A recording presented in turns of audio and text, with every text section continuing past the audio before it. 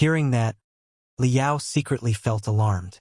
It was doubtless that the trace of information streams that Hylon had detected was the distress call that the Nuwa warship had sent to the Heaven's Origin sector and the Flying Star sector 100 years ago. He did not expect that the Imperium of true human beings technology would be advanced enough to capture such insignificant traces. Thankfully, she had only discovered the place with a broken garbage starship. If the main force of the Black Wind Fleet had noticed the trace, the Federation might have been doomed. "What did you do after you crashed in the Ancient Sage's sector?" Meng Qixin asked. With anxiety beaming out of her face, Hylon said, "What I wanted most was, of course, to communicate with the Mother Fleet, although the overall capabilities of the Star Glory Federation are not worth mentioning right now. They have the ultimate weapons that are the Colossi after all. Now that they are conspiring with the government in exile of the Star Ocean Republic, they might prove to be great trouble later. At that time, the entire battlefield was blocked by the interference indiscriminately. No messages could be delivered. Except for my weary tooth, all the other starships and cultivators from the Imperium were killed or captured by the Star Glory Federation. It means that my mother fleet was not aware of the latest progress. I was the only one who knew the information. Now, the Star Glory Federation is lurking in the darkness.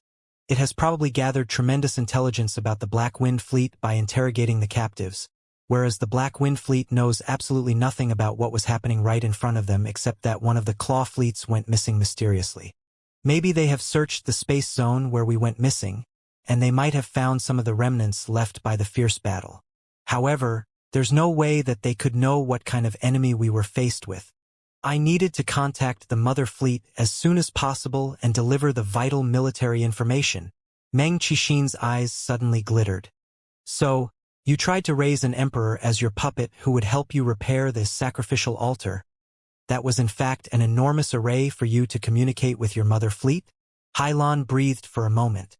She swallowed hard and continued. "At first, my plan was to repair the communication magical equipment on Weary Tooth, so that I could directly speak to the Mother Fleet.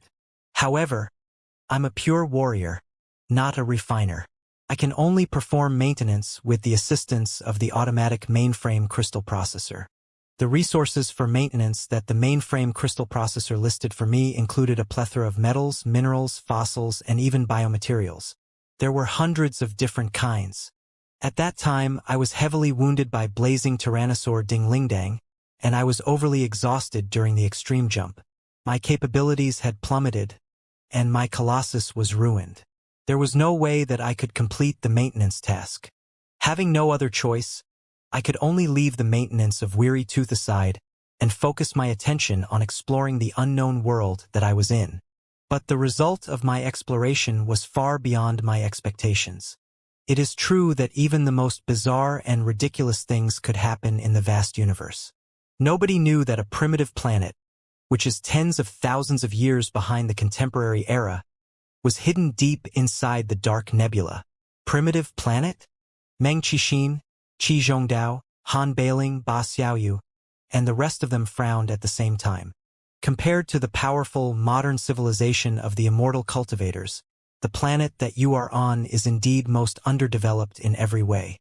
I stand by my opinion even if I am completely at your mercy right now. Hylon gritted her teeth. However underdeveloped as your world might be, the spiritual energy here is rather dense, the resources are abundant, and the concepts of sex, however immature, have already come into being. The cultivators are able to collect and utilize resources in an orderly fashion. Countless treasures are kept in the royal treasury of the great Qian dynasty, which shed a new light for me. Emperor Phoenix could not help bellow. "So, you manipulated me to help you control the great Qian dynasty and collect the resources mandatory to establish the supercommunication array." Hylon was silent for a moment, but she did not deny it. "Not without regret," she observed. "Such missions to explore and infiltrate the unknown worlds should have been carried out by a team of elites whose jobs are clearly separated according to their specialties. There should be diplomats, warriors, camouflage masters, infiltration specialists, professional psychologists, experienced refiners, and so on. I was just a warrior. The role of deity Raincloud, should not have been played by me at all. The masters in disguise and psychology who have received professional training are much more fit for the job. If, cough, cough, cough, cough, if everybody in the elite squad were still alive, it wouldn't have taken so many years, and I wouldn't have exposed so many flaws. It's a pity that they were all killed during the extreme space jump. All dead. All they left for me were a shattered weary tooth, some magical equipment on board that could barely function, and the crystal suits that I took off their corpses. I spent an entire year observing your world in secret and your civilization, while I slowly drafted a full plan to repair Weary Tooth. Then, I interfered with the dream of Zhu Zhongyo, an unappreciated prince that I had carefully chosen, with an oriented brainwave disruptor. I implanted some information into his subconsciousness along with the urge to find the debris of Weary Tooth in the depths of the rumbling Thunder Mountains. The most advanced training chamber of the Imperium had been installed in the warship. I let Zhu Zhongyo train himself inside, only hoping to slightly increase his capabilities and better convince him of my identity. It didn't occur to me that he was really a rare genius. His training speed was even higher than the best of the cultivators in the Black Wind Fleet, and he advanced unstoppably from the core formation stage to the nascent soul stage. At that time, I was greatly shocked and pondered on the reason for a long time. I speculated that, perhaps because the cultivators in your world had never touched modern magical equipment, drugs, and training facilities, such things worked much more effectively on your bodies. However, Emperor, I truly meant you no harm, and I sincerely treated you as a student. After all, the stronger you were, the more likely my plan would work out. Emperor Phoenix gnashed his teeth and clenched his fists hard. Do you think that I will believe anything you say right now? Believe it or not, it is the truth. Hylon breathed heavily. I was sincerely supporting you to ascend to the throne and control the entire ancient sages sector. It was not just because I needed your help to collect the necessary resources to repair Weary Tooth, but also because, even if the Black Wind Fleet did arrive later, it would still require a local spokesperson, so that we could cooperate at the highest efficiency. Spokesperson. Emperor Phoenix's head was particularly clear at that moment. I think you mean puppet. Continue. Meng Qixin changed the topic back. What did you do after the emperor claimed the crown? Why did you shift your attention to the divine palace? After I planned thoroughly for 5 years and helped Zhu Zhongyo seize the throne, I dismantled the communication magical equipment on Weary Tooth, Hylon replied, hoping to assemble a super communication array that could send messages to the Mother Fleet with some components I crafted in the Ancient Sages sector. However, I really can't say that I'm the smartest person when it comes to refining and maintenance. Some of the rare materials were extremely difficult to find out, too. Therefore, the construction progress of the communication array was quite slow. With each day that passed, the Star Glory Federation and the government in exile of the Star Ocean Republic lurking in the darkness could have concocted a new scheme against the Black Wind Fleet. Every time I thought about time, I would feel that my heart was burning in anxiety. Right then, I accidentally learned the news about the Divine Palace, when I helped the Emperor strip lead eunuch Wang Shi of his power. Judging from the traces that they described, I was pretty sure that the so-called Divine Palace was a starship from the primeval era. I was thrilled by the discovery. If I could find the prehistoric starship, chances were that I could get more useful units and materials that had been refined, which would significantly increase the speed of constructing the communication array. Even better, it was possible that intact communication units were still inside the primeval starship. In such a case, I would be able to communicate with the Mother Fleet after slight modifications. You know, everything that happened later. I disguised myself and followed the Emperor into the depths of the land of eternal night. I found the Divine Palace and even a Colossus that looked rather dominating. I was best at piloting the Colossi in the first place, and my own Colossus had already been destroyed by the blazing Tyrannosaur. How could I resist such temptations? So, I immediately boarded the Colossus, hoping that... Wu Suiyun interrupted her coldly. Hoping that you could suppress the entire Ancient Sages sector with the unparalleled might of the Colossus, right? I didn't want to suppress the Ancient Sages sector. I only wanted to cooperate with everybody. Hailan raised her voice. Every vein on her face was bulging again, as she said in a hurry. I have been speaking the truth. Everything I said is true. You can sense it. I really don't mean any harm to the ancient sages sector. I sincerely hope that this sector can be merged into the territory of the Imperium, and that the cultivators of the ancient sages sector can become the glorious immortal cultivators who walk on the only righteous path of the civilization of mankind and fight for the future of humanity. The nascent soul stage cultivators and the divinity transformation stage cultivators were not used to the way Hailan talked yet. The weird phrases such as future of humanity made all of them frown.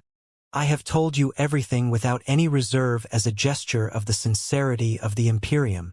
Hailan struggled hard, the veins on her neck and her forehead jumping crazily.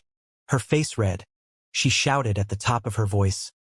Join the Imperium of true human beings, the most powerful nation in the Sea of Stars. The Imperium values meritocracy. Everybody here is at least in the high level of the nascent soul stage. You are the elites of the elites. The Imperium is in dire need of experts such as you.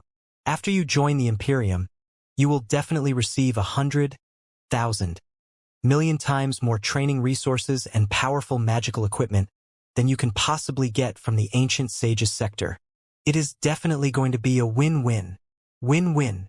The brilliance in Meng Qixin's eyes was swirling quickly. You mean that we will both benefit from our cooperation, right? But the way I see it, your intention in the beginning did not seem to be a win-win.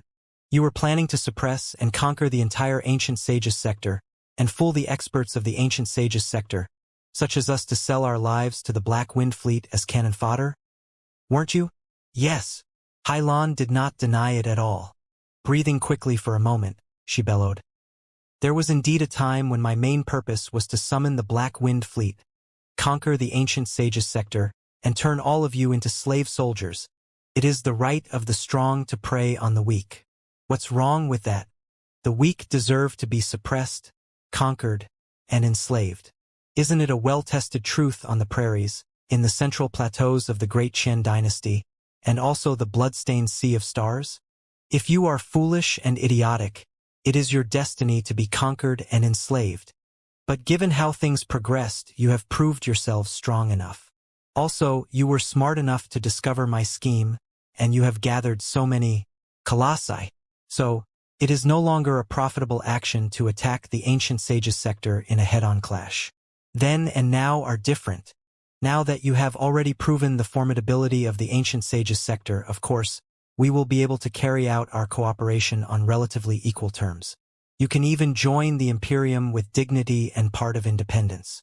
Isn't it only reasonable? The Imperium of true human beings has acquired hundreds of sectors and thousands of planets large and small after only 1,000 years.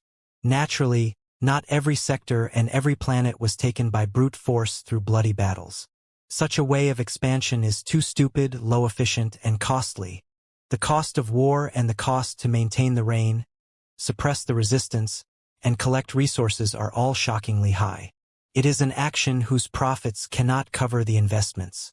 Quite a large number of sectors voluntarily joined the Imperium after realizing the power of the Imperium and the possible gains that the Imperium could offer them, including the Black Wind sector.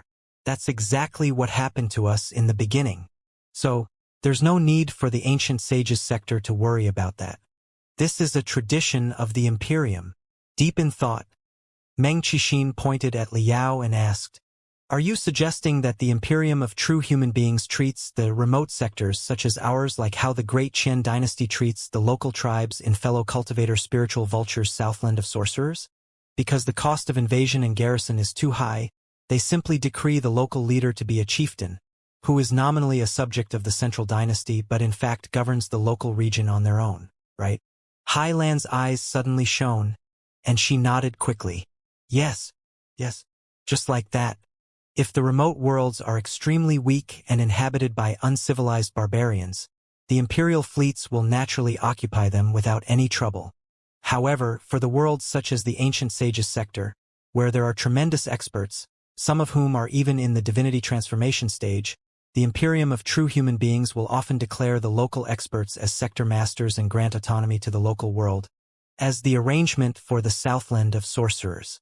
The best that the Imperium can do is nominate a few officials who are similar to the appeasing ambassador of the 5th prefecture of the Southland of Sorcerers as correspondents between the remote sectors and the capital city. Meng Qixin and Wu Suiyun looked at each other. Chuckling, they said, "The court will have to bring tremendous rewards to the local leader of the Southland of Sorcerers during the declaration.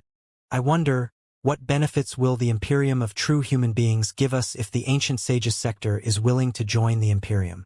There will be too many benefits to count." Hailan replied in a hurry. "The spiritual energy in the ancient sages sector is extraordinarily dense. You have not been troubled by the extraterrestrial devils in the past tens of thousands of years, either. So, a great number of cultivators in the core formation stage, nascent soul stage, and divinity transformation stage have been born in this sector. However, your training system and your techniques are still at an extremely crude and underdeveloped phase. Even crystal suits, the well-acknowledged king of magical equipment in the universe today, have not yet been grasped by you, not to mention the colossi. As long as you join the Imperium, it's very likely that you will receive the assistance of techniques, resources, and magical equipment from the Imperium. Your civilization will realize a leap of thousands of years in only decades. The ever-emerging new techniques and magical equipment invented in the modern civilizations of the immortal cultivators are utterly unimaginable to you. Training with those techniques will further improve your cultivation, even if it's been stagnant for years. Using the latest magical equipment will allow you to demonstrate your extreme potential in the most violent ways. In short, the Imperium is definitely able to make you reborn. You will set foot in amazing levels that no one in the history of the ancient sages sector has ever visited. Moreover, if you accumulate enough military credits, you will be given a chance to further study in the Imperial Terminus sector, the capital of the Imperium. It is the center of the universe and a sacred sanctuary that all immortal cultivators in the Sea of Stars dream of visiting. You will be promoted and awarded by the Imperium there, becoming earls and generals of the Imperium of true human beings. You will be supreme existences ruling over hundreds of sectors, thousands of planets, and billions of creatures. All that you said is about our personal gains. Wu Suiyun coldly interrupted.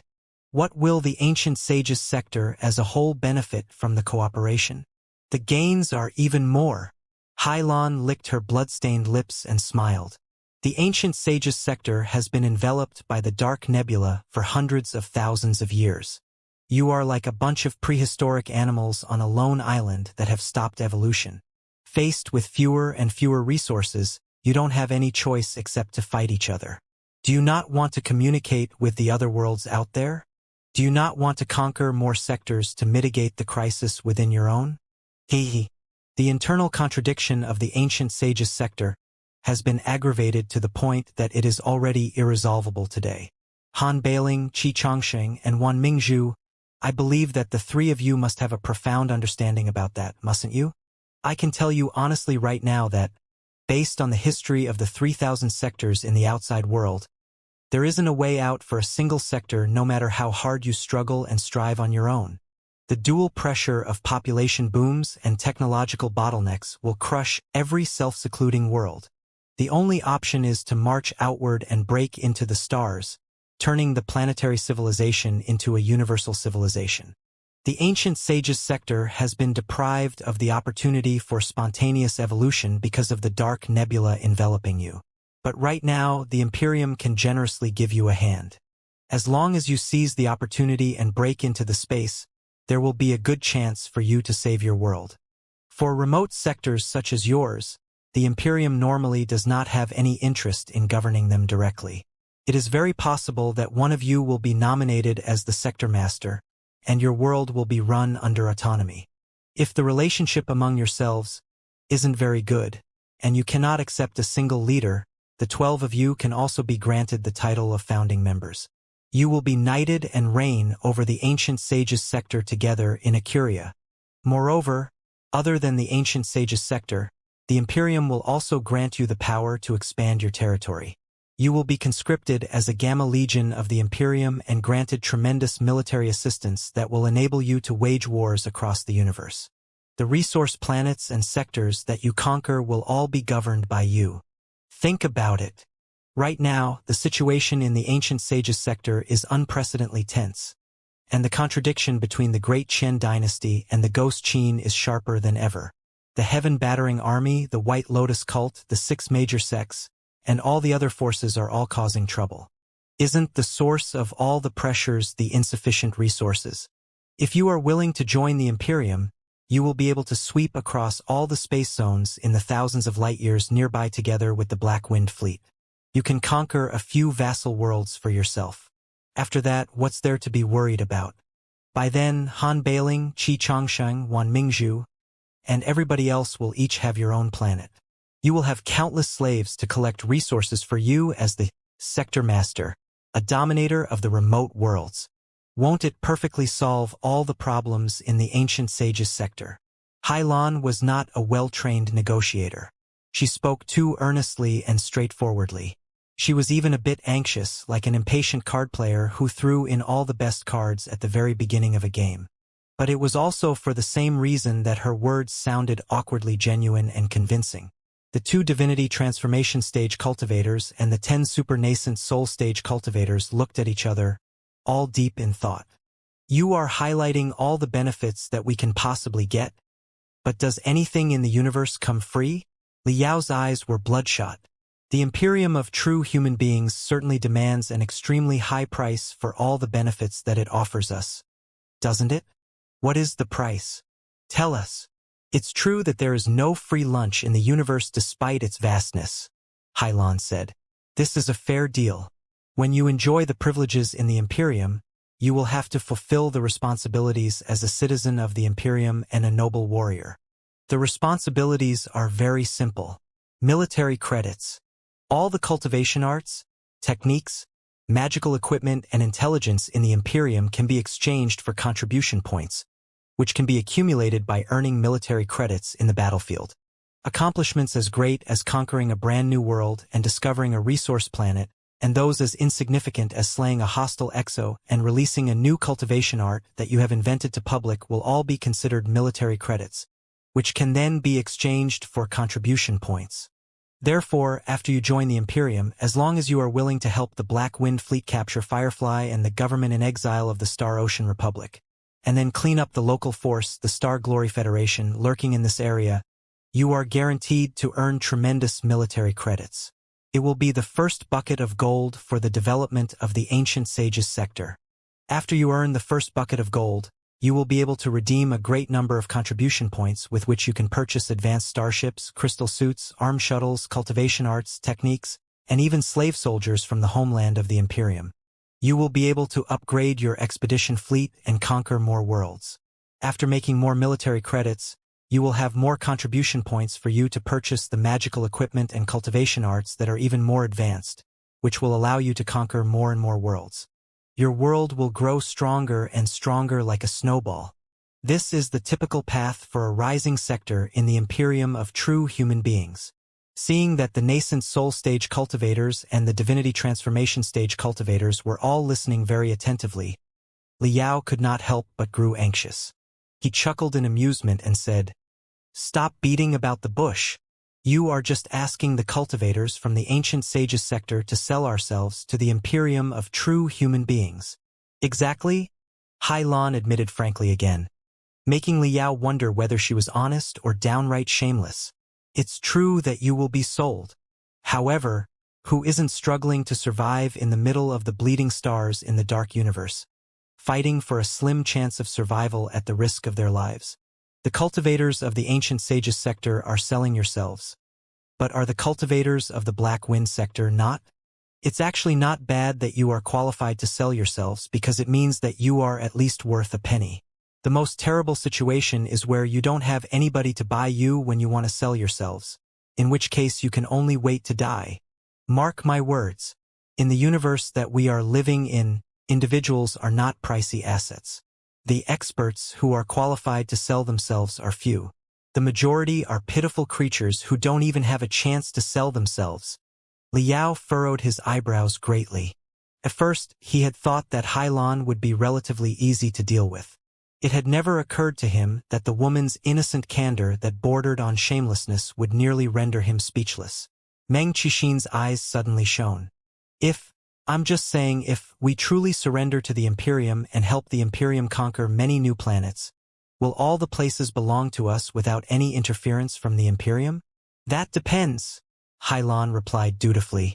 If the ancient sage's sector or the new worlds that you conquer contain strategically important resources, say, superfuel that can bring up the cruise speed of the starships or rare metals that can improve the hardness of crystal suits and colossi, the colonies will certainly not be devoured by you exclusively. Most of the resources will still go to the Imperium. However, the odds of such things are not particularly high. You people don't strike me as lucky dogs, either. Under normal circumstances, all you need to do is submit a certain amount of resources as taxes to the Imperium and ensure the constant and stable output.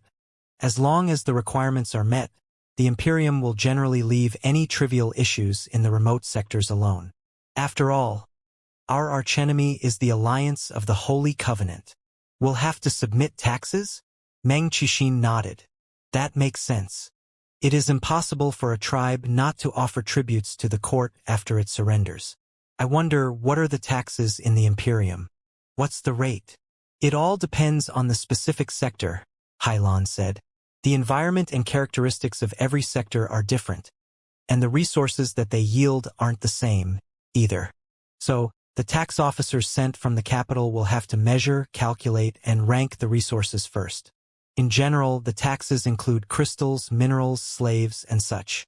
Compared with the benefits you can gain from the Imperium, the taxes are certainly not high. Good heavens! Master Bitter Cicada's voice sounded cold. Does the Imperium want us to capture the folks of the ancient sage's sector like piglets and ship them off as slaves? Observing his face, Hailan quickly responded, Not necessarily. Not necessarily at all. All the taxes can be exchanged and adjusted based on the real situation. For example, if your sector have tremendous crystals and a small population, it won't matter at all if you submit more crystals and do not provide any slaves. Later, after you have accomplished great military credits, you will be able to offset your taxes with the military credits directly. Also, for the underdeveloped sectors in remote areas, the Imperium has a lot of tax reduction policies that are in your favor. There will even be oriented investment on you to better help your development. After all, the Imperium is the most powerful country of mankind that is ready to live on for millions of years.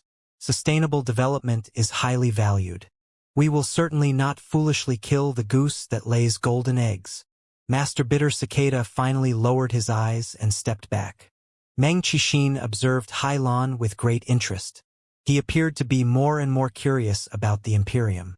I don't find too many fallacies in everything that you've told us so far. I do not reject the notion of cooperating with the Imperium, either.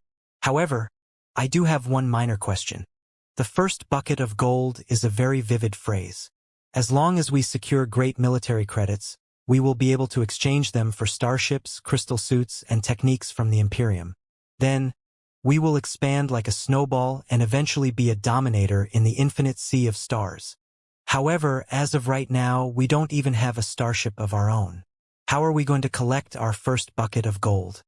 Will we not be at your mercy and simply work as your cannon fodder?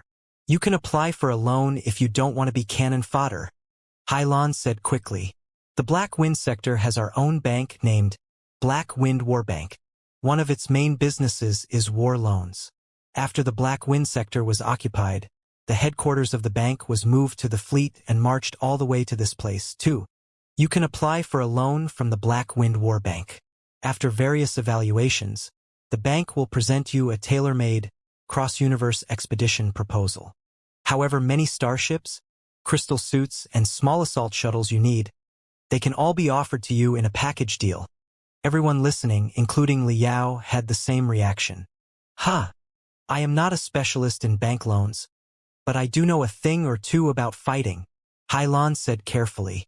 Although the civilization and the technologies of your sector are underdeveloped, and you are short of cross-universe warring abilities, your personal combat ability is very high, and you have a great number of cultivators in the nascent soul stage and even some in the divinity transformation stage. Your war potential will certainly prove to be impressive after a general evaluation. I believe that you can definitely receive a huge loan from the Black Wind War Bank. If you purchase tremendous starships from the Black Wind fleet, or hire some of them as vehicles and employ some Black Wind cultivators as tutors, it is certainly possible for your cultivators and soldiers to undergo drastic changes in only a year and a half. They will be truly reborn as modern war machines. If you choose such a path, the ownership of all the starships will be yours. You will be able to constitute your own Ancient Sages fleet, which will be a partner of the Black Wind fleet. The most threatening thing that we can do is send a team of tutors to guide you through the battles. There will be no concerns that you might end up as cannon fodder, right? Wait, Meng Qixin said. My head is dizzy. I need to think about it. Why, yes, Liao agreed. I need some time to think about it, too. Wu Suiyun, Han Bailing, Qi Zhongdao, and the rest of them murmured similar comments. We all need some time to think carefully. The 2 divinity transformation stage cultivators and the 10 super nascent soul stage cultivators were all in a trance, deep in thought. After 5 minutes, Meng Qixin took a deep breath and mumbled, If we apply for a loan, we will receive a certain amount of money in advance, right? Arming ourselves quickly through a loan and robbing somebody else to pay it back. This is truly an unprecedented and extraordinary methodology. It is exactly through such a methodology and the support of the mighty armed forces that the Imperium of true human beings has been able to recover most of the territory of the Star Ocean Imperium after only 1,000 years. Hailan declared proudly. Meng Qixin frowned and said, However, in the Ancient Sages sector you have to pay interest for your debt, and the interest can generate interest, too. If you borrow 1 guinea, you may have to pay 10 guineas in the end. If the interest rate is higher, you will never be able to get away from your debt. You will certainly have to pay interest. It's not like the Black Wind people is doing charity here. If we get to the bottom of it, this is just another deal, Hailan said. However, the interest rate is certainly not as unbelievable as usury, and it will most definitely be bearable for you. You can even pay back the debt in a span of decades, if not centuries. We have a special term named mortgage. You can purchase a batch of starships, crystal suits, and modern cultivation arts through a mortgage first, and after you conquer new planets, you can pay the mortgage back slowly with your trophies. One other thing. The remote sectors such as yours that have volunteered to join the Imperium are the best examples for all the sectors in the universe. You will enjoy a lot of war privileges in the Imperium. According to the blanket agreement that the Central Bank of the Imperium and the local commercial banks such as the Black Wind War Bank reached, there will be subsidies for the interests of your loan. So, let's say that you have an interest rate of 10% in the beginning. Now with the blanket agreement, the Central Bank of the Imperium will cover 3% of that. As a result, your interest rate will essentially be discounted. It will be an even better bargain for you. The locals of the Ancient Sages sector, including Meng Qixin, were all in a daze. They were tilting their heads in confusion for a long time despite their wisdom in the nascent soul stage and the divinity transformation stage. It took Hailan forever to explain the terms such as mortgage, central bank, and annual percentage rate to them. Meng Qixin frowned deeply. Why is this Central Bank of the Imperium such a good Samaritan? Isn't it simple? Hailan replied. The Central Bank of the Imperium is not established for profit but for the prosperity of mankind and the peace of the Imperium. It is doing that because it wants to motivate the remote sectors such as yours to apply for more loans and purchase more arms, so that you will further expand the territory of the Imperium. At this moment, the prosperous land of the Star Ocean Imperium has all been developed by the Imperium of true human beings. The expansion of territory has become a dirty, exhausting, and unpromising job. The immortal cultivators from the central regions are reluctant to take it. Besides, they are responsible for coping with the Covenant Alliance, which is an even more arduous task. So, the remote sectors such as yours can be conscripted into Gamma troops and continue the expansion. That's why the Imperium issued such a policy. It's meant to expand the territory of the Imperium at the lowest cost. Everything is open to the public. There are no tricks or schemes. Just like what I said in the beginning, it's a win-win. Meng Qixin narrowed his eyes and sniffed. It appears to me that the Imperium of true human beings is a country born for wars. All the policies serve the single purpose of wars. Wars mean survival. Hylon faced the divinity transformation stage unwaveringly. Wars mean evolution. Wars are everything to every civilization. Meng Qixin was emotionless. The dozens of spiritual threads extending from his hands were emitting weird brilliance as they churned inside Hylon's brain brutally. Hylon trembled violently with a pale face again. Blood and tears, mixed with unknown fluids, were flowing from the corner of her eyes. She was murmuring something to herself obscurely. Liao pricked his ears and listened attentively for a long time, only to discover that she was simply repeating the same remarks in her subconsciousness. Long live the Imperium. Long live the Black Wind Sector. Long live the Imperium. Long live the Black Wind Sector. Meng Qixin examined for a long time with his secret techniques but seemed unable to find any evidence to prove that Hylon was lying. After a sniff, he proceeded the interrogation. You've been lurking in the ancient sage's sector for long enough to learn all the details about our world. In your opinion, how many assets can the ancient sage's sector apply for from your Black Wind War Bank through AM Mortgage? I can't say for sure without the appraisal of the specialists. Hylon was still shivering, but her face was even calmer than before, as if her tough nerves built by the secret arts for the immortal cultivators in the Imperium had been adapted to the excruciating agony. If you are truly willing to join the Imperium and cooperate with the Black Wind Fleet, I, with my familiarity with the situation of the Ancient Sage's sector, will probably be admitted to the evaluation panel, and I will certainly try my best to help you increase the size of your loan. However, as for exactly how many assets you can get through the mortgage, it will depend on your collateral. Collateral! Meng Qixin and everybody else fell into a daze for a moment. Of course, there must be collateral, Hylon said matter-of-factly. Do you not need a guarantor or something to prove your financial ability when you borrow money from someone in the Ancient Sage's sector?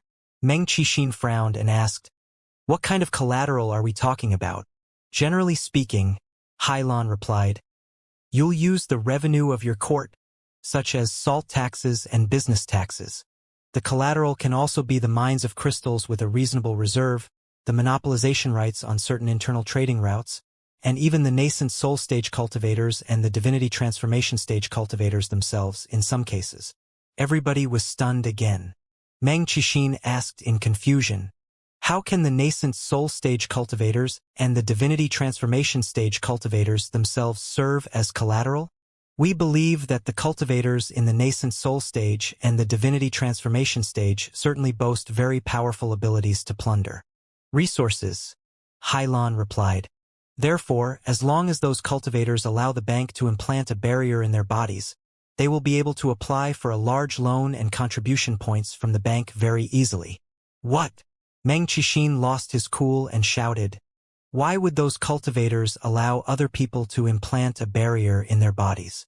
Won't they be completely at the mercy of the loaner? You're free to turn the offer down, but chances are that some other nascent soul stage cultivators will agree, Hylon said. After other nascent soul stage cultivators agree to the bank's request and receive tremendous resources from the bank through mortgages after the barrier is implanted, their training speed will certainly be higher than yours, and they will soon be stronger than you. Then they will be able to beat or kill you directly. Faced with such a threat, will you accept the bank's terms or not? Meng Qixin was silent for a long time. The wolf god, who had once galloped and dominated the dark cloud prairies 100 years ago, could not help but bellow. It seems that the internal competition of the Imperium of true human beings is rather cruel. The universe is a cruel place itself, Hylon said calmly. Meng Qixin sneered again. All in all, as long as we accept the assistance of the Black Wind Fleet, the taxes, mines, and trades of the Ancient Sage's sector will be strictly controlled by you, and our starships and soldiers will be trained with your gear and fight under the command of their tutors, who are sent by you. Although we seem to be independent on the surface, we will be no better than a vassal to you. This is truly a brilliant way of exploitation. It is much more clean, efficient, and inconspicuous than a blatant suppression and raid. This is how the game is played in the Imperium. Hailan gnashed her teeth. Do you really believe that somebody will help you evolve from a planetary civilization to a universal civilization selflessly without their own plans? If a certain force proposes such enticing terms to you, you should really be careful. Those who do you favors for no reason certainly have ill intentions. I can't say that our terms are generous, but the sincerity of the Imperium is more genuine in such a way if you think about it more carefully. This is just a deal that we can negotiate on. As long as you agree to surrender to the Imperium, we can discuss the specific details and conditions slowly later. Well, Meng Qixin fell silent and began pondering again. Wu Suiyun and the 9 super nascent soul stage cultivators were caught in another round of intense calculations. White mist was popping up from the skull of every cultivator, suggesting that their brains were functioning at an extremely high speed. Liao's heart was greatly disturbed, but he pretended to be cool on the surface and simply sneered. You've been talking about so many bizarre things that we don't even understand. Are you intentionally trying to confuse us? Let me ask you this. If you are so honest, and the terms you can offer are so captivating, why didn't you tell us in the beginning but had to implement your clandestine plan in secret? Who could I tell the things to in the beginning a few years ago? Hailan asked back very sincerely. At that time, the ancient sages sector was still in chaos. Han Bailing, Qi Changsheng, Wan Mingzhu, Wang Shi, or any of the other cultivators here, none of you could decide the future of the ancient sages sector. I didn't have an appropriate candidate even if I wanted to find a partner to cooperate with. Besides, even if I did find some of you and tell you everything exactly as it is, would you have believed me and surrendered to the Imperium obediently? The locals of the desolate area tend to overestimate their capabilities and think that they are strong enough to overcome all obstacles. The people living on a tiny planet in a single sector cannot begin to imagine the wrath of the Imperium of true human beings, which boasts hundreds of sectors. Such tragedies have happened many times before. When the locals of a sector in a desolate area discovered the diplomatic team sent by the Imperium, they killed the foreigners with their far greater numbers. After the fleets of the Imperium descended upon them and the most brilliant fireballs blossomed across the surface of the planet, they didn't have an opportunity for remorse. If I offered to reveal my identity, this would have been a noteworthy risk. I would be killed by the barbarians that were you, and your world would be destroyed by the immense firepower of the Black Wind Fleet. It's going to be a lose-lose. Why bother? Therefore, my original plan was to summon the Black Wind Fleet after the star beacon was established. I would show you the might of the Imperium first before we sat down and negotiated. I believed that everybody would be much calmer and more rational that way. Later, after I discovered so many intact colossi in the Divine Palace, I thought that I could calm you down with the deterrence of a colossus so that we could negotiate on the best way out for the ancient sages sector. That's why I began my operation. I didn't know that everything would end up like this. My own life and death matter little compared to the great cause of the Imperium. It is a pity that the entire ancient sages sector might be ruined because of the recklessness of a certain someone. Stopping selling your alarmism, Liao snapped angrily. Why should we believe you? You said yourself that you Black Wind cultivators have lost your hometown. The ancient sages sector is such a great natural paradise with particularly dense spiritual energy. Who knows whether or not you are coveting the opulence of the ancient sages sector and preparing to claim this place as your new den? Well, I can't say for sure, Hailan replied dutifully. After all, I am not in charge in the Black Wind Fleet. I cannot speak for my father or the leadership of the fleet. I can only say that, according to my judgment, the likelihood of that is not high. Liao raised his eyebrow in disdain. Why not? If we find absolutely nothing of value in our expedition, the ancient sages sector will certainly be our only target. Chances are that we will really conquer the ancient sages sector and modify the place into a new Black Wind sector as our base. Hailan admitted frankly. However, we have already discovered the government in exile of the Star Ocean Republic and the Star Glory Federation, a country in the desolate area that can build and maintain starships and colossi. So, you are now far less important than them in our eyes. It is needless to mention the value of the government in exile of the Star Ocean Republic. The intimidation and value of the Star Glory Federation are obviously higher than those of the Ancient Sages sector, too. They certainly have multiple well-developed sectors in their territory anyway. So, the Black Wind Fleet can conquer the Star Glory Federation and occupy their territory as the new base and home of the Black Wind Cultivators. In the meantime, we can also capture Firefly and exchange the government in exile of the Star Ocean Republic and the Star Ocean Seal for tremendous contribution points. If you are willing to earnestly help us realize our plan, is there any necessity for us to lay our fingers on the Ancient Sages sector? Wouldn't it be straining out a gnat and swallowing a camel? Dangerous brilliance was flashing in Liao's eyes. He laughed coldly and said, "Perhaps the Ancient Sages sector was indeed a gnat in the beginning. However, a Nuwa warship and so many colossi have been discovered in the Ancient Sages sector right now. Do you not want them? We do, but we don't have to take them away by raiding. We can totally strike another deal that will meet both our needs." Hailon looked at Liao and said honestly, "The Nuwa warship and the colossi include the most enigmatic technology and secrets of the primeval civilizations. With the crude and primitive knowledge of your world, it is impossible for you to understand them. In other words, you will never bring out the full power of the Nuwa warship and the colossi when they are in your hands. It will be only a great waste. Weren't the legendary 12 Cloud Chin gold statues in ancient times gradually worn out due to the lack of maintenance after years of battles?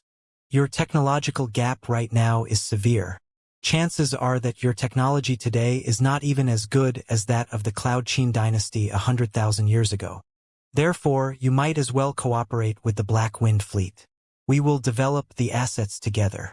Then, you can purchase a batch of starships and crystal suits from the Black Wind Warbank with your mortgage. After we are both armed, we will march to the Star Glory Federation together and dissect the barbaric country. That is the best option for you and for us." Chilling, aggressive brilliance was beaming out of Hailan's swollen eyes, stinging Liao's heart like a venomous bee. Meng Qixin listened to their conversation in silence not far away. His face had been deep and indifferent, and there was no telling what was on his mind.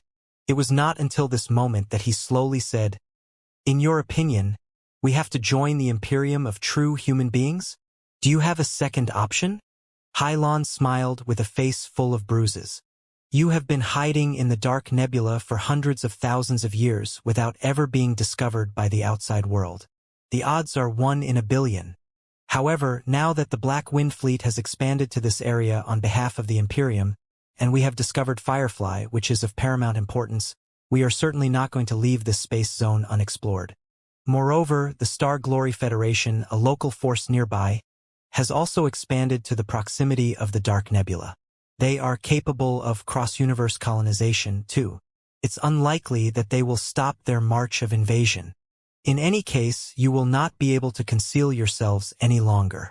Your peaceful life in the unvisited paradise as you had in the past hundreds of thousands of years is over. You don't have a choice. If you don't want to wait for countless starships, exos, and colossi to rain down from the sky like a meteor shower, you will have to move forward actively to embrace and be assimilated into the universe, a boundless, real world you belong to. Vast as the universe is, there are only 2 superpowers of human beings. You can choose either the Imperium or the Covenant Alliance. As I stated earlier, the demi-humans in the Covenant Alliance are just puppets of flesh and blood that are devoid of humanity, feelings, and free will. They can't even be called real human beings. I don't suppose you would want to live such a life, do you? Meng Qixin and Wu Suiyun looked at each other. The two of them had more or less tasted the feeling themselves 100 years earlier. They were obviously reluctant to become cold machines again. Seeing that the 2 divinity transformation stage cultivators were wavering, Hailon bulged her eyes even wider. The blood vessels in them were also exploding out of the eyeballs. She panted and said, "Maybe the poor folks living at the bottom class of the Ancient Sages sector will believe that, as long as they can live in safety with enough food and clothes, it doesn't matter if they throw away their feelings, self-awareness, and independent will. But you are all in the nascent soul stage and the divinity transformation stage.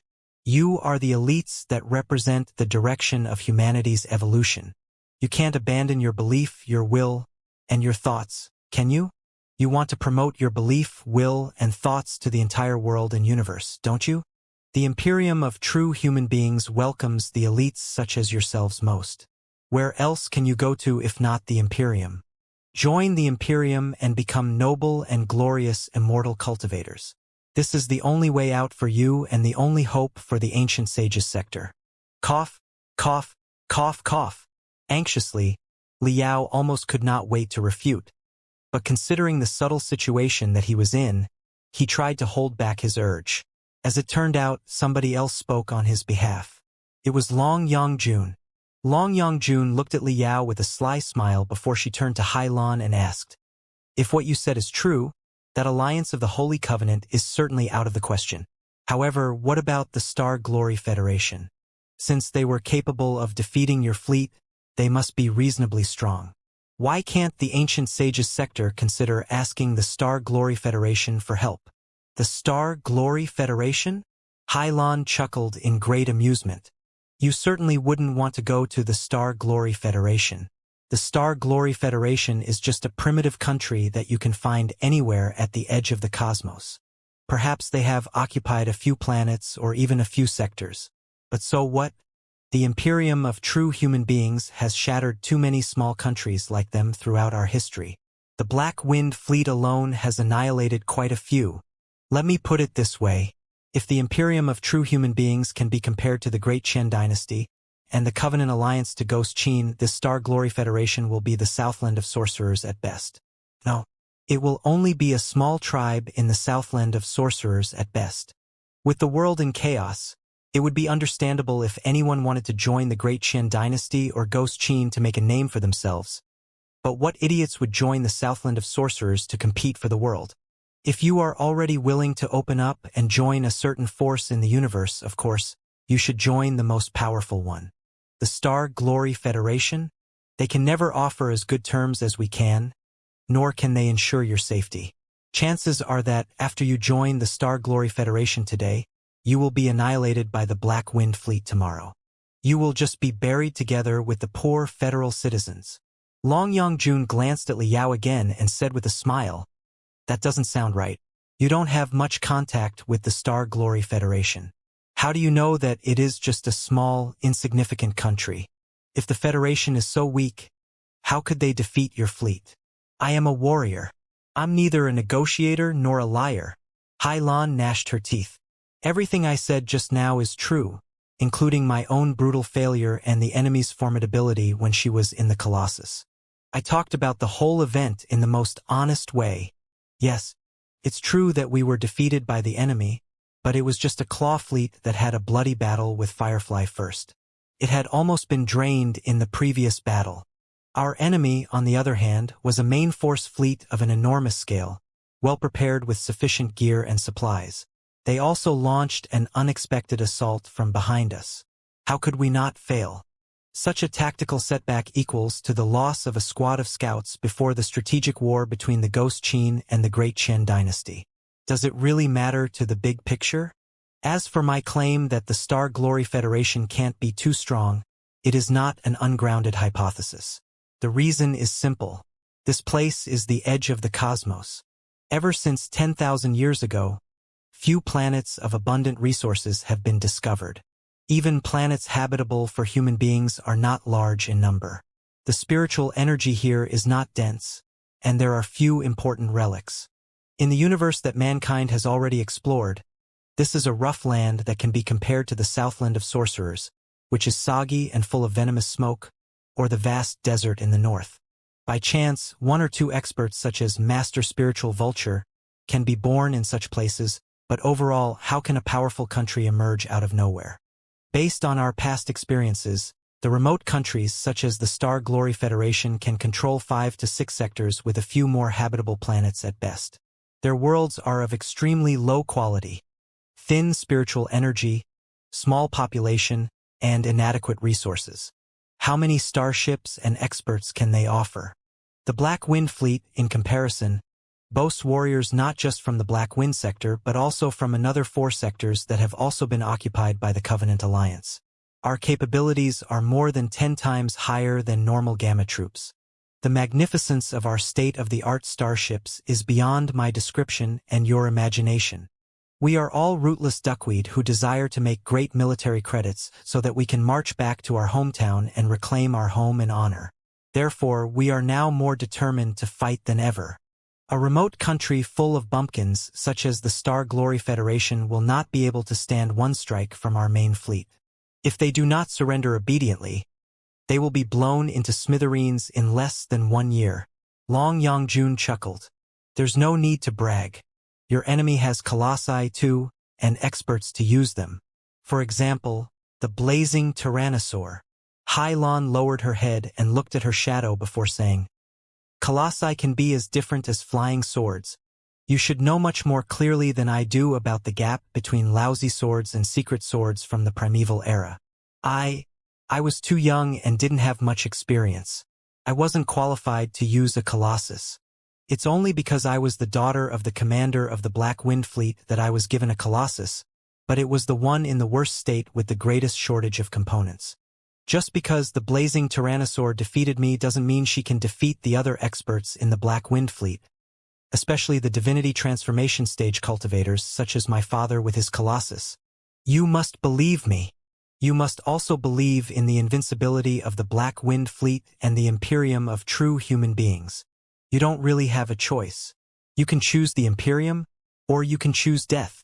Long Yongjun grinned, baring her sharp teeth. Is that a threat? It's not a threat but a fact. Hylan's voice was both deep and hollow. It did not seem to be from her throat but from somewhere in the universe far, far away. The Imperium is not interested in threatening anyone or any force. We are simply informing you of what will happen in the future faithfully and allowing you to choose for yourself. The Imperium has embraced too many sectors and planets that are willing to cooperate and destroyed too many countries and civilizations that refuse to obey. You are not the first one, nor are you going to be the last. Whatever you choose, the Imperium doesn't care about it at all. Not at all. Her words cast the nascent soul stage cultivators and the divinity transformation stage cultivators into a long silence again. Wait, Liao suddenly said. You keep saying that you are the daughter of the commander of the Black Wind Fleet. Then, won't you speak ill of us in front of the commander of the Black Wind Fleet because we have tormented and interrogated you? Will he even accept our cooperation sincerely? Chances are that he will burst into fury and destroy the entire ancient sage's sector to avenge his daughter. He. Hylon laughed weirdly. Master Spiritual Vulture, you don't understand how we think. Now that my plan has failed and I've fallen to your hands, it proves that I am weak. Isn't it only natural that the weak are tortured and savaged by the strong? Besides, you are only doing this because you want to glean valuable intelligence from me and ensure that I am not lying. This is pure business and nothing personal. If our roles were swapped and I was one of you, I would have interrogated the target in the exact same way. What's there to hate? If I must hate something, I should hate myself for not being strong and prudent enough. Liao secretly cursed. Do you not hate us at all? Are you really not bothered by the suffering? As long as you choose the Imperium, Hylon said, I believe that your participation is in the Imperium's favor. If it is in the Imperium's favor, it is in humanity's favor. For the future of humanity, I can abandon and obliterate my life and soul any time. What's the big deal about some suffering? The excited roars of the female warrior from the Imperium echoed in the hollow Nuwa warship and did not die down for a long time. The sound waves triggered rounds of ripples on the faces of the nascent soul stage cultivators and divinity transformation stage cultivators like tides. And you said that you are not a negotiator, Liao sneered. I can tell that your speech is well organized and very persuasive. It is not like something that a general soldier can tell. It's because the Imperium has implanted a special technique into the brain of every frontier soldier who is out for exploration and colonization missions. Hylan's eyeballs were shuttered fast as she explained, I have received professional half-hypnotization and subconsciousness activation training. A lot of situational dialogues have been inputted into my brain, providing guidance for me in certain scenarios like the one I'm in right now. Therefore, my previous speech is not just my own opinion but to a large extent the official attitude of the Black Wind Fleet and the Imperium of true human beings. Liao was dazed for a long time. I didn't know that. How would you know what to do in every case scenario? Hailan smiled. Although she was imprisoned and almost deformed from torture, the female warrior of the Imperium was still smiling confidently as if she were sure to win. If your country had conquered, destroyed, and devoured countless worlds like the Imperium of true human beings has, Hailan said unhurriedly, you would also have accumulated abundant experience and know how to cope with any unexpected situation. Liao thought quickly but failed to come up with a counter. Staring at Hailan, Meng Qixin said, your offer is indeed tempting if what you said is true. However, it is a great deal that concerns the future of our entire world, and we cannot make a decision recklessly. We need to know more information about the Imperium of true human beings and the universe to make a sensible judgment. I'll give you 2 options. Firstly, here are 10 jade chips. I'll give you 3 days for you to confess the intelligence about the Imperium of true human beings, the Alliance of the Holy Covenant, and other forces in the universe after classifying it into different categories such as history, system, economy, culture, and so on. Also, you will need to tell us about everything that came before the Imperium of true human beings, such as the Star Ocean Republic, the Star Ocean Imperium, the Demon Beast Empire, the Age of the Ancient Cultivators, and the Primeval Era. After studying the files that you provide, we will naturally make a decision as to whether or not we surrender to the Imperium of true human beings and cooperate with the Black Wind Fleet. Secondly, if you are unwilling to confess dutifully, or if you are caught lying or concealing anything, we will have no choice but to kill you and exploit every drop of information in your head with techniques such as the soul-searching technique. Naturally, in such a case, we will no longer be able to trust the Black Wind Fleet, and the Black Wind Fleet will certainly not let us go. It will be very difficult for us to cooperate. Who knows what kind of crazy things the ancient sage's sector can do when mired in desperation. Hailan hesitated for a moment and nodded. I can tell you everything, but I don't know the crucial details right now, such as the specific information about our fleet, the parameters of the starships, or the coordinates of the internal worlds of the Imperium of true human beings, which were sealed tightly before I left for the mission. I can't tell you such things. I can only tell you conceptual stuff. If you are only trying to get an introduction to the current universe, it should suffice. Deal, Meng Qixin said. We don't need to know the coordinates of your capital right now. We only want to understand the universe as quickly as possible so that we can make a final decision. Then I hope that you make it soon, Hailan said peacefully. I don't know the Black Wind Fleet's status right now, but your surrender is only valuable before the Black Wind Fleet conquers the Star Glory Federation and captures Firefly. If the rebels at the edge of the cosmos have all been suppressed and shattered, I can't guarantee that the Black Wind Fleet will necessarily accept your surrender. Meng Qixin was silent briefly before he said, I understand. Your soul has been exhausted. Take a rest for a moment before you input the intelligence about the universe into the jade chips. His hands shivered. Mystic rays flowed into Hailan's temples along the spiritual threads. The female warrior of the Imperium's eyes quivered for a moment before they were covered by her eyelids, and her breath became deep and stable. She had fallen asleep. Conversely, the 2 divinity transformation stage cultivators and the 10 super nascent soul stage cultivators seemed to be caught in an unbelievable nightmare that they could not escape from. For how many years? All the cultivators of the ancient sage's sector had dreamed of ascension. They had hoped to appreciate the vastness and splendor of the deity's realm. However, when the real deity's realm, or rather the whole universe, was gradually unveiled in front of them, revealing its true face of infinite cruelty, the indescribable shock and oppression put them at a loss for words for a long time. They were like frogs who had seen the boundless ocean and the sharks, whales, and octopi swimming in it for the first time after they jumped out of the dry well that they had been living in. After a long silence, Ba Xiaoyu the beggar took a long breath and smiled bitterly. I didn't expect that the journey to the divine palace would end in such a way. The truth about the deity's realm is too dreadful and thrilling. If the woman wasn't lying, the Imperium of true human beings and the Alliance of the Holy Covenant are 2 behemoths that we certainly cannot resist right now. Qi Zhongdao observed worriedly. We have just one sector that is as divided as a tray of loose sand, but they each have more than 200 sectors with sufficient soldiers and supplies. They are hundreds of times more powerful than us. Not considering the technological gap, they can simply drown us with their sheer advantage in numbers. The enormous starships roaming through the universe, and the warriors in crystal suits and colossi who can break the stars. Heaven-battering King Qi Chongqing licked his lips and grinned. When you think about it, it is actually quite fun. I don't like the way they treat the common folk. Mother White Lotus Wan Mingzhu said coldly, are they any different from the shameless swine of the 6 major sects? Enough! Meng Qixin waved his hands and interrupted the meaningless discussion. I believe that everybody here is as shocked at the news about the deity's realm as me. Everything that the deity said is too complicated, mysterious, and unbelievable. I think that we all need time to calm down and reflect on the issues carefully. I suggest that we consider the situation for 3 days and in the meantime get to know the situation of the universe. In 3 days we will meet again and discuss a way out for the ancient sages sector. What do you think? It was certainly the best option that they had right now.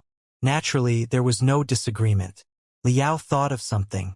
Perhaps he could find a chance to activate the star beacon and send the coordinates of this sector to the Star Glory Federation within the 3 days. However, Meng Qixin said, the issue must be kept a secret from the people of the 6 major sects outside. Otherwise, with the enticing terms that Hylon has proposed, it's possible that the 6 major sects will dump us and even betray the ancient sages sector to cooperate with the Black Wind Fleet directly. Hehe. The clowns of the 6 major sects will certainly be devoured by the Black Wind Fleet. The future of the ancient sages sector can only be decided by the 12 of us.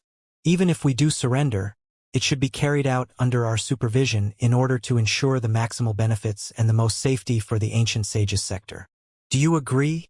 Meng Qixin glanced around. All the nascent soul stage cultivators nodded.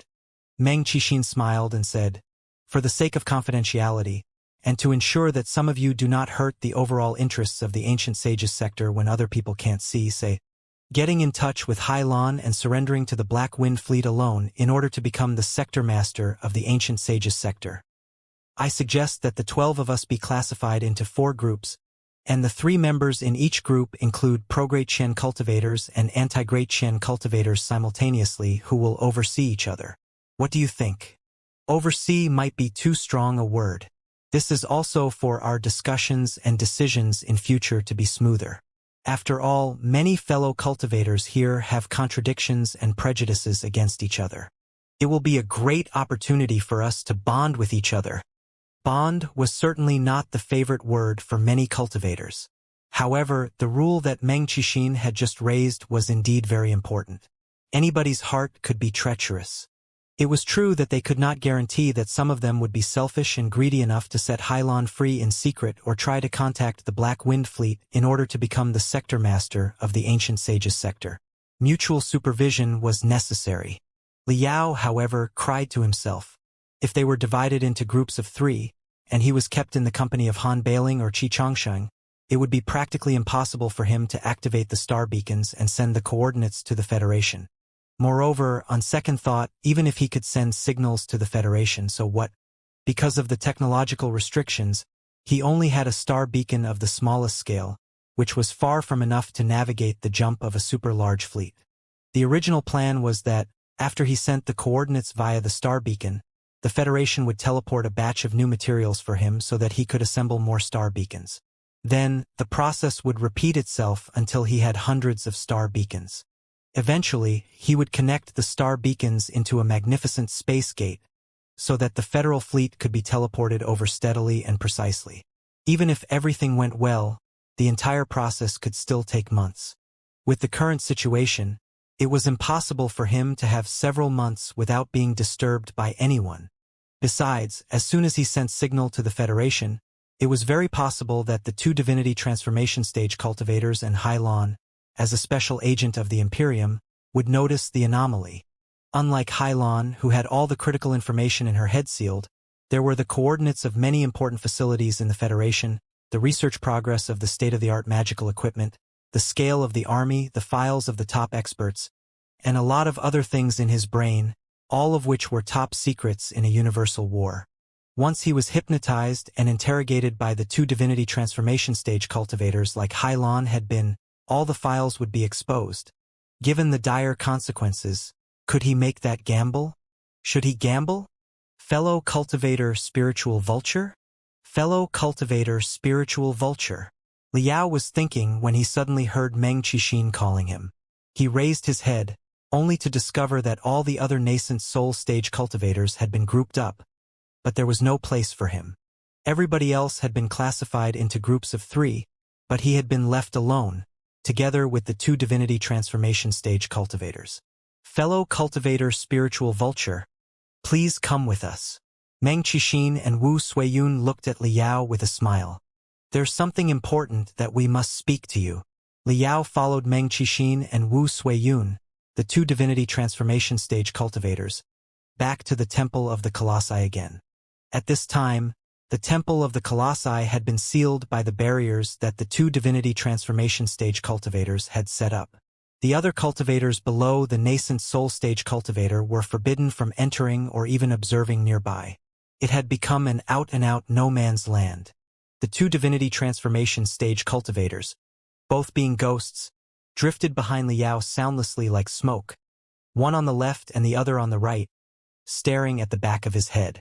In the vast warehouse, Liao's footsteps were the only sound echoing in the hollow hall. Together with the silent colossi that were sitting or lying on the maintenance platforms, the place gave every feeling that it was a graveyard of the prehistoric giants and, possibly, a graveyard for Liao himself and the Star Glory Federation. Have they seen through my identity? Liao was very calm on the surface, only revealing a tiny bit of excitement and confusion after being selected by the two divinity transformation stage cultivators as company. His breathing, heartbeat, pulse, and the secretion of all the hormones in his body could not have been more normal. However, a great flood was raging in his brain. Even the mental devil was struggling hard like someone being drowned. Liao carefully reviewed his performance ever since the two divinity transformation stage cultivators had shown up. Except for the occasional rigidity when he pretended to be surprised, there were few loopholes. However, surprise was a very unreliable criterion in the first place.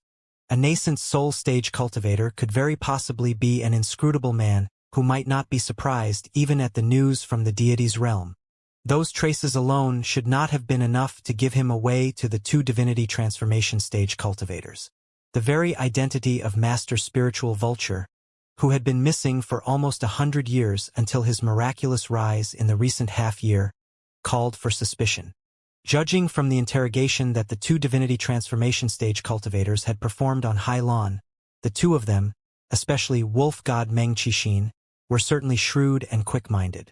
They had perhaps retrieved the detailed profiles of the top 10 experts in the world of cultivators today from Highland's brain and grown suspicious about Master Spiritual Vulture, a new expert who had emerged rather abruptly.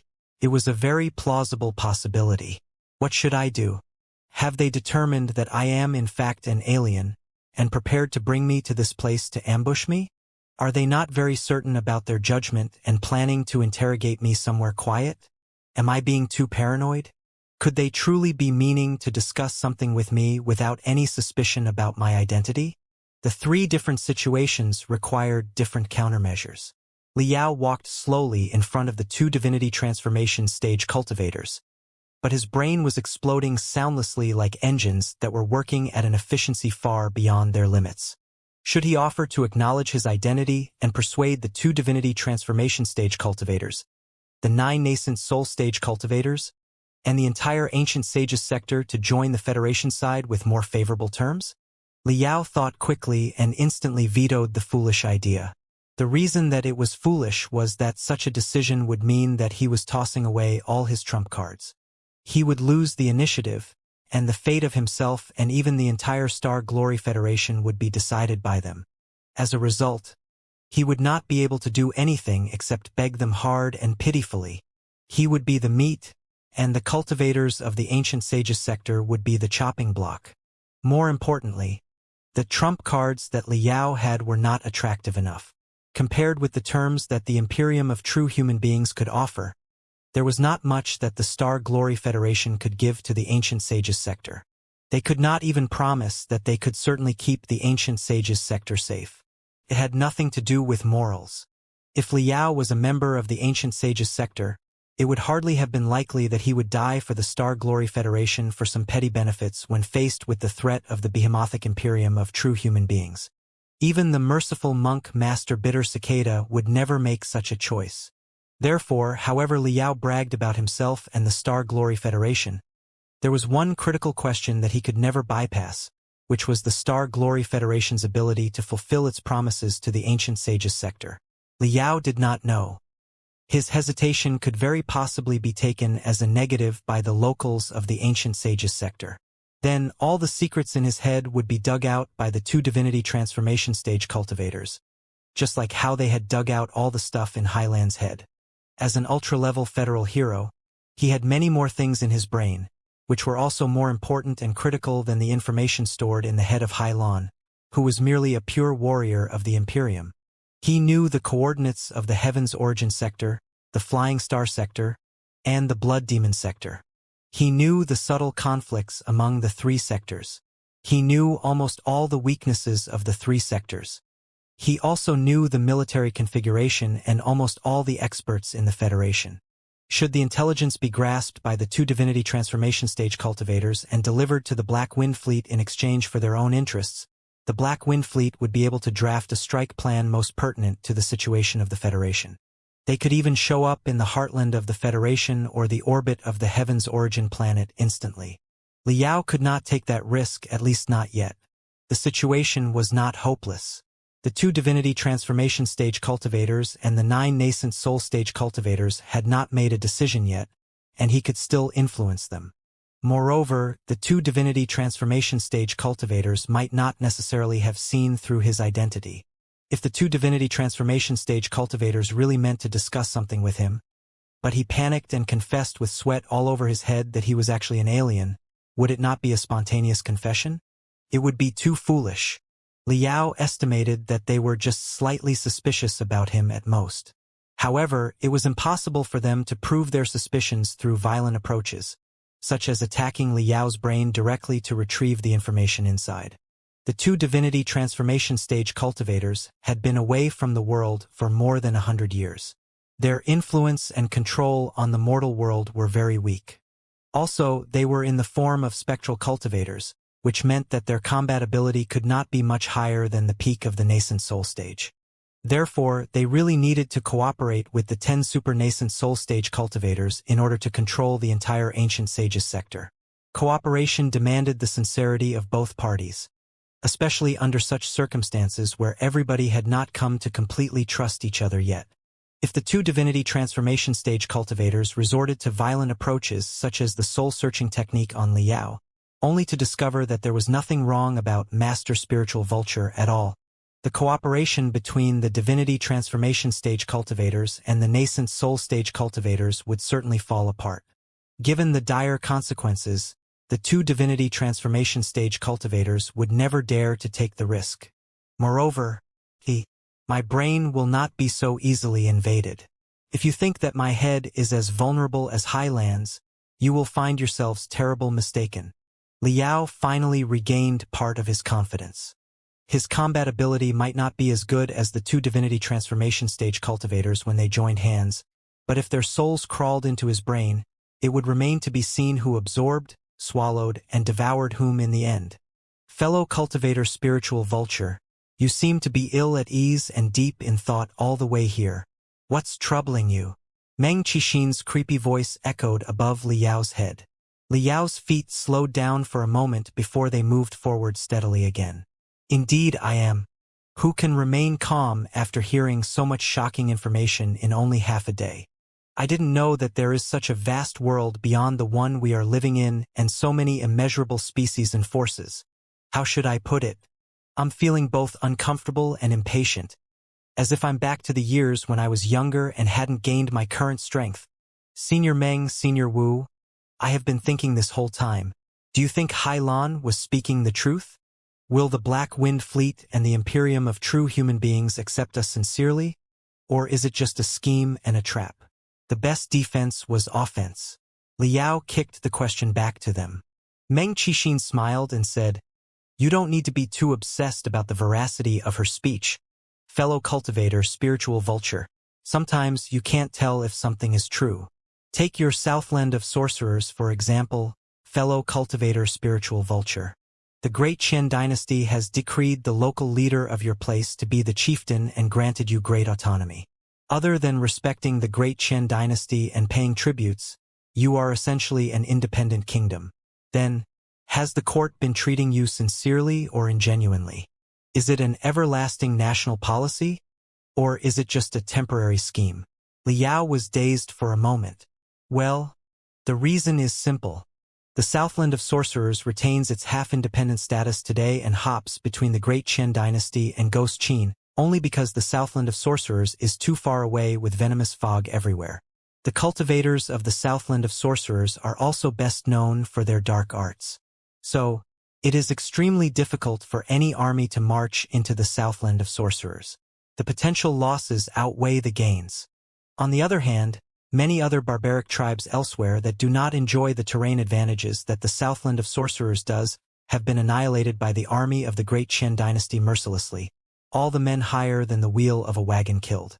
Local offices of the court were established in their homeland. In less than 100 years, such tribes were blown away in the wind, never to be heard of again. The same barbaric tribes have vastly different destinies. Is it because the court treats the Southland of Sorcerers nicely with morals? Of course not. If we get to the bottom of it, it doesn't matter at all what the enemy's stance is. What matters is ourselves. If you want to forge iron, you must have something tougher than iron. As long as we are strong enough, maybe not so strong as lions and tigers, but at least an iron hedgehog that nobody can bite, the enemy's promise will be genuine.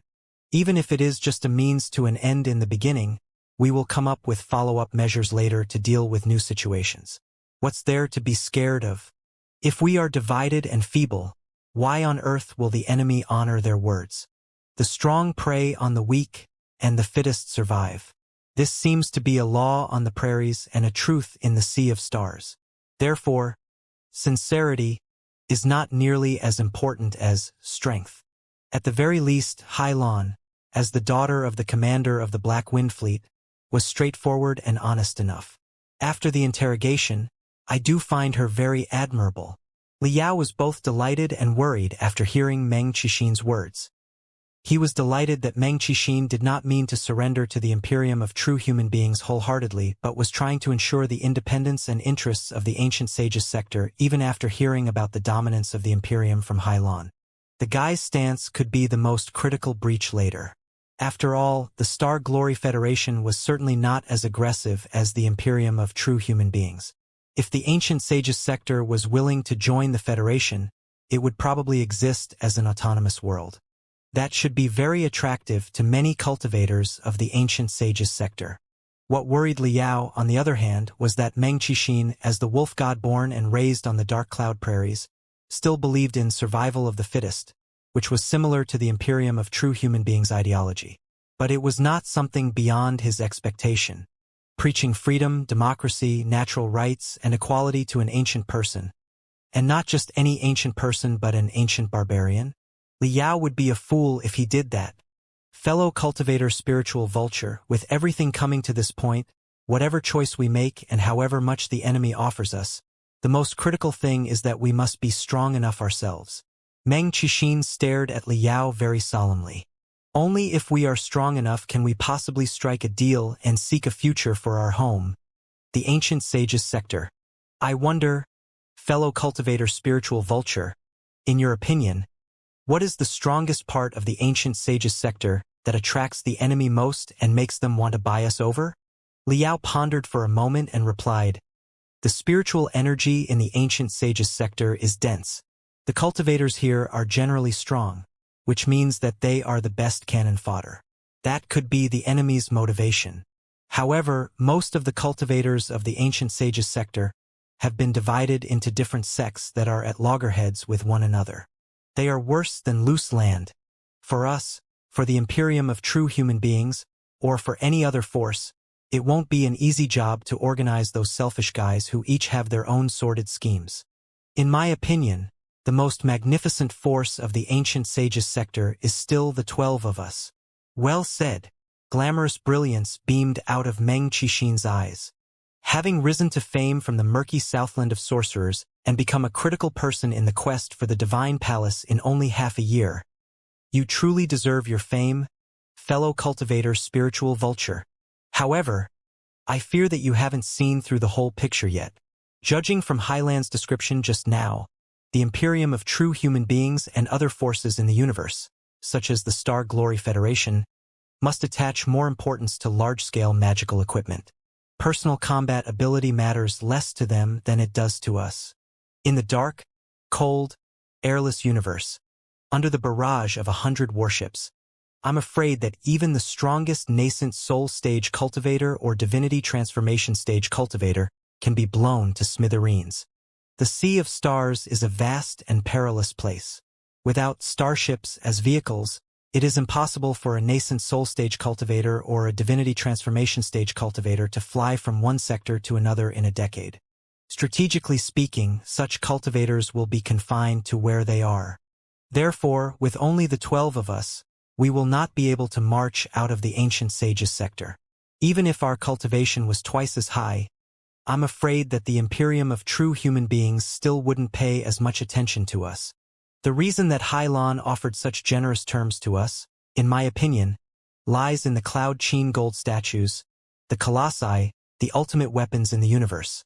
12 cultivators in the nascent soul stage and divinity transformation stage might be negligible to the deities from the deities' realm, but what if the 12 cultivators are each piloting a colossus?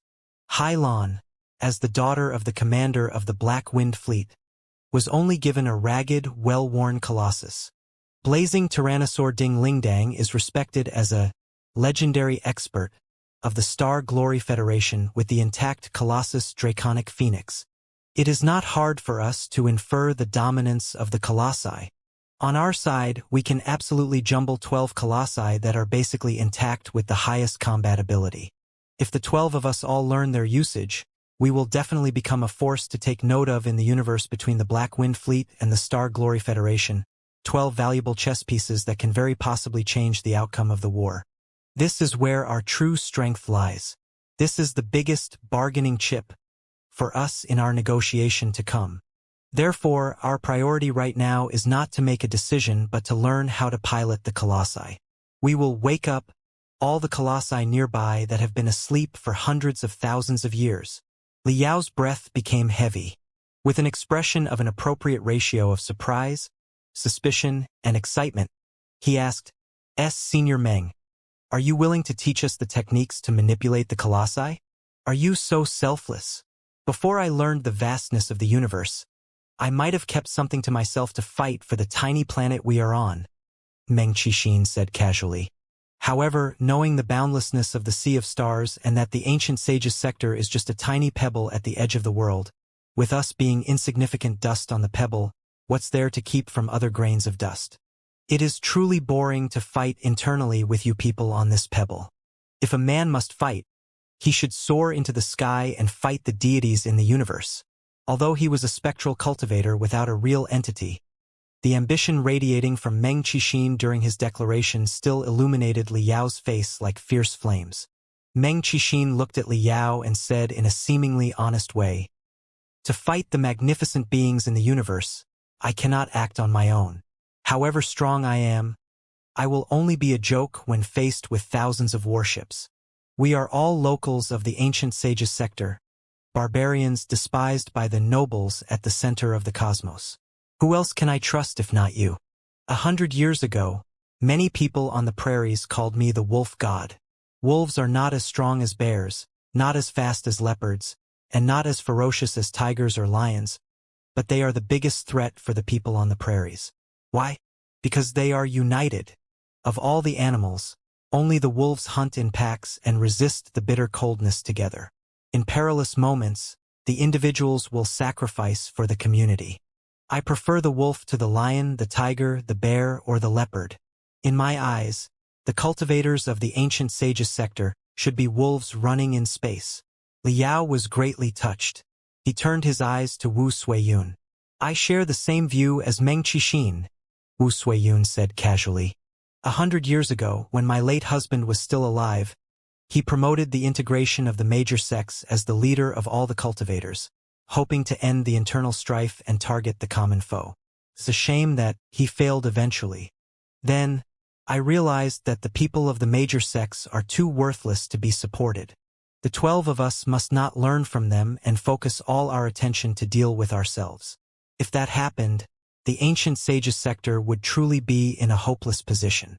Therefore, Meng Qixin and I have decided to teach the 10 of you how to pilot the colossi that we have figured out in the past decades and the tricks we learned from Hylon.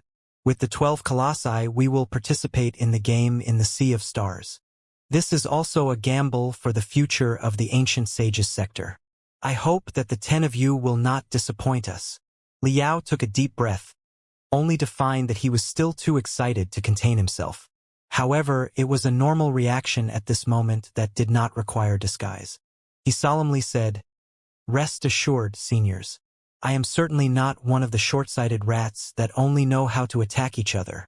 Just as you said, Senior Meng, if we must fight, we should fight the entire universe to our heart's content. However, you could have informed the 3 saints, the 4 rapscallions, the monk, and the emperor as well as me of your plan at the same time. Why did you choose to tell me alone?" "Because your role in the entire gamble is vital," Meng Qixin explained. "You have never piloted a colossus before, so it's possible that you don't under the mysteries. In terms of manipulation, the colossus is not very difficult to use. All the cultivators in the nascent soul stage boast extraordinary wisdom and souls. After 1 to 2 days of adaptation, 5 days at most, you will be able to control the colossus to perform the basic movements and simple attacks. Such magical equipment seems to have been specifically refined by the primeval deities, specifically the Nuwa clan. They are designed for human beings to use and are much easier to control than many flying swords. It's basically the same with regular armor." Liao nodded. What he said was quite true. Although the colossi were ultimate treasures in the primeval era, they were designed in a very user-friendly way. Years ago, when he tried Draconic Phoenix for the first time, he had already been able to perform a rather sophisticated technique and blow up a member of the Pangu clan. Meng Qixin and Wu Suiyun, as 2 divinity transformation stage cultivators, had studied it for decades. It was not strange that they could perceive the usage of the colossus. However, Meng Qixin said solemnly, although the colossi are not difficult to maneuver, they are extremely delicate in structure. The rune arrays and the spiritual energy circuits are sometimes even traceless and unpredictable. It's extremely hard to repair and maintain them. In fact, there were more well-preserved colossi when we first discovered the warehouse, but after decades of study, almost 10 of them had been ruined. It was truly a waste that made our hearts ache. We did find some jade chips and books that seemed to be instructions on the refinement and maintenance of the colossi. However, neither Wu Suiyun nor I are sword forgers, and we only know the fundamentals about magical equipment. Also, we are just 2 spectral cultivators without real entities. It is terribly troublesome for us to maintain the colossi. Do you understand now, fellow cultivator spiritual vulture? It is not difficult to make the 12 colossi run and defend the future of the ancient sages sector in the universe. However, to adjust them carefully so that they fit the characteristics of each user, and to repair them as soon as possible after a fierce battle to reduce the wear. All in all the technological issues regarding the colossi will depend on you, fellow cultivator spiritual vulture. Meng Qixin and Wu Suiyun patted Liao's shoulder neither too heavily nor too lightly with their cold hands that looked like icy mist. Liao was almost shouting in excitement. "We have just learned that you are one of the best sword forgers in the ancient sages sector today, fellow cultivator spiritual vulture," Meng Qixin said solemnly. "You had an intriguing debate with sword maniac Yen Liren regarding swords at the Dragon Spring meeting. Later, you also held a lecture in person where you elaborated on ancient refining arts, showing your unparalleled expertise in the field. In the half-year that followed, You traveled among many sects and helped the cultivators of various sects to forge swords and modify their magical equipment. There didn't seem to be a single piece of magical equipment that you couldn't refine, maintain, or modify. The power of the magical equipment that was maintained and modified by you was often more than doubled. It was almost a miracle. Also, we are told that you once received the heritage of Yan Zhu, a sword forger from the Great Zhou dynasty, and that you have the nickname Grandmaster of Great Zhou in the outside world. The Great Zhou dynasty succeeded the Cloud Qin dynasty in ancient times. The Cloud Qin dynasty rose with their 12 Cloud Qin gold statues. They could not have been completely ruined when they were passed on to the Great Zhou dynasty. At least half of them should still have been intact. Since Yan Zhu was a top-tier sword forger of the Great Zhou dynasty, is there any chance that he once got in touch with some Cloud Qin gold statues? Have the secret methods regarding the adjustment, modification, and maintenance of the Cloud Qin gold statues been left in his notes and his heritage? Have you learned those secret methods, fellow cultivator spiritual vulture? Fellow cultivator spiritual vulture, we know that those secret methods are certainly your top secrets that you would rather nobody else saw. However, this is a period of life and death for the ancient sages sector. We should all open ourselves for sincere cooperation. Wu Suiyun and I are already prepared to teach everybody our knowledge of the colossi. There's no need to keep anything to yourself anymore. Fellow cultivator spiritual vulture. Li Yao's heart was pounding, and his brain was almost exploding because of excitement. Even though he had been considering exposing his identity, the idea had now been completely dismissed. What Meng Qixin and Wu Suiyun suggested was that he would work as the technical director of the 12 unparalleled experts. He would be fully responsible for all the technological issues about the colossi and even all the other magical equipment. What an important post it was. On second thought, who was better qualified for the job than the Grandmaster of Great Zhou, one of the best refiners of the ancient sages sector? In such a case, would the critical parts of the other unparalleled experts not be handed over to him? Li Yao was one of the best specialists of colossi in the Star Glory Federation. Even without setting up any backdoors and barriers inside the colossi on purpose, he would grasp the advantages and shortcomings of every colossus after studying their performance parameters and tactical features, thereby taking the full initiative if a battle broke out. Calm down! The mental devil shouted inside his brain. Meng Qixin and Wu Suiyun are definitely no fools. Do not be overwhelmed by ecstasy. It is possible that they are still testing you and waiting for you to expose some openings. Maybe they saw through your identity a long time ago but simply pretended that they didn't in order to take advantage of you. They've asked you to adjust and maintain the colossi because they want to steal the techniques from you. Exactly like how they took advantage of Hylon and stole the tricks on the usage of the colossi earlier. Li Yao was suddenly alarmed. The mental devil was quite right. It seemed a bit too soon for the 2 divinity transformation stage cultivators to have trusted him and given him such an important task. Although there was no time to consider it carefully at that moment, he should still be vigilant and never underestimate the wisdom of the ancient people. Otherwise, his outcome would only be more wretched than high lands. Li Yao hesitated and solemnly replied, "It's true that I received certain scraps on the maintenance of the Cloud Qin gold statues from the heritage of Yan Zhu, the sword forger of the Great Zhou dynasty. However, the scraps were incomplete and unsystematic. Also, I have never practiced them in person. I'm not confident that I can accomplish such an arduous task at all." Meng Qixin and Wu Suiyun looked at each other and both seemed relieved. They smiled and said, "As long as you are willing to take the responsibility, it will be fine. Aren't we all blind people riding blind horses, stumbling and groping in darkness, when faced with the colossi and the universe beyond? At least, as the best refiner of the ancient sages sector and the Grandmaster of Great Zhou, you should be more suitable for the job than any of us. That's all we need. Thank you for your trust, seniors," Li Yao said in excitement. "I'll certainly do my best."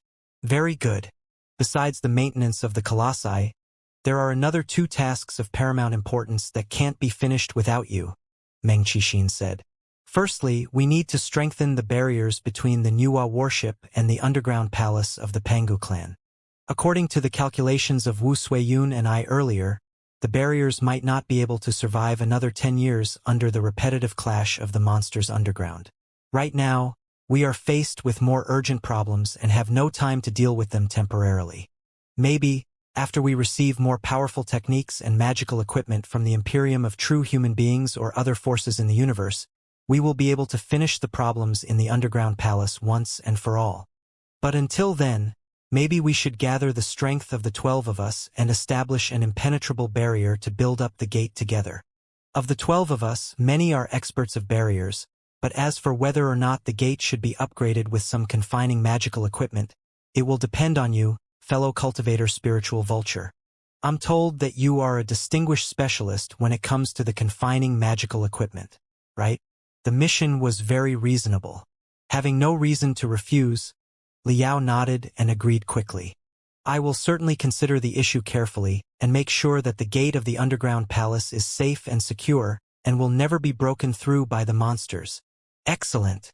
Meng Qixin smiled and said, Fellow cultivator spiritual vulture, you are truly a straightforward man.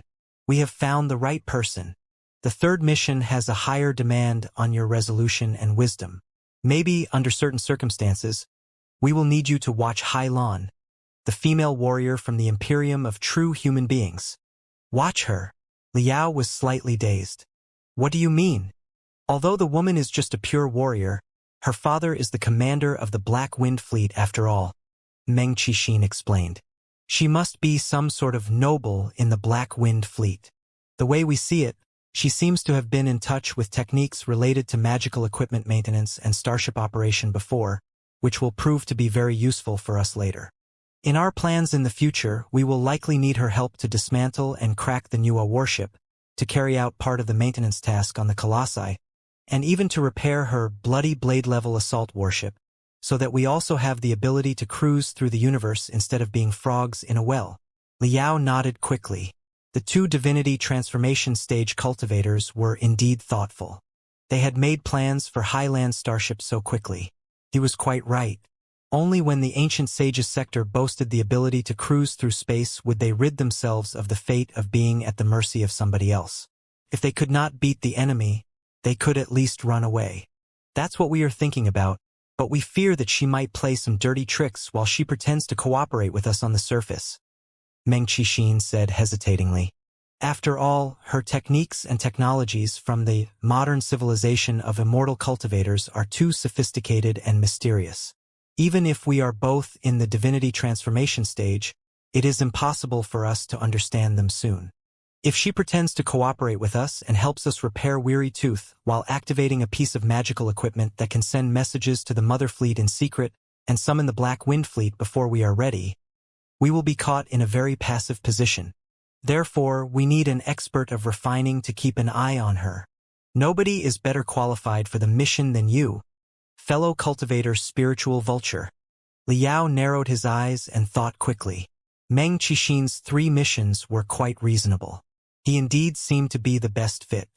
It appeared that he was truly an important person that could potentially decide the life and death of the ancient sages sector. No wonder the 2 divinity transformation stage cultivators had invited him for a private talk so mysteriously. Supervising Hailan had many benefits for Liao personally. On one hand, he could take the chance to study the secret arts and techniques of the Imperium of true human beings. In the more extreme situation, he could even consider killing Hailan directly, thereby stopping the ancient sages sector from joining the Black Wind Fleet once and for all. Of course, such a course of action would definitely lead to recoil. There was no telling what kind of madness the cultivators of the ancient sages sector would do in their fury after they found that they had been tricked. All in all, he would have one more option in his basket. I am not as optimistic as you, the mental devil said coldly in his brain. I'm thinking about a story. What story? Liao asked. 2 countries are at war. A is a spy that country 1 sends to country 2.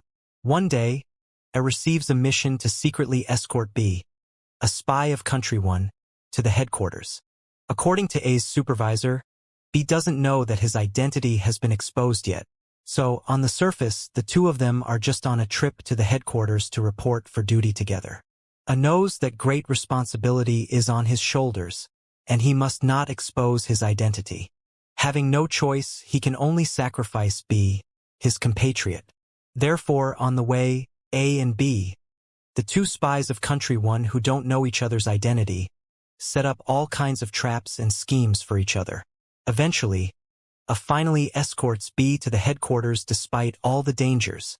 However, after they arrive, A and B are both captured.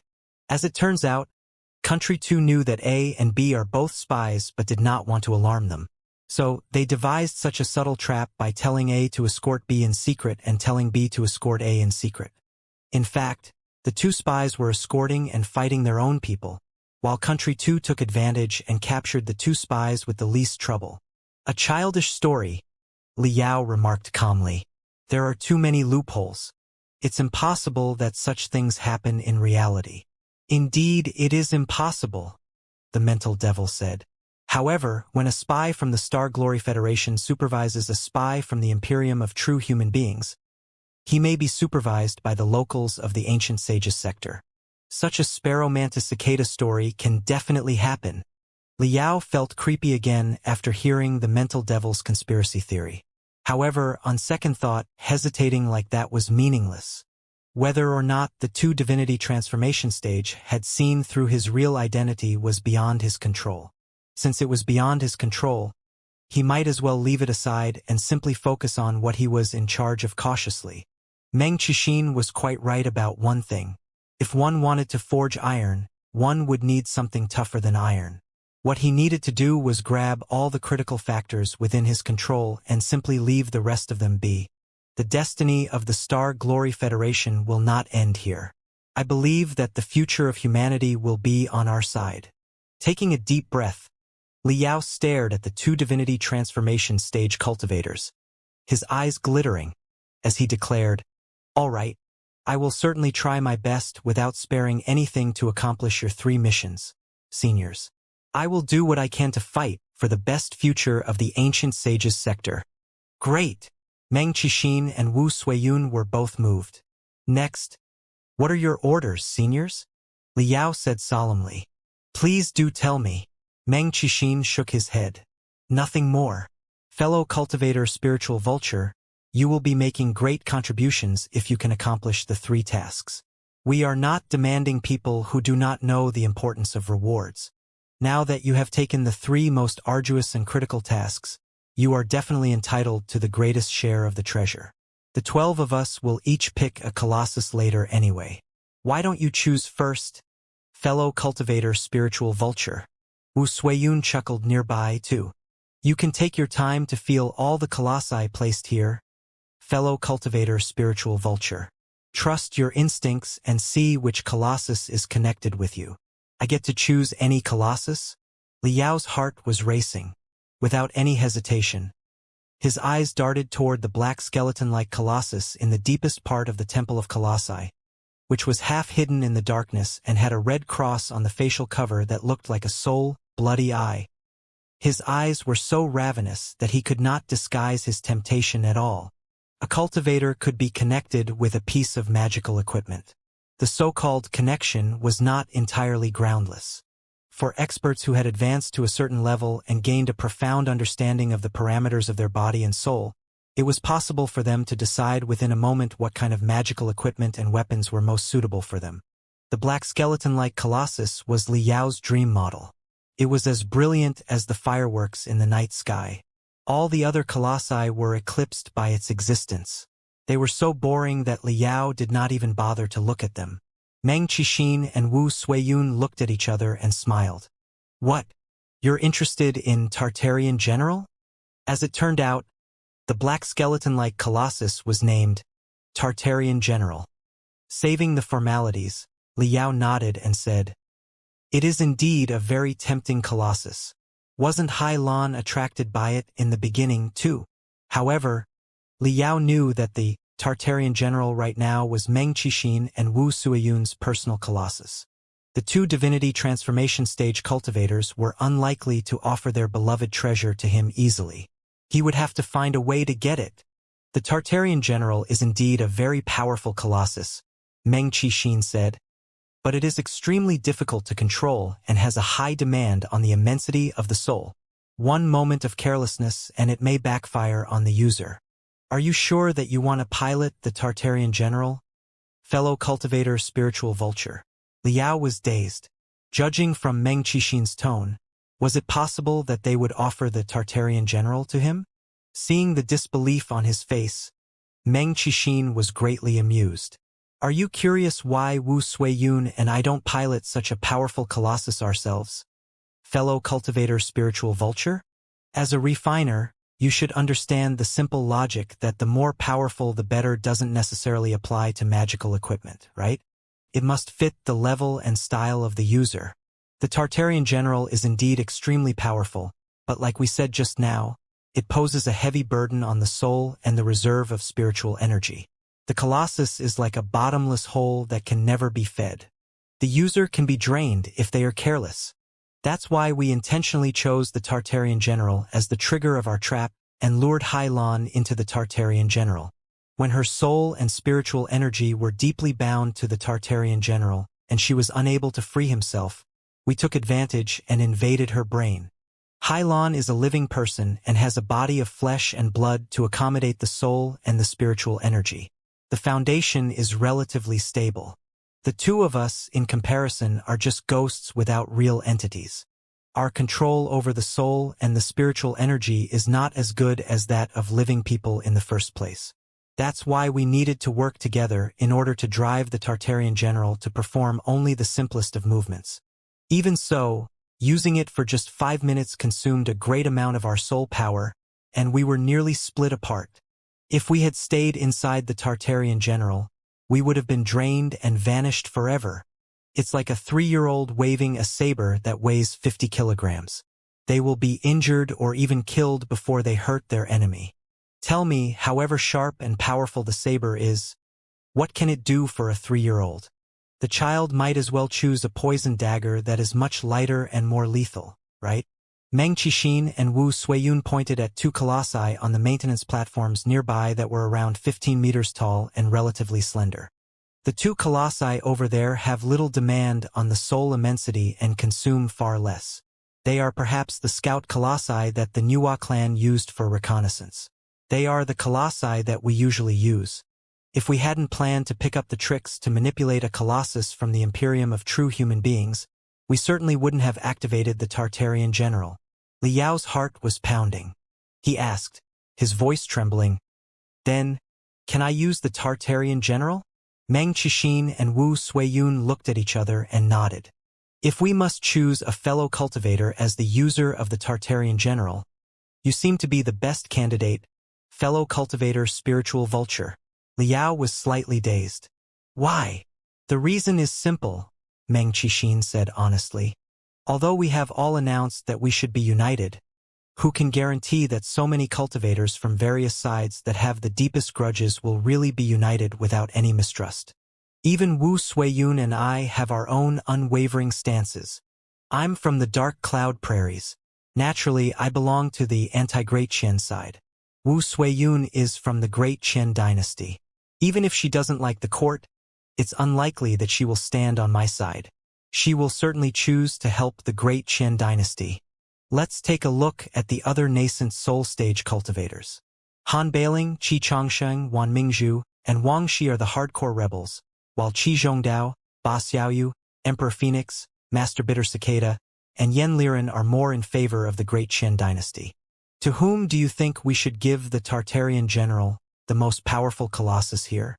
If it is given to one of the 4 rapscallions, Wu Suiyun won't agree. If it is given to the supporters of the Great Qian dynasty such as Qi Zhongdao, I will have concerns too. But you are different, fellow cultivator spiritual vulture. You are from the Southland of sorcerers. Although you are making a living in the Central Plateaus, you have never shown much hostility to the 4 rapscallions. We are all the barbarians in the eyes of the people from the Central Plateaus. So, I believe that your attitude will be more neutral, right? Therefore, if you are the one using the Tartarian general, Wu Suiyun and I can both agree. Of course, that is on the premise that you are capable of using it. It is a wild horse that can be very hard to be bridled. Liao's mind was in chaos. The mental devil was still shouting inside his head. This could still be a trap of the two divinity transformation stage cultivators. They were offering the powerful Tartarian general to Liao generously on the surface. But in fact, they were going to deal with him in exactly the same way that they dealt with Hailan. While the Colossus devoured Liao's spiritual energy crazily and consumed his soul, they would seize his weakness and invade his brain. At the very least, it was a test to see if Master Spiritual Vulture did not know the first thing about the usage of the Colossus. However, having walked into the possible trap, Liao could not retreat. If he backed off right now, he would raise suspicion. Besides, Liao had his own trump cards. He and Hailan were absolutely different. His brain had been blasted by Oyezi's uncanny dreams before. His soul was polished to the point that it was as tough as iron. He even had a second personality, the mental devil that came from the bloodstripe virus. More importantly, Liao had another trump card, Black Wing. Even if Meng Qixin and Wu Suiyun had truly guessed everything, it was impossible for them to know that Liao had Black Wing, a fat meatball from the Star Ocean Imperium, to help him control the Colossus. Black Wing, as a liquidous ancillary crystal processor designed to maneuver the Colossus in the Star Ocean Imperium, was certainly able to eliminate all the impurities in the cockpit of the Colossus, including two ghosts that should not have existed there. Therefore, if the two divinity transformation stage cultivators were preparing the same trap for him, they would certainly realize that they were terribly wrong. With everything going so far, he might as well have a try. Holding his head high, Liao strode toward the Tartarian general. With his eyes glowing, he asked earnestly, "How do I use this, Tartarian general?" Meng Qixin and Wu Suiyun flew to the two sides of the maintenance platform.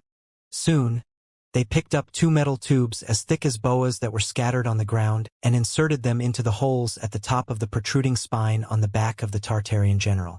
Very soon, gurgling noises were coming over as some liquids were injected into the spiritual residence of the Tartarian general. Liao knew that it was oily buffer liquids that could both connect the brain of the user to the crystal processor and neural network of the Colossus and reduce the vibrations caused by spiritual energy and radiation. Without Black Wing, a piece of ancillary magical equipment of a higher level, such liquids were always used as the medium between a cultivator and a Colossus. "Crawl into it from the entrance of the spiritual residence up above," Meng Qixin said. "We have activated all the rune arrays of the Tartarian general. The Colossus is like an armor that is larger in size. You will know how to use it after you get inside."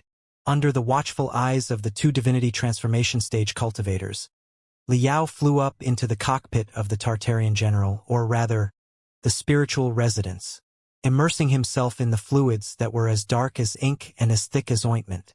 The fluids were not as cold as the gloomy shimmer that they reflected on the surface. Instead, there was a certain warmth in them, making them feel like amniotic water that nurtured fetuses. As the nerve buffer liquid slowly drowned his skull and entered his lungs and internal organs through his nostrils and bronchia, facilitating the exchange with his body liquids, hormones, nerve electricity, and spiritual energy, Liao had made full preparations. He asked the mental devil to stay on the highest alert before he set up dozens of interconnecting traps inside his brain. He even established a maze of memories with part of Oyezi's memory pieces. If the two divinity transformation stage cultivators were bold enough to infiltrate, they would certainly be lost inside. On the other hand, Liao was also secretly calling Little Black, which was hiding inside his cosmos ring. Should there be any anomaly, the fat boy would jump out and take over the operations of the entire Colossus. Black Wing was a liquidous ancillary crystal processor designed for colossi. It even boasted the powerful abilities to resist viruses. If the two divinity transformation stage cultivators dared to invade, chances were that they would be taken by Little Black for viruses and annihilated without any mercy. "Fellow cultivator Spiritual Vulture, are you ready?" Meng Qixin casually asked from outside. "I'm ready. Bring it on," Liao replied solemnly. "All right, then, let's just see if you are qualified to be the master of the Tartarian general."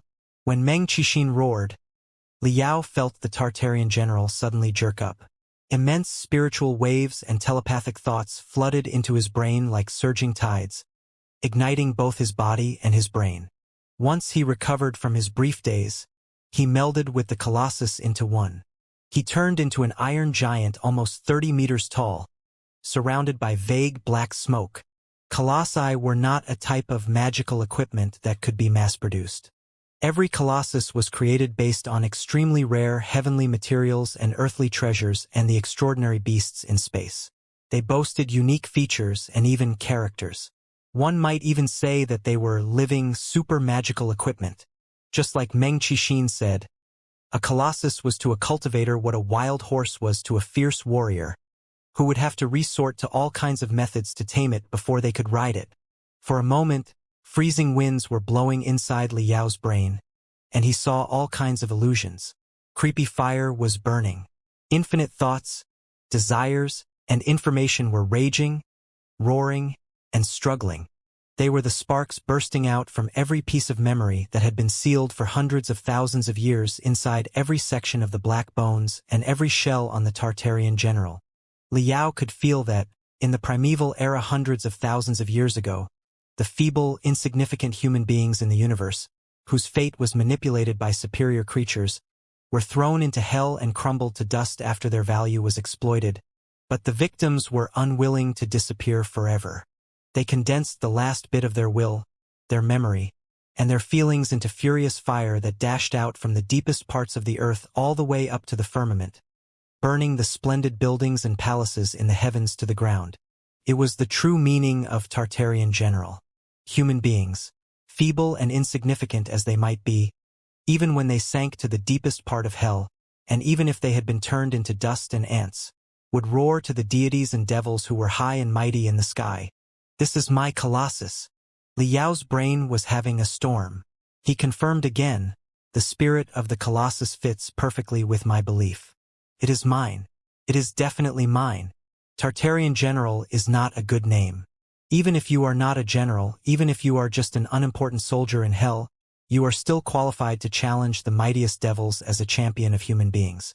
Since your arms and legs are long and slender, and you are a cross on your face, I will simply call you Tartarian skeleton. Liao's telepathic thoughts flowed to every limb and every nerve perception chip on the Tartarian skeleton as fast as lightning. Just like Meng Qixin and Wu Suiyun said, the Tartarian skeleton indeed posed a heavy burden on his soul and spiritual energy. Even for him, whose soul was far harder than that of general nascent soul stage cultivators, it was quite troublesome to resist the pressure.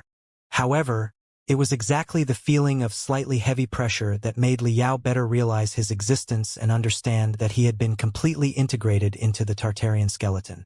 He was the Tartarian skeleton.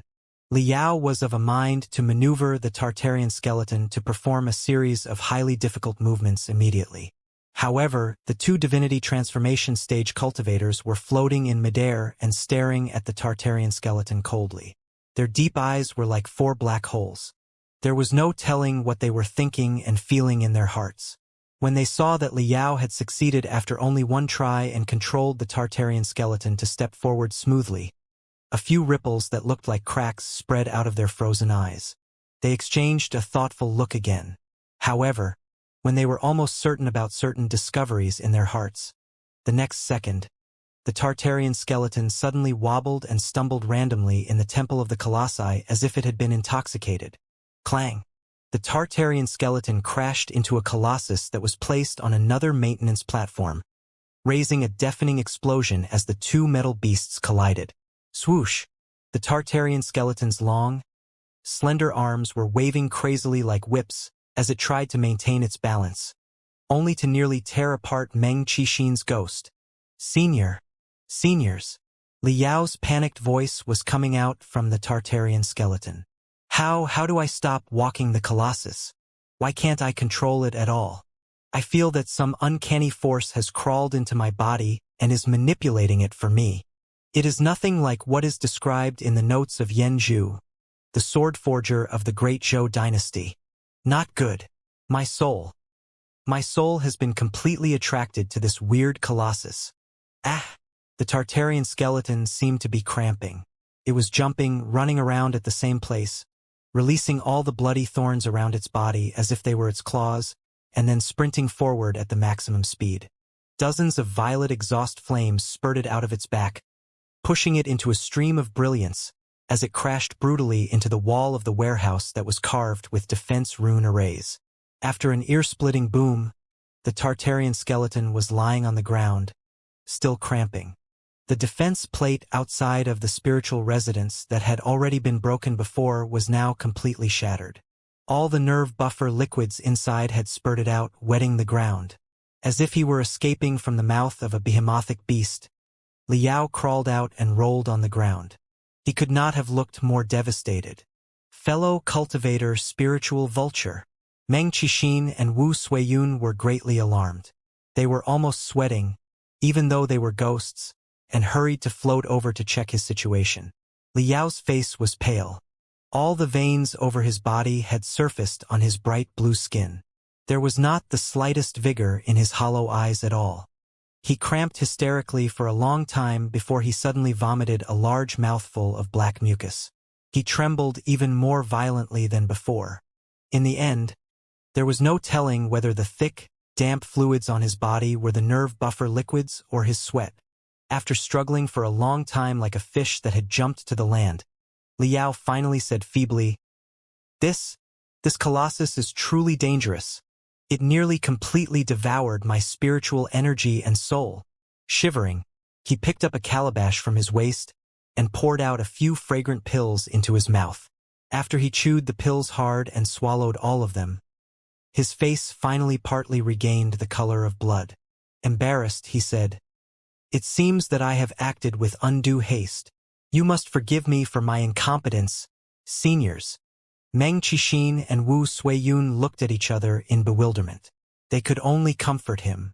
The Tartarian general is indeed too tyrannical a colossus to be used by anyone. If it is too much of a burden, fellow cultivator spiritual vulture, you can always choose a different one. No, it's not a burden at all. Liao's red yet pale face put on a smile. After I take a brief rest, I will try. Cough. He vomited a mouthful of black liquid again, which nearly rained upon the faces of the two divinity transformation stage cultivators. Liao's body certainly could not recover after a brief rest. Meng Qixin and Wu Suiyun had prepared independent cabins for the 12 experts as their temporary residences, which were modified from the rest area on the Nuwa warship. The cabins were separated from each other and very quiet. Also, there was only one channel in and out. Therefore, it was easy enough to check who entered and who left. Only in this place were they allowed to think and train alone. If they left the rest area and got in touch with other people, they would have to act in groups of 3. On the cold, metal bed, Liao was sitting cross-legged.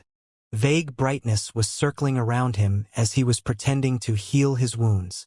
However, his brain was functioning quickly while he considered what his next step should be.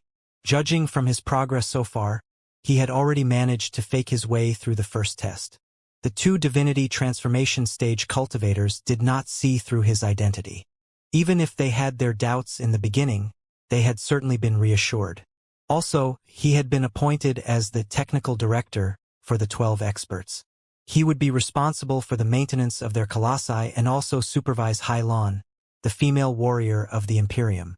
In such a case, it seemed a better option to stay calm and see what happened next rather than expose his identity in a hurry. However, could he directly activate the star beacons deployed on the satellite of the planet from there and send the message back to his home? Unless it was absolutely necessary, Liao did not intend to do that because it would be a wild gamble whose consequences he could not predict at all. Still, he needed to at least guarantee that he had such abilities. He was still in the center of the Nuwa warship, above which were raging tempests and crazy snowstorms that were highly disruptive for the transmission of signals. The control chip that was designed to activate the star beacons was like a dead fish in his palm, giving absolutely no response. After pondering for a moment, Liao stood up and opened the door. He planned to see if he could find some signal-enhancing cabins on the warship so that he would be able to directly activate the star beacons. However, somebody was leaning against the wall on the pathway outside of the door and looking at him with a fake smile. It was his old acquaintance and some sort of comrade. Long Yongjun. Long Yongjun crawled into Liao's cabin without a sound before she closed the door behind her with her heel. Goosebumps were bulging out everywhere on Liao's body. His every nerve and muscle was prepared for a fight. You seem to be rather wary of me. You are even more cautious than when you meet with the two divinity transformation stage cultivators. Is it necessary? Long Yongjun eyed him and chuckled. I thought that we were on the same side. It is exactly because we are on the same side that I have to be extra cautious. At the very least, I don't worry that the two divinity transformation stage cultivators will stab me in the back. Liao snapped. Why are you here? Are you not afraid that other people will suspect you? Having learned the vastness of the deity's realm all of a sudden, I am so thrilled that I must have a discussion with a fellow cultivator. What's there to be suspicious about? Long Yongjun said with a smile.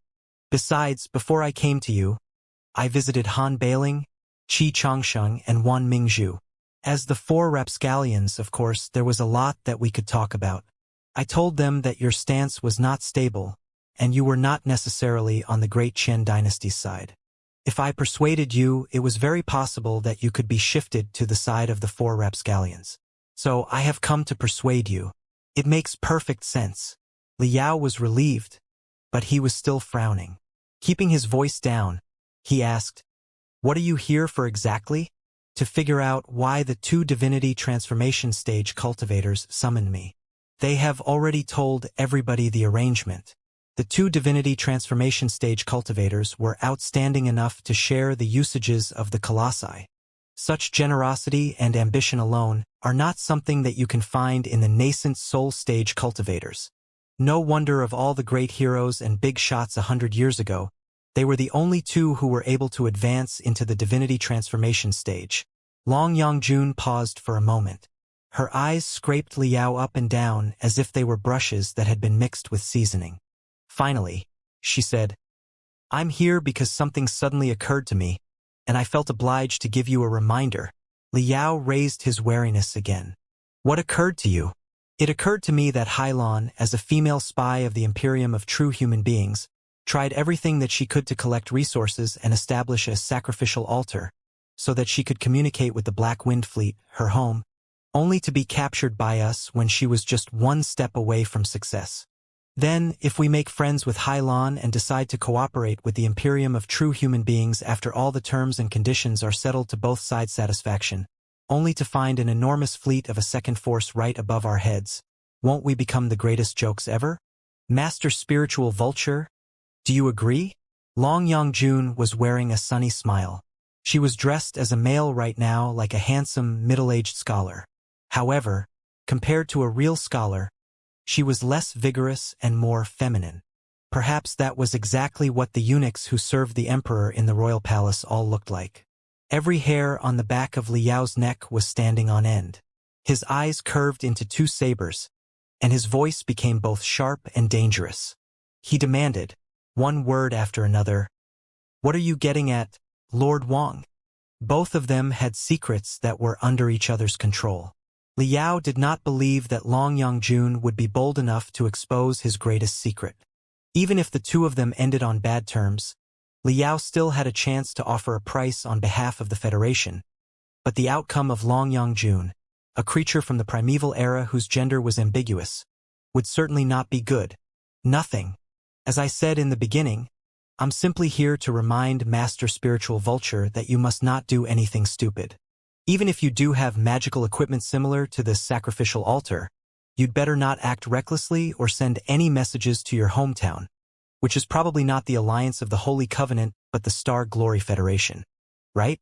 The way I see it, you are not one of those demi-humans who are emotionless and selfless. Long Yongjun glanced at Liao again and continued smiling. Do not send any message to your hometown. I will be watching you closely and will never allow you to do that, and it will bring no good to you and the force behind you. Liao's eyes were glittering like the edge of a saber. Are you planning to surrender to the Imperium? I haven't made a decision yet, but why shouldn't I? Long Yongjun replied casually, as if she didn't think that it was a big deal. The Alliance of the Holy Covenant, which worships the Pangu clan, is certainly my archenemy. The Imperium and the Federation both appear to be worshippers of the Nuwa clan.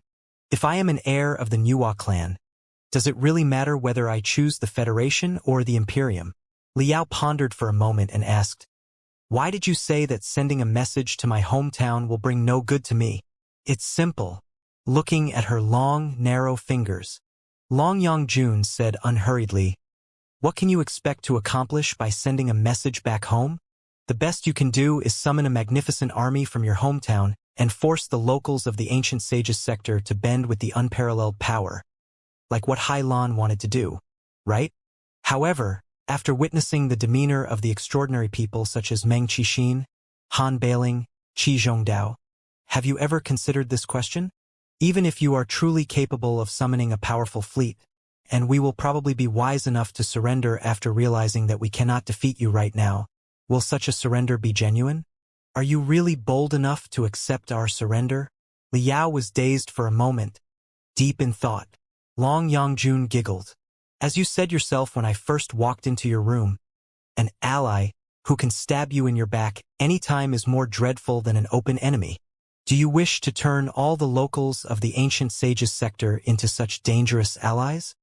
Let's put the extraordinary people such as Meng Qixin, Han Bailing, and Qi Zhongdao aside and just focus on Emperor Phoenix, the most juvenile of us all. Do you really think that the boy will bend before your might, abandon the honor of an emperor, and be at your service dutifully? Besides, I estimate that your armed forces can't be too powerful. At the very least, it can't be more powerful than the Imperium. If we surrender to you once because of your dominating army, how do you know that we will not surrender again when the Black Wind Fleet shows up the next day with an army that is even more dominating?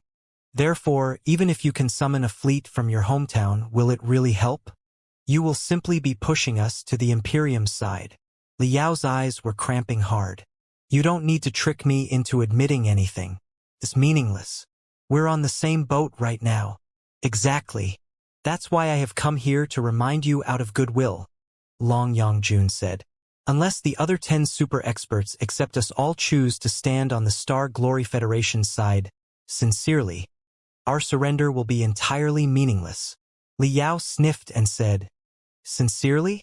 You are talking about the sincerity of a bunch of nascent soul stage cultivators and divinity transformation stages who are probably the shrewdest people in the world. How can you achieve that in such a rush? I will come up with a solution to help you." Her eyes deep and dark, Long Yongjun said, "As long as you haven't forgotten your promise that you will help me repair and maneuver this warship after the job is done. You must bear in mind that this Nuwa warship is mine."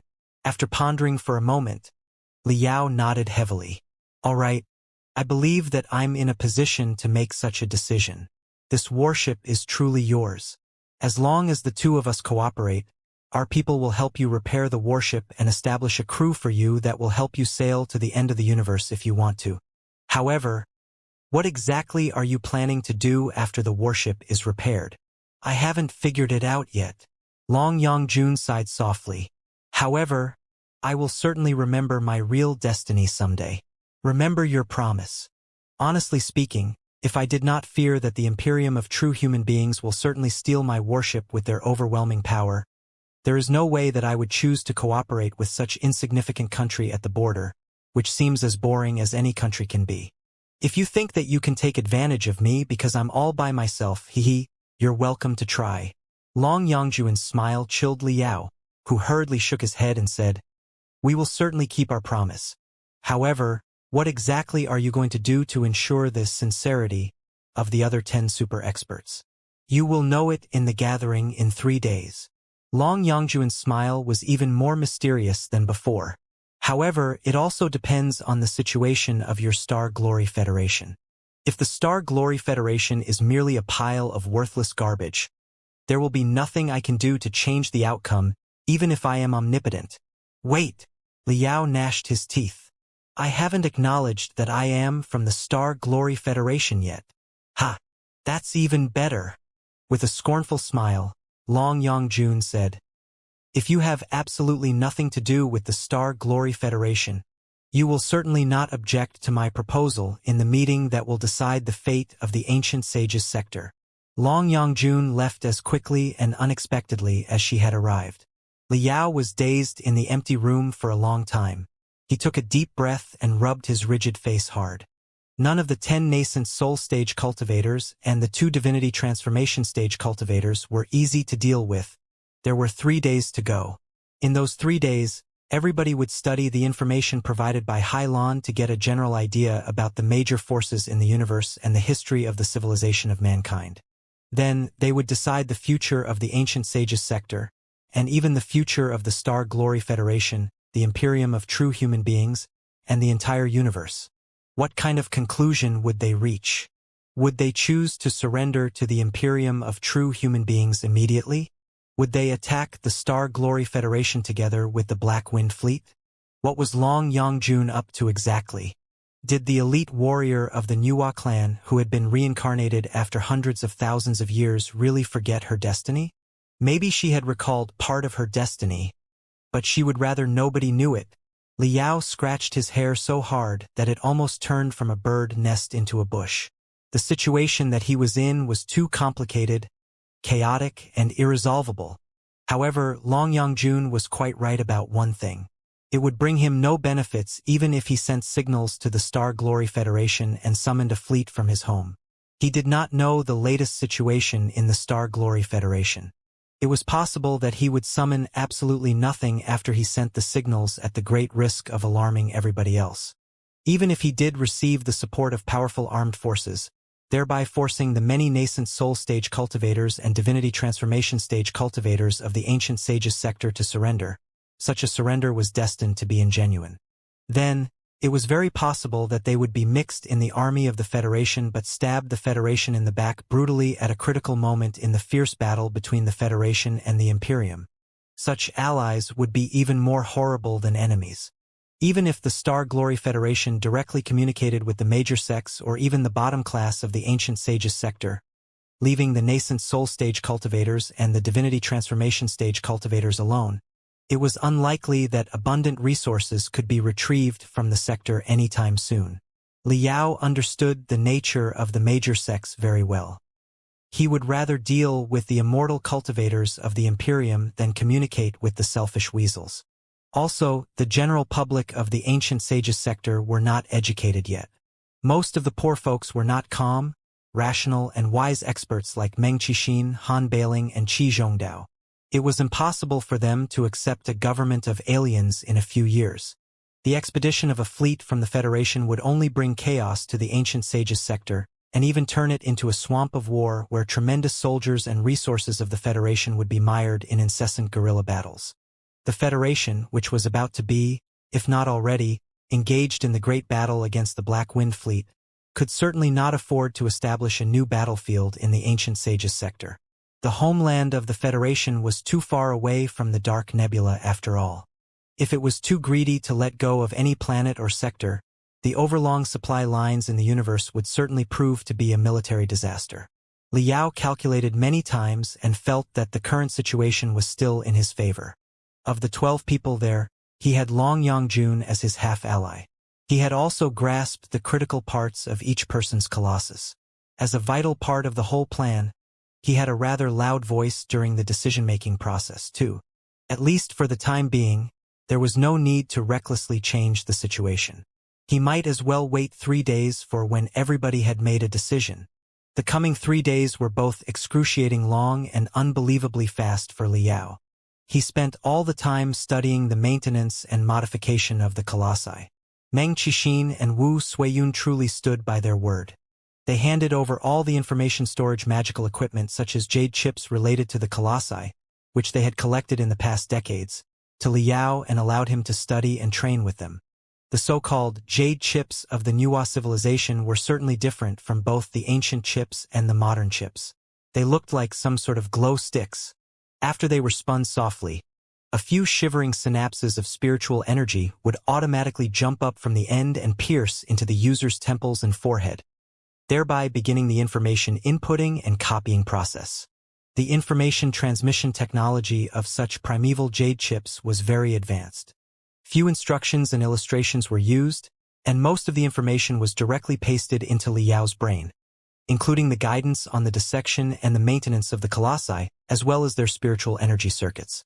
For those who had never gotten in touch with colossi before, such complicated flowcharts made of strokes as tiny as spider threads and the dynamic simulations of the mechanisms of the colossi were definitely enigmatic. Even their soul might be overwhelmed by the tremendous data, resulting in their mental derangement. However, Liao was one of the best specialists on the colossi in the Star Glory Federation. He had the valuable experience of studying the colossi for 5 years on Kunlun. The authentic maintenance and modification manuals from the primeval era happened to fill in the critical missing part during his studies on Kunlun. He was so fascinated that he almost felt that he was a fish who enjoyed the water for the first time in his life. Liao devoured everything related to the colossi almost crazily, almost forgetting what was happening in the world outside. The colossi were certainly not as simple as enormous metal puppets, a common misconception of the ignorant. They were similar to the notion of super-large biochemical crystal suits that Liao had once thought of in the blood demon sector. It was like a giant that had its own bones, nerves, internal organs, and blood system, which had been integrated into a functioning whole. The critical parts such as bones and nerves were probably refined out of the nerves and other organs of certain primeval animals in the universe before hundreds of different ferocious souls were sealed inside. They were definitely not something that the cold crystal cables and wires could be compared to. They were more like living giants than enormous metal puppets. They were living giants that lacked self-awareness and were in a vegetative state. The users of the colossi filled the vacancy of self-awareness perfectly. They made the vegetative giant to wake up from the prolonged sleep and release furious roars. It was exactly because they were, to some extent, alive that they were extremely difficult to preserve. Few colossi had been left to this day after hundreds of thousands of years, although they had once filled up the entire universe during the God-sealing war. In 3 days, Liao examined all the colossi in the warehouse and found 14 colossi that could be dedicated to battles after preliminary maintenance. Although some other colossi were worth repairing, too, Liao did not intend to fix them for the time being. He was preparing to dismantle them as supply components for the 14 colossi. The Tartarian skeleton was Liao's dream vehicle. Naturally, Liao would also take the opportunity to seize as many strengthening components for it as possible. Naturally, everything that he did was behind Meng Qixin and Wu Suiyun's back. In the eyes of the 2 divinity transformation stage cultivators, Liao were still holding a lot of glow sticks and devouring them with a gloomy face. Occasionally, he crawled onto one of the colossi and groped for something, only to stagger down while shaking his head a moment later. He was even vomiting crazily many times because of the information dump from the primeval jade chips. That was when Liao felt that time was flying. However, when he left the warehouse of the colossi and returned to the rest area, he immediately felt that a day was as long as a whole week because of the depressing atmosphere. Hai Lan, the female warrior of the Imperium, had shared a lot of knowledge. Politics, economy, culture, history, military, information in all categories had been offered. After every jade chip was filled, it would immediately be copied 11 times and distributed to the 10 nascent soul stage cultivators and the 2 divinity transformation stage cultivators for study. The truth about the universe was blasting and savaging the previously impenetrable outlook and belief of the locals of the ancient sages sector like animals and floods. Qi Zhongdao, Han Bailing, Ba Xiaoyu, Master Bitter Cicada, Qi Changsheng, Wan Mingzhu, regardless of their morals and their stance, all the cultivators were holding a few jade chips sitting cross-legged inside their cabins in a daze as if they were statues made of mud. Some were at a loss, deep in thought, overjoyed, frustrated, and devastated. During the 3 days, when Liao stayed in the rest area, he often felt as if he had entered an asylum that was teeming with lunatics. Not just the young Emperor Phoenix whose worldview had not been fixed yet, even Master Bitter Cicada, who in his eyes was the most handsome man in the ancient sages sector, vomited blood and nearly went mentally deranged on the 2nd day despite his usual calmness. Liao actually understood their feelings very well.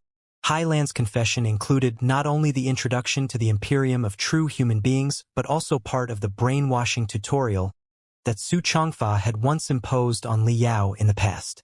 Although it was just a text version, and not nearly as vivid and persuasive as the brainwashing room that Li Yao had experienced before, the sharpness and coldness between the lines were not diminished at all but even more simple and straightforward.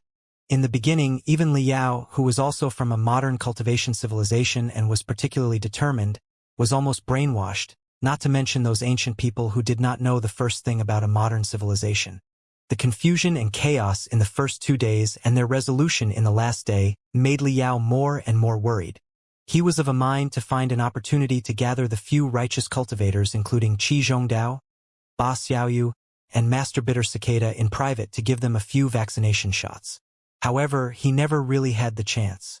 The rest area had limited room. Whenever somebody was out, they were always in groups of 3 to supervise each other. Also, Li Yao was particularly appreciated by the 2 divinity transformation stage cultivators, who studied the issues regarding the colossi together with him every day. Therefore, when the 3 days were up, when everything was settled and everybody seemed to have drawn their own conclusion after reading all the intelligence provided by Hai Lan, Li Yao still had not found an opportunity to talk to them. The meeting was conducted in the cafeteria at the end of the rest area. The cafeteria must have been set up for human soldiers in the beginning because the long table was exactly the right size. Meng Qixin, as the host of the meeting, was seated at the front end of the long desk, while Wu Suiyun, the other divinity transformation stage, sat at the other end. The nascent soul stage cultivators sat on the 2 sides of the table, looking at each other. The environment was quite shabby, but the future of countless stars and planets might be decided there. The people who were about to make a decision, however, were mostly still in a trance, not entirely recovered from the blast of the torrents of information. Everybody! Meng Qixin clenched his fists and knocked the table neither too lightly nor too heavily. I know that you must feel overwhelmed right now and find it hard to believe that such an unbelievable universe exists beyond the sky. However, believe it or not, accept it or not, the universe is right there. We are either going to suppress it or be devoured by it. This is a time of peril. We can't waste our time on hesitation. We are the 12 people of the highest cultivation in the ancient sages sector. The future of our world is in our hands. In any case, I want everybody to bring out the responsibility and charisma of a nascent soul stage cultivator. Today, not tomorrow, we will come up with a solution as to exactly how we are going to save our world. His words woke everybody up from their thoughts. The super nascent soul stage cultivators at the meeting were extraordinary people after all, and they had spent 3 days digesting all the information. However astounded they were, they had to accept the cruel, cold universe beyond the sky and try everything that they could to ensure the survival of themselves and their world. Of course, you are quite right, fellow cultivator Meng. Master Bitter Cicada recited a paragraph from the sutras to calm everybody down. The safety of all the people of the ancient sages sector depends on our decision. There is no time for us to feel shocked. We must come up with an agenda as soon as possible. Well said. Meng Qixin looked around. Seeing that everybody had regained their serenity and determination, he said solemnly, I can tell that everybody's head is already clear now. So, let's just cut the crap and begin our discussion immediately. However, before everybody proposes your own opinion, let me reiterate what I said before. The 12 of us should abandon our previous prejudices and contradictions and be as united as one. We have only 2 foes ahead of us. One of them is the boundless, dangerous sea of stars, and the other is the sordid, shameless, greedy major sects and other ambitious forces who are better saboteurs than helpers apart from the great Qian dynasty and the Cloud Qin. Only if we are highly united and agree upon the same decision completely can we expect to compete with the 2 foes and hold the future of the ancient sages sector in our hands. Therefore, if any fellow cultivator has different opinions later, you will be free to say whatever is on your mind, no matter how whimsical it may be. After the disagreement is spoken, we will study it together and convince the dissident with logic. We will not start any action until everyone has been persuaded. Do not keep anything to yourself because you may be haunted by those thoughts in the future. Also, don't judge any fellow cultivator because their speech may sound ridiculous. We must bear in mind that everything we are doing right now is for a common purpose, which is survival, the survival of our home. Do you agree, everybody? Looking at each other, the 10 nascent soul stage cultivators all nodded. All right, let's start to make a decision, then, Meng Qixin said, clearing his throat. In the past 3 days, everybody has read all the intelligence provided by Hailan, a female warrior of the Imperium of true human beings. We have gained a basic understanding of the general situation of the universe as well as the politics, economy, culture, military, and other aspects of the Imperium. I believe that we are now able to make some judgments based on the information. What's your question, fellow cultivator Wan? Senior Meng, all the judgments we make will be based on Hailan's intelligence. I wonder, is there any chance that Hailan has been lying to us? Wan Mingzhu said in a high-pitched voice. If the intelligence that she has provided is false and intended to mislead us into wrong judgments, what should we do? That's not very likely, Meng Qixin said casually. When Hailan provided the intelligence, she was under the thorough scrutiny of Wu Suiyun and me. Judging from her spiritual waves, the vibrations of her soul, and the changes of her facial expression, what she said should generally be true.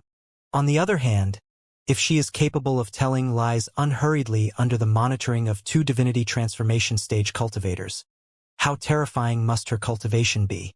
If a random warrior of the Imperium of true human beings is already so horrible, can we expect to resist the entire Imperium at all?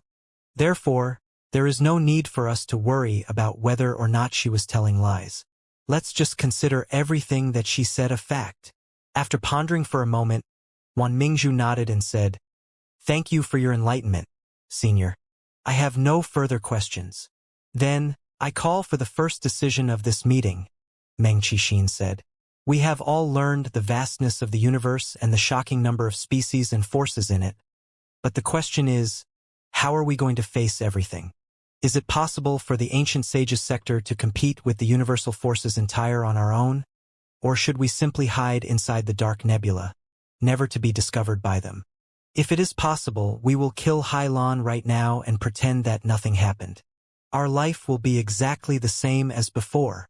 Looking at each other in bewilderment, the nascent soul stage cultivators all shook their heads subconsciously, knowing that such a childish fantasy could not be true. It's impossible, Qi Zhongdao said bitterly. When there is a first, there will always be a second. Now that Hailan has found the ancient sages sector, somebody else certainly can. It is destined that we can't stay hidden for long. Besides, if we hide in the ancient sages sector like tortoises forever, we will be doomed to social involution. Each generation will be worse than the previous generation. We won't be able to sustain our current prosperity. For the future of the ancient sages sector, we must walk out and embrace the entire universe. It is impossible for us to compete with the entire universe on our own. To assimilate with the universe, we can only find a certain force as a partner, or surrender to it. At least in the beginning, when we haven't learned the details about the universe, that's what we should do. Qi Zhongdao's speech seemed to have drained all his strength. The nominal leader of all the cultivators of the great Qian dynasty sat down in frustration. Perhaps for him, the decision of surrender was truly heartbreaking. Fellow cultivator Qi does have a point. Great minds think alike. Without further ado, Meng Qixin stared at everybody else, his eyes glittering. The ancient sages sector must walk out and embrace the grand universe. Does anyone have any objection to that? If not, we will consider it a consensus and proceed to the next topic. The decision was only reasonable.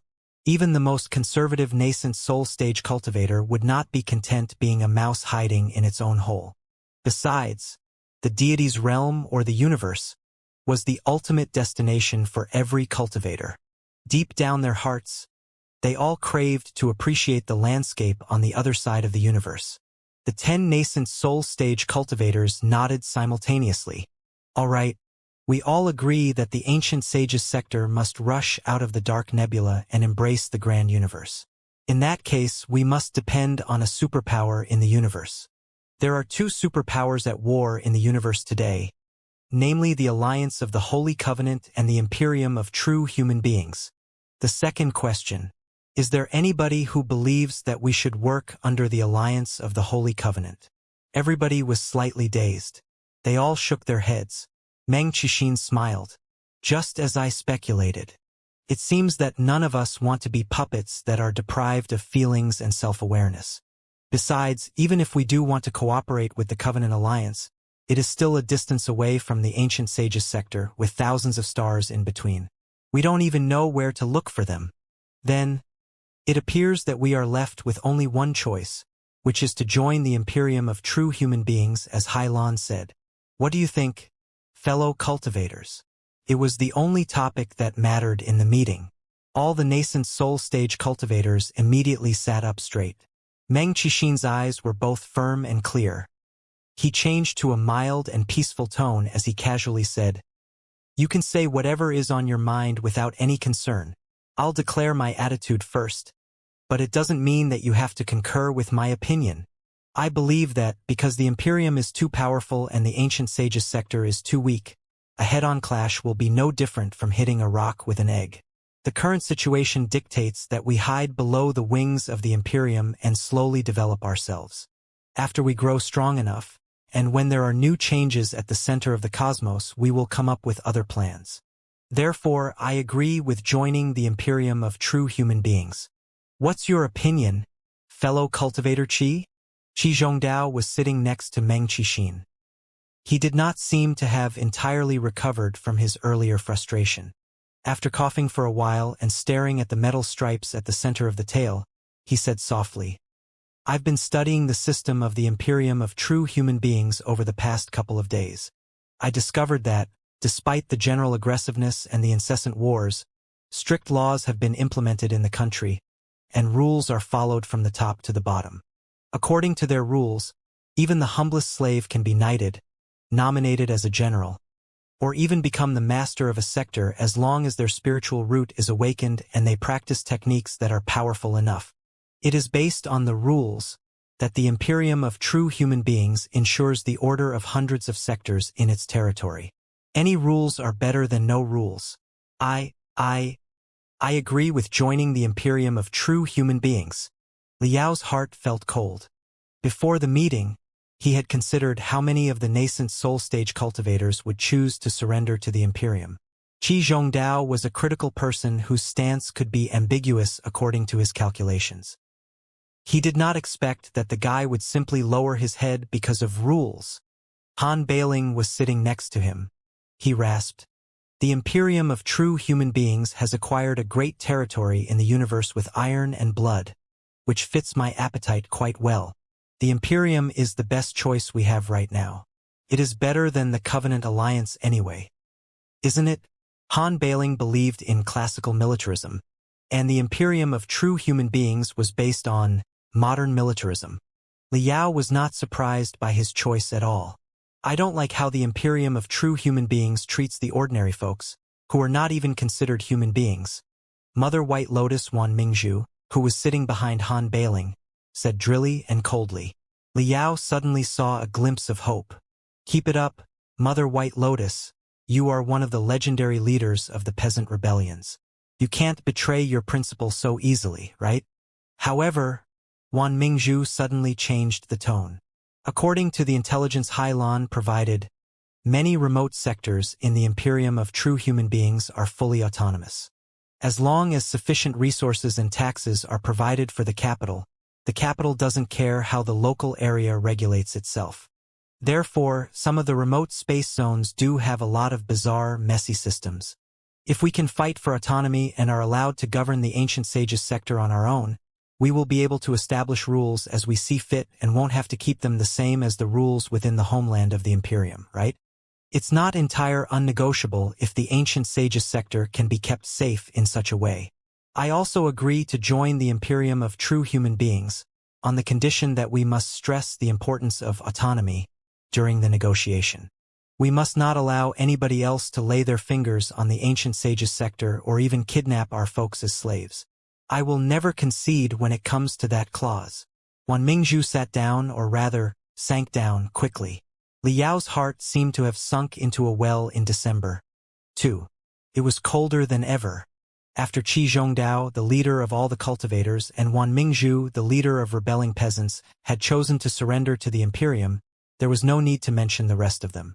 As it turned out, hardly had Wan Mingzhu sat down when heaven-battering King Qi Chongqing, the other leader of rebelling peasants, who seemed much more blatant and lawless, chuckled and said, "What Mother White Lotus said was quite true.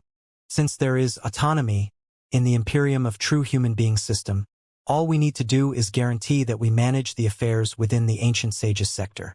As for exactly what system other places in the Imperium adopt and how they treat their people, it is absolutely none of our business. Nowadays, whoever has enough soldiers and supplies can call themselves a king. As long as our fists are big enough, even if we join the Imperium, it will not be easy for them to meddle with our internal affairs. On the other hand, if our strength is insignificant to the Imperium, our struggles will be redundant no matter what we do. Therefore, I agree with surrendering to the Imperium first without considering so many things right now.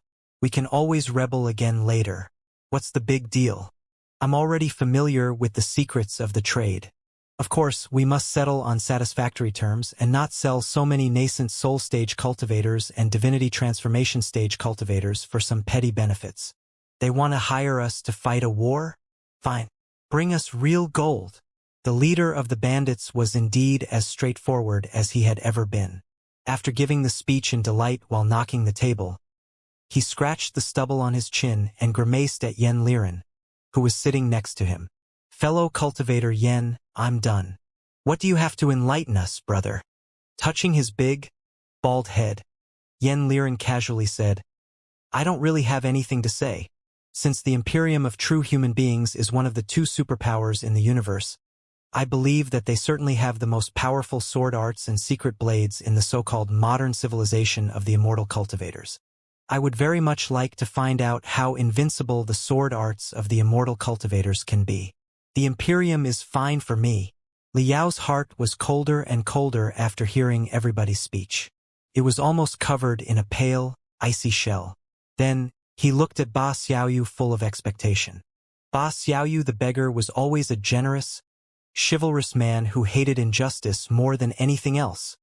He should not agree with Imperium of true human beings' practice to regard the ordinary folks as humanoids, right? As he expected, there was hesitation, struggle, and even pain on Ba Xiaoyu the beggar's face, which seemed to have been mired in an invisible swamp where he could not even breathe. Struggling hard to catch his breath for a moment, he was silent for a long time under everybody's stare, his dry lips shivering non-stop. It was not until Meng Qixin urged him when he said in a low voice, Can I abstain?" Meng Qixin raised his eyebrow and asked, "Why would you abstain, fellow cultivator Ba?" Ba Xiaoyu closed his eyes and said frustratedly, "I find it impossible to accept the Imperium of true human beings' ideology to treat the ordinary people as swine. This beggar will not live in such a country for so much as one day. However, I do understand the formidability of the Imperium of true human beings, too. If we really choose to stand against it, the ancient sages sector will be destined to embrace a catastrophe. Many people will die, many people will lose their homes, and many will scream miserably in the furious fire of war. Despite such gory prices, and even if we resist at the cost of the lives of everyone from the ordinary people to the cultivators, I'm afraid that little will be helped. The iron hooves of the Imperium of true human beings will still march forward unstoppably. I can't selfishly drag so many people in the ancient sages sector to die together with me just because of my personal feelings. Your analyses are all quite right. Maybe right now, surrendering to the Imperium of true human beings is the best way out for the ancient sages sector. I don't want to surrender to the Imperium of true human beings, but I am unwilling to stop you from finding a way out for the ancient sages sector. So, I choose to abstain. That explains a lot." Meng Qixin nodded, deep in thought. He asked again, "Then, if we do surrender to the Imperium, and the ancient sages sector becomes part of the Imperium of true human beings territory, how are you going to deal with it, fellow cultivator Ba?" Ba Xiaoyu's face was particularly gloomy. After a long silence, he said in a low voice, "I shall go somewhere that I am tolerated. I believe that there must still be unaffiliated cultivators in the so-called modern civilization of immortal cultivators, right? I will not stay in the ancient sages sector to cause trouble for you. The universe is a vast place. I believe that I can certainly find a shelter for an insignificant beggar. His frustration and loneliness were obvious. The vigor and hot blood when he was rushing and cursing in roaring Tiger City had entirely gone. Ba Xiaoyu's choice cast everybody into silence for a long time. Xianxia and Wan Mingzhu looked quite ill at ease. Their eyes were flickering, and they did not dare look at Ba Xiaoyu's ugly, frustrated face. Han Bailing, on the other hand, was sneering in derision. He seemed to think little of Ba Xiaoyu, who was a deserter in his eyes. Qi Zhongdao sighed with mixed feelings. His eyes were unfocused. There was no telling if he was recalling the night when they were chatting with each other over the delicious wine after they unveiled the scheme of the Black Devil cult, together outside of roaring Tiger City. Liao sighed to himself, too. The beggar, who was the most promising candidate to stand up to the Imperium, had bent. Eventually, it was Master Bitter Cicada who broke the embarrassing impasse and softly said, "I choose the Imperium of true human beings." "What?" Liao shrieked loudly in his heart and could not help but bulge his eyes. "Monk, you." Ba Xiaoyu and the other cultivators at the meeting were all slightly dazed. Regardless of their stances, they had thought that Master Bitter Cicada would be the target that they would spend the most time convincing. Why did he choose such an attitude? It's true that the Imperium of true human beings ideology goes against my wishes and the principle of the universal benevolence of the Stupa sect. Logically, I should choose to go away and be an unaffiliated cultivator somewhere in the universe exactly like fellow cultivator Ba. Emotionlessly, Master Bitter Cicada said, one word after another. However, just like you said yourself, fellow cultivator Ba, for the safety of the billions of living souls in the ancient sages sector, we have to surrender to the Imperium of true human beings. After we surrender to the Imperium of true human beings, it is very possible that the affairs of the ancient sages sector will be decided by the 12 of us. You and I are free to go away because we are not fond of the Imperium of true human beings ideology. Out of sight, out of mind. However, as a result, the future of the ancient sages sector, and the safety and happiness of the folks, will fall into the hands of the other fellow cultivators sitting here. Not that I'm biased against any fellow cultivators here, but fellow cultivator Ba, do you really want to see some of them to seize power? Master Bitter Cicada's eyes suddenly turned sharp, not disguising his mistrust of Wan Mingzhu, Qi Changsheng, and some others at all. Wan Mingzhu sensed the obvious unfriendliness in the monk's eyes. She sneered and said, "Master Bitter Cicada, there is no need to beat about the bush. You obviously don't trust the homeless bandits and the rebelling peasants. Do you? It's inappropriate for a monk to lie." "Yes. I don't trust fellow cultivator Wan, fellow cultivator Qi, fellow cultivator Han Bailing, and fellow cultivator Wang Shi at all. You are the infamous 4 rapscallions. I really can't choose to go away for the peace of my mind while leaving the future of the ancient sages sector and the lives of billions of people in your hands." "Good monk!" Wan Mingzhu burst into fury, with cold air flowing out of her body. "I knew that you are just a puppet monk that the court and the major sects throw out to enchant the general public and corrupt our determination for resistance. What about the 4 rapscallions? Was the world a peaceful, prosperous place where everyone lived happily before the 4 rapscallions existed? Just ask yourself. Disasters and suffering were as frequent as today. Open your goddamn eyes and watch carefully.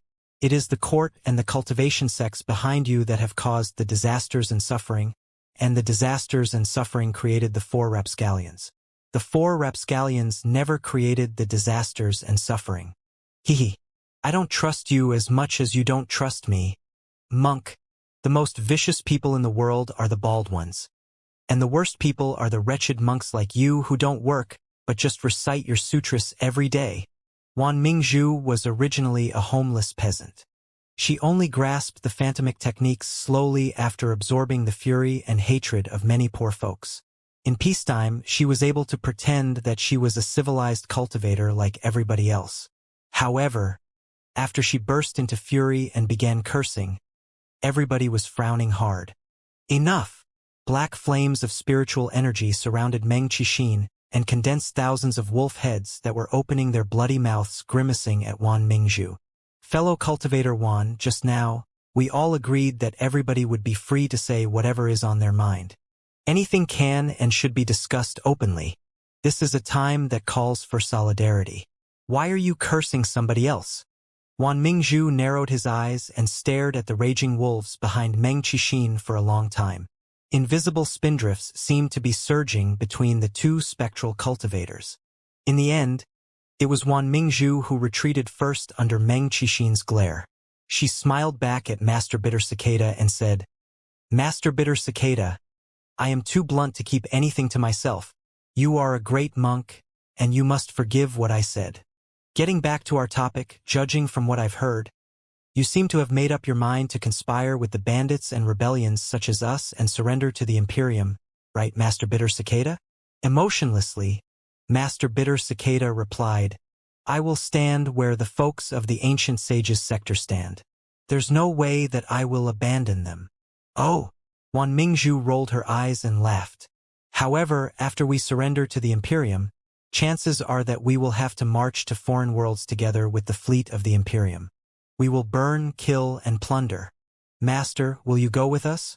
Or will you stay back in the Ancient Sages sector pretending that you know nothing about it while watching us feed the poor people with the abundant trophies that we have pillaged?" The question pierced into Master Bitter Cicada's heart like a piton. Master Bitter Cicada's face had no hint of blood at all, and his lips were terribly pale. The handsome, dustless man before now could not have looked more devastated. In a voice as soft as a falling dry leaf, he said, "Who else should go to hell if not me?" There was no telling whether it was an excuse or just his self-comfort. The monk fell back to his seat after saying that, breathing heavily against the back of the seat. Enough! Observing his face, Meng Qixin knew that Master Bitter Cicada had reached a critical moment where he was wrestling with himself. 2 days earlier, the monk had vomited blood and almost gone mentally deranged. It must have been because he could not overcome the reluctance in his heart. If other people pushed any further, it was very possible that the monk's head would get caught in a dilemma, and he could die abruptly. With a solemn expression, Meng Qixin said, "I believe that whatever your choice is, fellow cultivators, you certainly have your own reasons and concerns. As long as they are not completely unreasonable or against common sense, there is no need to interpret them in great detail." Ba Xiaoyu walked forward to support Master Bitter Cicada in a hurry. His ugly face was cramping and filled with embarrassment. He said in a low voice, "Monk, it must have been very difficult for you. Your words have enlightened me. I can't just leave everybody in the Ancient Sages sector behind and simply go away. I will stay with you and keep the 4 rapscallions in check for the Ancient Sages sector. We cannot allow them to turn a means to an end into a complete surrender and even implement the Imperium of true human being systems where humans are not treated as humans. Only the high and mighty cultivators don't treat humans as humans." Wan Mingzhu glared and shouted, "We are poor folks in the first place and nothing like the wealthy nobles such as yourself." Although Ba Xiaoyu the beggar looked poor and slovenly, he had indeed been a wealthy noble on one of the islands in the East Ocean in the beginning. For Wan Mingzhu, who had been born a poor folk in the southeast near the ocean, her hostility toward the nobles who owned their private islands and considered serving justice their hobby, such as Ba Xiaoyu, was almost natural. "All right, now that we have agreed on the same decision, there is no need to talk about anything else. Fellow cultivator Wang, you are almost the mastermind of the 12 of us. What's your take?" Meng Qixin resolved the argument and accelerated the pace of the meeting again. Everybody looked at Long Yangjun or Wang Shi at the same time. Long Yangjun's opinion was indeed very important. One might even say that she was the most important speaker, only secondary to the 2 divinity transformation stage cultivators. Although, theoretically speaking, the 12 participants of the meetings were equal, they were still different from each other because of their specialties. When it came to the technological issues concerning the colossi or other magical equipment, Liao doubtlessly had the loudest voice and was the highest authority. When personal combat ability was in need, Yen Liren would be the right person. Even the 2 divinity transformation stage cultivators would have to respect the opinion of the sword maniac. If the topic in question was about life, souls, and ghosts, everybody would have to listen to Wan Mingzhu, the mother of all ghosts, no matter how mean and acrid her words were, because she was the real professional. Qi Zhongdao was fondest of and best at setting up rules. Perhaps he could work as the organizer and the supervisor of the 12 of them and sort out the internal relations among them. Han Bailing and Meng Qixin, the disciple and the master, were both generals and commands who had ambitions and strategic views. When it came to long-term plans, they would be able to offer much more valuable opinions than Yen Liren and Ba Xiaoyu could. What about Long Yangjun? She was a wicked official who had dominated the court, helped the emperor manipulate the major sects, and seized power for decades. She had also established Ghost Character, a superintelligence and assassination agency that had caused a storm of blood to the world of cultivators. If she had to be labeled, in the eyes of most of the nascent soul stage cultivators and the divinity transformation stages, she was an out-and-out schemer. Of the other 11 participants of the meeting, many might dislike, if not loathe, Long Yangjun. But none of them would overlook her opinion on the issue. Her opinion could possibly change many people's minds and prompt them to reconsider their decisions. Thankfully, Liao's heart was racing. He thought to himself that Long Yangjun was thankfully on his side. As long as she raised an objection, the whole issue would certainly be reviewed from a new perspective. Chances were that there would be a turning point. Ba Xiaoyu and Master Bitter Cicada were not firm about surrendering to the Imperium. It was only because they did not have better options. They could still possibly be persuaded. Himself, Long Yangjun, Ba Xiaoyu, and Master Bitter Cicada made 4 dissenters. For dissenters against 8 supporters, of whom Yen Liren was not firm about the surrender, 2, but merely echoing with other people. As for Han Bailing and the rest of them, surrender was no different from drinking water. Rebelling again soon after surrendering was a common practice for them. Their stances could all be changed. Therefore, the situation was still hopeful as long as Long Yangjun. "I choose the Imperium," Long Yangjun said shortly. "Li Yao. That's all." Long Yangjun looked quite at ease. When she glanced at Li Yao, her face was quite natural and honest, too, as if she did not recall the deal that she had made with Li Yao 2 days ago or care about the consequences if Li Yao exposed her identity. As for the reason, I believe that the few fellow cultivators before me have concluded it quite well. I have nothing to add for now. The Imperium of true human beings is our only option. After Long Yangjun, Wu Suiyun, the other divinity transformation stage cultivator who represented the great Qian dynasty, said, "I don't like the Imperium of true human beings very much. However, we actually don't know the first thing about the real situation in the universe.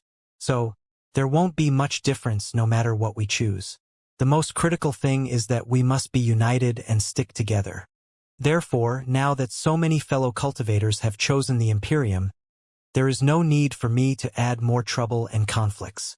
Let's just surrender to the Imperium for now and figure out what to do after we get to know the situation in the universe." Now, the 2 divinity transformation stage cultivators and 8 nascent soul stage cultivators had all chosen the Imperium of true human beings. Only 2 cultivators had not spoken yet, namely Master Spiritual Vulture and Emperor Phoenix Zhu Zonyo. Everybody's eyes and all the pressure were on their faces and bodies, the pressure that was as heavy as a mountain, as overwhelming as an ocean, and as smothering as a swamp turned into sweat the size of beans on the forehead of the young emperor. His countenance was changing non-stop, suggesting that he was in quite a dilemma. Honestly speaking, Emperor Phoenix certainly did not want to surrender to the Imperium. On one hand, Hylon, the female warrior of the Imperium, had lied to him for such a long time and even pretended to be one of his ancestors. Who could bear such humiliation?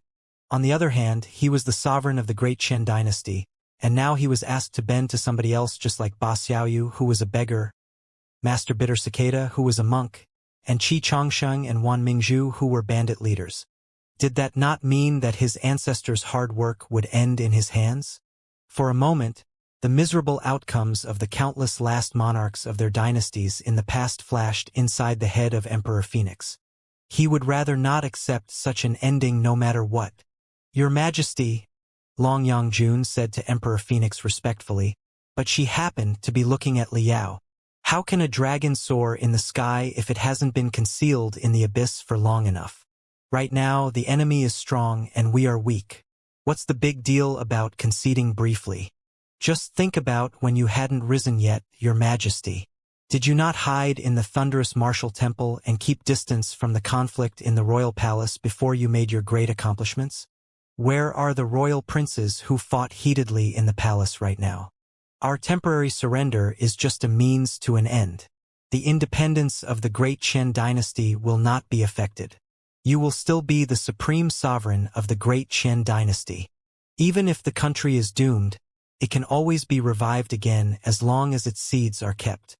However, everything will be gone for good if you are killed and your soul is dispelled. You must think carefully before you leap, Your Majesty. Emperor Phoenix glared at Long Yangjun. It was obvious that he hated the powerful eunuch who had messed up the court more than anybody else. Long Yangjun smiled. Completely ignoring Emperor Phoenix's obvious hostility and Liao's very clandestine fury, she casually said, Your Majesty, you should be more or less a disciple to Hai Lan, the female warrior of the Imperium of true human beings. You must have a deeper understanding about the formidability of the Imperium than we do, right? As the saying goes, it is better to be the head of a hen than the tail of a phoenix. Do any of the 12 of us really mean to surrender to the Imperium of true human beings? But what choice do we have except to lower our head for now? This is just a means to an end, a humiliating compromise. Even the cultivators in the divinity transformation stage and at the peak of the nascent soul stage can grit their teeth to bear the humiliation. You have great prospects ahead of you, and your accomplishments will be sung throughout all eternity, Your Majesty. Can you not be perceptive and preserve part of the strength for yourself and for the great Qian dynasty? Emperor Phoenix was rendered speechless. He wiped his sweat and closed his eyes. His eyelids shivering, he struggled to say, I agree to negotiate with the Imperium of true human beings and cooperate with them. 11 of the 12 top experts of the ancient sages sector had chosen the Imperium. 11 versus 1. Liao was the only one left. Liao's head was in a mess. Thousands of thoughts were dancing and colliding in his head like snowflakes. What was Long Yangjun up to? Why did she suddenly change to the Imperium's side? Was she not scared that he would expose her secrets in his desperation? However, her stance did not seem very firm. All her talk about better to be the head of a hen than the tail of a phoenix, and even the high-level cultivators having to bear the humiliation were obviously meant to arouse the discontent deep inside every participant's heart. However, what would happen even if their discontent was aroused? It was 11 against 1 right now. Did she and he have any solution to reverse the situation? Fellow cultivator spiritual vulture. While Liao was thinking quickly, Meng Qixin's voice came over coldly. The 11 of us have made up our minds. I wonder whether or not you have a different opinion. If not, it will be settled now. Sincerely or insincerely, the ancient sages sector has to join the Imperium of true human beings for now. Liao glanced at the faces of all the nascent soul stage cultivators and the divinity transformation stage cultivators, observing their complicated and mysterious expressions. His eyes stayed particularly long on Long Yangjun's seemingly frank face. Finally, he made up his mind and slowly shook his head. I'm not sure. It seems necessary to join the Imperium of true human beings. However, I do feel that this is too important an issue for us to reach a decision so quickly. Even if the Imperium can offer us the greatest benefits in the world, it seems to me that we have to carefully consider our other options. However ridiculous and impractical those options are, we should at least give them a fair amount of time for discussion. After all, we are certainly not the first sector to choose to surrender to the Imperium of true human beings. The fact that the Imperium has stood in the universe for 1,000 years without falling suggests that it certainly has methods to keep the local forces in check. It will not be easy for us to rebel later even if we want to. It's easy to join the Imperium and maybe there is very favorable treatment in the beginning, but after we are too deeply mired in the swamp, it will be difficult for us to get free from it. What do you think, fellow cultivators? Meng Qixin nodded quickly. Fellow cultivator spiritual vulture does have a point. It's true that we cannot regard the immortal cultivators of the Imperium of true human beings as idiots that we can take advantage of casually. We must consider them as the most cunning, cruel, and terrible opponents. To fight for the autonomy of the ancient sages sector is probably not going to be as easy as Hylon said. Rebelling after surrendering will be hard to do, too. One moment of carelessness, and the ancient sages sector will be devoured by the Black Wind fleet without leaving any residues. Such cases where a mediocre troop is swallowed by an ace troop are very common in any dynasty and in any place. Fellow cultivator spiritual vulture is truly insightful enough to give all of us a warning. However, getting back to the original topic, we do know the dreadfulness of the Imperium, but exactly like fellow cultivator Wang just said, the expedition army of the Imperium, which is too strong for us, is now knocking on our door. If we are determined not to lower our head, what can we do? Fight a bloody battle to death. Fighting a bloody battle to death under siege will just be suicide. Such a choice is too reckless. Liao gritted his teeth and finally said, however, we do have a potential ally. Why hasn't anybody given any thought to the Star Glory Federation? The Federation? The many nascent soul stage cultivators and divinity transformation stage cultivators all looked at each other in bewilderment. The insignificant country at the edge of the cosmos, according to Hylon? Wan Mingzhu said impatiently. If Hylon was speaking the truth, the Black Wind Fleet is marching toward the Star Glory Federation aggressively right now and will reach the destination in 3 to 5 years. That country is on the brink of destruction and can barely protect itself. It's not like we should just shut the door on such a behemoth as the Imperium of true human beings and join this unknown country that is in peril, right? Emotionlessly, Liao pretended that he was not involved and calmly analyzed the situation. The Star Glory Federation may not be as useless as Hylon described. Otherwise, her fleet wouldn't have suffered a crushing defeat, and she wouldn't have been forced to flee to the depths of the Dark Nebula in a hurry. Didn't Hylon say that hers was just an insignificant claw fleet, which equaled to a scout squad? Wan Mingzhu snorted. Is it a big deal for an army to lose a scout squad when a great war is about to begin? Stay calm, fellow cultivator Wan, Meng Qixin said. We agreed to say whatever is on our mind freely, didn't we? Now that fellow cultivator spiritual vulture has proposed the option of Star Glory Federation, I believe that he certain has his reasons. Let's just hear fellow cultivator spiritual vulture's enlightenment first and discuss it later. I can't say that it is enlightenment. It's just something that I've been reflecting on lately. Narrowing his eyes, Liao cautiously said, the Imperium of true human beings has hundreds of sectors. The participation of another sector won't be anything significant. Even if we do join them sincerely, we will merely be the icing on the cake for the Imperium. Will the Imperium of true human beings really appreciate us and grant us the most powerful magical equipment and techniques? Let's be honest here. For the leadership of the Imperium of true human beings in the Imperial Terminus sector far, far away, the ancient sages sector will merely be a dog that has approached them wagging its tail and begging for mercy. If they are pleased, they will throw their leftovers to us. If they are not, they might kick us. If they are hungry, they can butcher and devour us. We are nothing better than that. Although we are not omnipotent and invincible, we are certainly dominators of the ancient sages sector who are basically free to do whatever we want. Are we really in such a hurry to work as somebody else's dog? Bam! Qi Chongqing bashed the table heavily. He said gravely, why are you saying that, fellow cultivator spiritual vulture? Who would be willing to be somebody else's dog if they had a choice?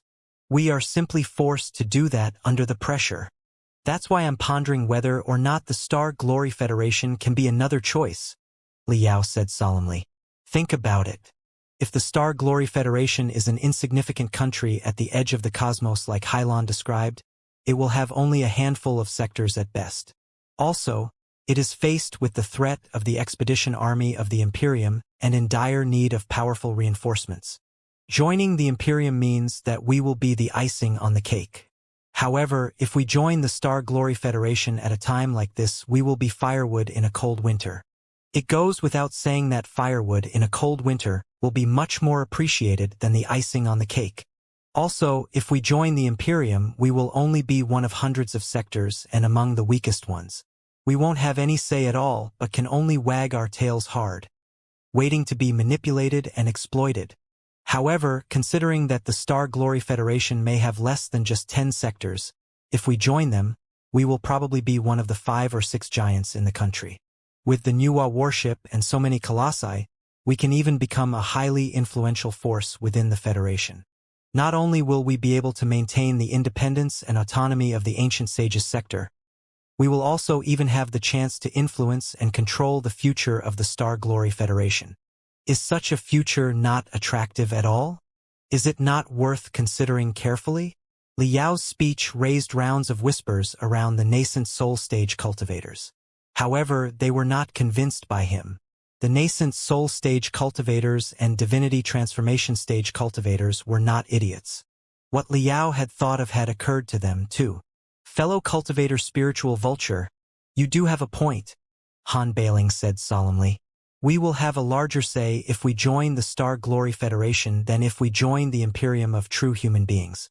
It is even possible that we can be a guest who supplants the host and controls the Federation one day. However, the Star Glory Federation is in peril right now and will soon be destroyed by the Black Wind Fleet. What do you have to say about that? Long expeditions are discouraged in the military because the army will be exhausted. Liao frowned.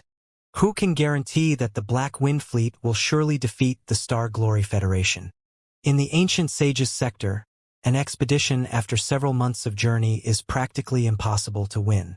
Even the strongest and most well-trained army will lose their combat ability and morale after staying in a harsh, remote area for a year and a half, eventually being defeated by the locals who are not strong at all. The Black Wind Fleet has voyaged in the Sea of Stars for 100 years. 100 years. Who can guarantee that they will absolutely defeat the Star Glory Federation instead of being crushed by the locals at the edge of the cosmos? Fellow cultivator Han, in the eyes of the people from the Central Plateaus, we are both such locals. You should know how the war between the locals and the invaders should be fought more clearly than anybody else, right? If we join the Imperium right now, only to find that the Black Wind Fleet is crushed by the Star Glory Federation later, won't we be in a dilemma? Han Bailing was rendered speechless. Deep in thought, he shook his head after a moment. Even if the Black Wind Fleet fails, the Imperium still has hundreds of sectors that can send countless fleets over. That's right. Liao smiled bitterly. It's true that the Imperium of true human beings can send a second fleet over, but who can guarantee that before the second fleet arrives and destroys the Star Glory Federation, the infuriated Federation won't have already annihilated the Ancient Sages sector? Besides, for the Imperium of true human beings, the Star Glory Federation is just a skin disease, and the Alliance of the Holy Covenant is still their nemesis. Maybe, if the war in the front line is too heated, they will simply leave the ulcer on their buttock aside for a while, say 30 to 50 years or even longer. 30 to 50 years will be enough for the Star Glory Federation to destroy the Ancient Sages sector dozens of times. Therefore, not only do we have to consider the dominance of the Imperium and the weakness of the Federation, we must also note that the Imperium is too far away from us while we are right under the nose of the Federation. If the Black Wind Fleet is defeated, they can ways retreat. But can the Ancient Sages sector grow a pair of wings and fly to the heartland of the Imperium? Liao's words raised even more fierce discussions. Some were saying, yes, we must consider the possibility that the Star Glory Federation defeats the Black Wind Fleet temporarily and shifts its attention to the Ancient Sages sector. Let's be honest here. Even if the Star Glory Federation can't defeat the Imperium of true human beings, it is certainly strong enough to annihilate the Ancient Sages sector, isn't it? Some others were saying, that being said, we don't know the first thing about the Star Glory Federation. Who knows how developed the small country at the desolate area is exactly? Is it good enough to be aided at all? If they are too worthless to be helped, it is better to hit it when it is down than to give it firewood in the cold winter. Somebody else was also saying in a hurry. So what? About the Imperium of true human beings, we have managed to capture one Hylon and elicit relevant information from her. But what about the Star Glory Federation? Where can we find a scout of the Federation, hypnotize and interrogate him, and exploit all the information in his head? It is still a safer option to join the Imperium, right when everybody was discussing without any result. Stable and rhythmed knocks echoed from one side of the table. Knock, knock, knock, knock. The discussions gradually petered out. Everybody looked toward the source of the knocks, only to discover that Long Yangjun was tapping the table confidently with a smile. Meng Qixin coughed and stopped everybody's discussion. Fellow cultivator Wang, is there anything you want to say? Everybody was all ears. Nobody dared overlook the opinion of the lead eunuch who had once manipulated the court. At the very least, her words were certainly much more valuable than those of the pure warriors such as sword maniac Yen Liren. Hush! Long Yangjuan's narrow and long finger touched her lips while she put on a half-masculine, half-feminine, enchanting smile on her face. Turbulence resembling rainbows was spreading in the deepest parts of her eyes, as she stared at Liao mysteriously and said with a smile, "Fellow cultivators, please calm down for a moment. What fellow cultivator spiritual vulture just said enlightened me and prompted me to come up with a new possibility. Please wait a moment, everybody, and allow me to run some deductions in my head." Liao felt creeped out under her stare, not knowing what the prehistorical intersex was up to exactly. "I'm done." A moment later, Long Yangjuan's smile was even sunnier than before, and her voice grew softer, as if it were an irresistible swamp. She moved her colorful eyes from Liao and glanced at the other 8 nascent soul stage cultivators and the 2 divinity transformation stage cultivators, before she said unhurriedly, "In fact, fellow cultivator spiritual vulture does have a point.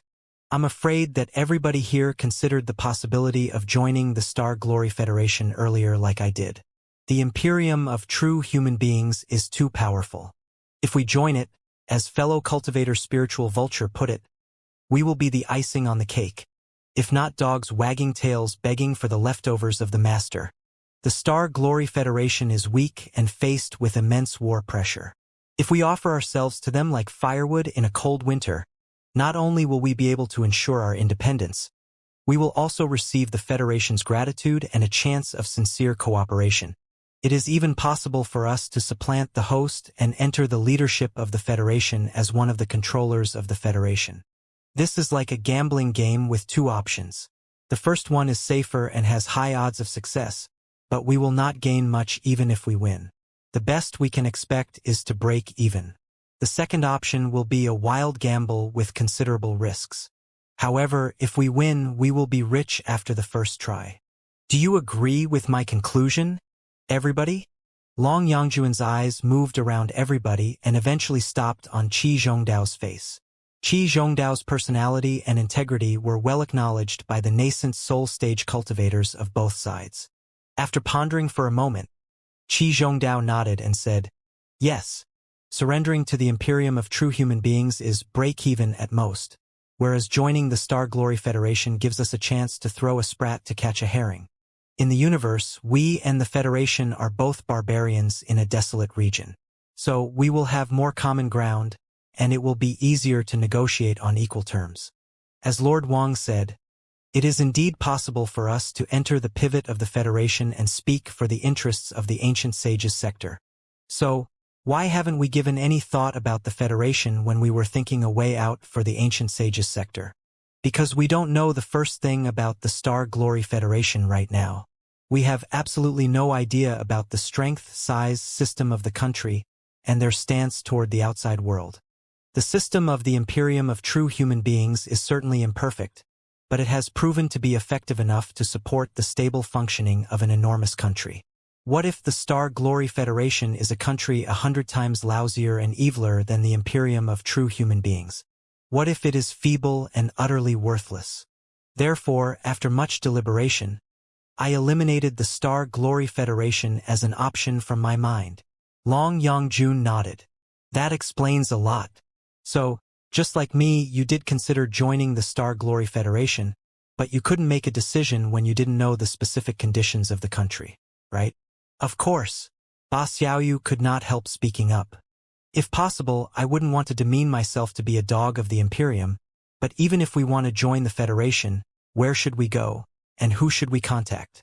It's not like a scout from the Federation will just land from the sky in the middle of our discussion, waiting to be interrogated by us. Right? Hee hee. Mother White Lotus Wan Mingzhu challenged Ba Xiaoyu the beggar again. If a scout truly lands from the sky, he will not be trustworthy at all. Who knows whether or not it is a trap? There can't be such a coincidence. Exactly. Long Yongjun nodded again. Your concerns are all valid. The greatest trouble for us right now is our lack of knowledge about the outside world. We can only speculate about the situation of the Imperium based on the confessions of a scout of the Imperium whose veracity cannot be confirmed. Is it any different from a blind person groping on an elephant trying to figure out what the animal looks like? Our knowledge about the Federation is even poorer. We haven't caught any captives. There isn't even an elephant for us to grope. We are like a bunch of people riding blind horses on a bridge between two cliffs. In fact, we will fall wherever we set foot in our next step. The best solution right now is perhaps not to jump into any decision, but to gather as much intelligence about the universe as possible. Lord Wang, that is an interesting thought, but Hailan has confessed everything she knows about the Star Glory Federation, Han Bailing said coldly. That's all we've got right now. We can't deduce the truth of the Federation even if we think until our heads explode. Should we simply yearn for a scout of the Federation to fall from the sky and tell us everything about the Federation dutifully? Long Yongjun smiled casually. She suddenly turned to Master Bitter Cicada and said, Master, I once heard a saying in the Stupa sect, which is that, if the mountain does not come to me, I will go to the mountain. Do I remember it correctly? The mountain has no feet and will not run to us. If we want to appreciate the magnificent scenery at the peak of the mountain, we have to go to the mountain and climb it in person. It's the simplest logic. It's impossible for a scout of the Star Glory Federation to just appear in front of us by chance and tell us everything about the Federation. Besides, seeing is believing. The scout from any force must have received the harshest training. Will they speak the truth? Will they speak the whole truth? If we want to truly understand a country and even the vast universe out there, perhaps the 12 of us should stop sitting here, rambling, and march forward actively. We will establish a scout squad of the nascent soul stage that serves the ancient sages sector and head to the Star Glory Federation. Long Yongjuan's speech was greeted by weird silence, which was replaced by the fiercest exclamations immediately. The comments, doubts, and refutations from everybody after their shock even eclipsed Li Yao's loud, uncontrollable coughs. Actively march forward to the Star Glory Federation? Are we capable of that? Is it appropriate? We will be a lone army in a foreign land. It's too risky. We have no life experience in a modern cultivation civilization. Our behavior will certainly be vastly different from the customs of the locals of the Star Glory Federation. We might be exposed anytime. This is too unbelievable and hilarious. We will be like fish out of water if we leave the ancient sages sector, won't we? Knock, knock, knock, knock. Long Yongjun unhurriedly tapped the dining table again. Her confidence and serenity seemed to be contagious. Without anybody knowing, everybody stopped commenting and suspecting. There is no need to argue yet, everybody. I only just came up with the possibility because of fellow cultivator spiritual vulture's enlightenment just now. Naturally, the idea may be very crude and inappropriate. However, the merits of such a choice are obvious. Perhaps we can truly find a new way out for the ancient sages sector if we spend some time patiently studying it. Heaven-battering King Qi Chongqing asked in a hurry. What are the merits? Please do tell us, Lord Wang. There's no need to be anxious, Long Yongjun said with a smile. We have to consider the issue from two perspectives. Firstly, what are the benefits and losses if the 12 of us team up and infiltrate the Star Glory Federation? Secondly, if the benefits outweigh the losses, is it possible for us to find the Star Glory Federation across the universe and infiltrate it? The nascent soul stage cultivators and the divinity transformation stage cultivators looked at each other in bewilderment. Deep in thought, Meng Qixin said, "Fellow cultivator Wang, you are very considerate. That's exactly the questions we must answer. Please do enlighten us." Long Yongjun coughed and said, "Let's examine the two questions in order. To answer the first question, in my opinion, if we can truly sneak into the Federation, there will be great benefits and few losses. It's a lie to say that the endeavor is risk-free, but it is certainly worth a try. What are the benefits exactly? Simple. Firstly, knowledge. We don't know anything about the current situation of the universe today, about the social form, government system, magical equipment, techniques, strategies, and plans, and everything else that is thousands of years ahead of us in the modern cultivation civilization. We don't even know the fundamentals of them. Isn't it necessary for us to find an appropriate place and study carefully? Part of the reasons that we were thinking of joining the Imperium just now is also that we can learn from the Imperium. However, if we join the Imperium, what we can learn will only be the knowledge that they offer to us and allow us to learn. Will it really be any good? Disguising and sneaking into the Federation, on the other hand, will give us an opportunity to freely choose whatever we want to learn. We will be able to broaden our horizons and observe the universe from a fresh perspective after the shortest amount of time, thereby shortening the gap between us and them. Fellow cultivator spiritual vulture, I can see that you are nodding your head quickly deep in thought. Do you find my proposal very attractive? You must also feel that we will certainly learn a lot of techniques and knowledge that the Imperium can't offer us if we can truly sneak into the Federation, right? More or less. Great minds think alike. Now that even fellow cultivator spiritual vulture agrees with me, I can rest assured. Long Yongjun was smiling like a blossoming flower that ate people. The second benefit, observation. Fellow cultivators, are you not interested in the size and strength of the Star Glory Federation and whether or not it is capable of resisting the attack of the Black Wind Fleet? Then we will simply find it out on our own. Without alarming anyone, we will infiltrate the Star Glory Federation and profoundly observe the politics, economy, culture, military, their attitudes toward the outside world and the general public, and all other aspects that call for attention. Everything will be seen with our own eyes and experienced by us in person. Can't be false at all. Won't it be much clearer and more reliable than the confessions of a scout after interrogation? The nascent soul stage cultivators and the divinity transformation stage cultivators were all shocked at Long Yongjun's mind-blowing but reasonable suggestion. They all had weird expressions on. They were not feeling strange that Long Yongjun had raised such a suggestion but wondering why they did not come up with it earlier. Thirdly, if we infiltrate the Federation, we will be able to take advantage of both the Imperium and the Federation in their war to come. Long Yongjun was glowing with confidence as she continued. When the goods are too rare, only those with the highest bid can have them. Now that the Imperium and the Federation are both potential buyers, why are we in such a hurry to sell ourselves before we even get the chance to witness their wealth? After we sneak into the Federation, we will watch the two tigers fight.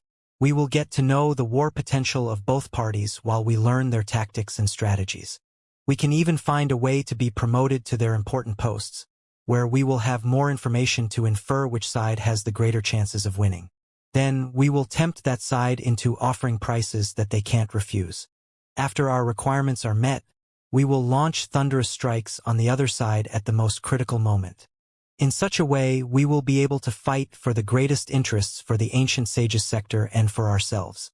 It is safer to wager after we figure out which side has the greater odds of winning, too.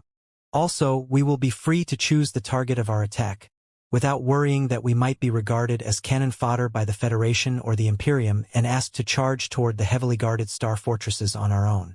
Isn't this killing three birds with one stone? Fourthly, if we sneak into the Federation, and the Federation loses the war against the Imperium, chances are that we will be able to steal some of their treasures for ourselves when the country is in a mess after the defeat. Long Yongjun went on without any pause, as if she did not need to breathe. The starships, crystal suits, colossi, and other magical equipment of the Star Glory Federation may not be the most advanced ones in the universe, but for us, they are still very attractive. If we surrender to the Imperium right now and fight under the Imperium's command like idiots, even if the Federation is truly crushed in the end, we will definitely only be given leftovers when the trophies are distributed. Therefore, we might as well be prepared in advance and sneak into the Federation earlier. We will select a target and attack when the time is right. We can even blackmail the government of the Star Glory Federation at the crucial moment. We can talk about the specific details later, but this general idea can't be wrong. The 4 benefits above are something that we cannot achieve if we just sit in the Ancient Sages sector and do nothing. What do you think, fellow cultivators? There was nothing but silence at the table. Everybody was dumbfounded.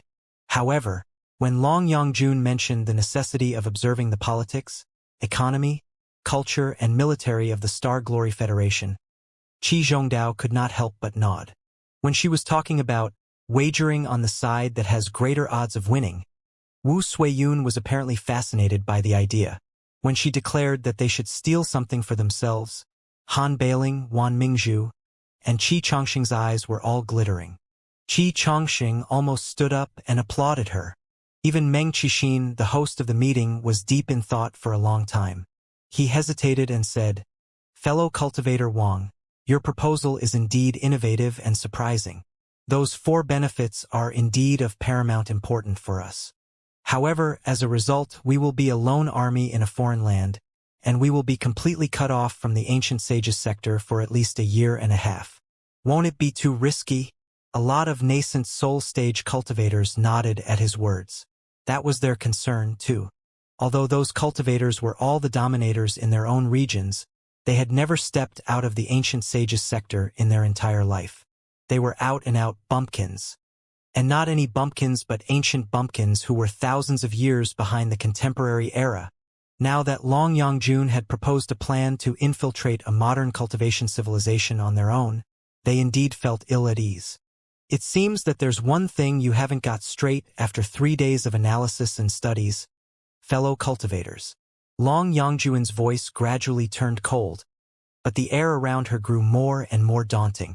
You're under the illusion that the Ancient Sages sector is our home, haven, and the solidest shield. You believe that we will be safe as long as we stay in the Ancient Sages sector. You couldn't be more wrong. Given the circumstances, the Ancient Sages sector is not our shield at all but an unbreakable shackle that confines our real strength. If we stay here, we will be doomed forever. Let me ask you, fellow cultivators, what do you think the source of our power is? What is the reliance for the 12 of us to control the Ancient Sages sector? Our subordinates? The cultivation sects outside? The loyalty of the tribes large and small from the desolate regions? No. The source of our power and what we use to control the Ancient Sages sector is the unparalleled might of the 12 of us and the 12 colossi. As long as we remain as invincible as we are, and the 12 colossi can unleash the maximal damage, wherever we are, we can always come back and take control of the Ancient Sages sector again. On the other hand, if we stay in the Ancient Sages sector and simply hang around with the selfish, short-sighted guys from the major sects, is it going to help us at all? Are those pigs and dogs really qualified to support us instead of stabbing us in the back? Long Yongjuan's cold voice was darting about the table like an ice knife. Knocking the table hard, she continued, "In the past 3 days, I carefully studied the ways that the unparalleled experts fight in the universe, only to realize that they are completely different from our tactics. If the 12 of us continue lingering in the Ancient Sages sector, we will be burdened by the traditions and the millions of compatriots. We will be confined by our shackles forever. However capable we are, we will never be able to bring out our full potential. Our enemy can simply summon a large batch of starships and bombard our world into a wasteland with destructive cannons from the orbit of the planet. What else can we do but take the blow and be burnt and blackened or crawl into the burrows and cry for help? In such a case, we won't be able to bring out 1% of our combat ability. In the second scenario, if we leave the Ancient Sages sector and have a head-on clash with a fleet from a modern cultivation civilization with advanced warships and weapons, for the time being, it is impossible for us to be perfectly familiar with the usages of the colossi. Any one of us can fight 3 to 5 starships in a head-on clash at most, which means that we will only be able to fight no more than 100 starships in total. That will only be a medium-sized fleet for a modern cultivation civilization. Also, we are not considering the logistical issues. In such a case, even if we can bring out 100% of our combat ability, we will not be able to weather through such a head-on battle. However, consider the third scenario. If we march to the enemy's rear, sneak into the enemy's towns, and blend in with the enemy's people, the situation will be very different. According to Hylon, the large cities in the Imperium of true human beings often have a population of tens of millions. They are complicated super mazes. I assume that the cities of the Star Glory Federation must have a population of at least 10 to 20 million even if they are smaller. If the 12 of us sneak into a major city in the Star Glory Federation with a population of 20 million, and if we lock onto the area with the densest population or the government facilities of paramount importance, how much damage can we bring to them? Also, when we are in the enemy's heartland, the enemy will hold back from taking action for fear of injuring their own people. It is impossible for them to destroy us without caring about the methods and the price. They can bombard the surface of the ancient sages sector, but can they lay waste to their own cities where tens of millions of people are living? Even if they do blow such cities to the ground, they might not necessarily be able to kill us. In such a case, our survival abilities, assault abilities, and negotiating abilities will all be significantly increased. If our combat ability is 100% in the beginning, it is possible to have been enhanced to 10,000%. In conclusion, my opinion is that in battles in the environment of the modern cultivation civilization, the nascent soul stage cultivators and the divinity transformation stage cultivators must not have positional warfare with the enemy. They should march to the enemy's rear and start guerrilla battles, unrestricted battles, decapitation battles, asymmetric battles, and other tactics that will make best use of the advantage of the immense personal combat ability. All those tactics have been mentioned in Highland's Jade Chips. I believe that you should understand them quite well and don't need me to elaborate on them, right?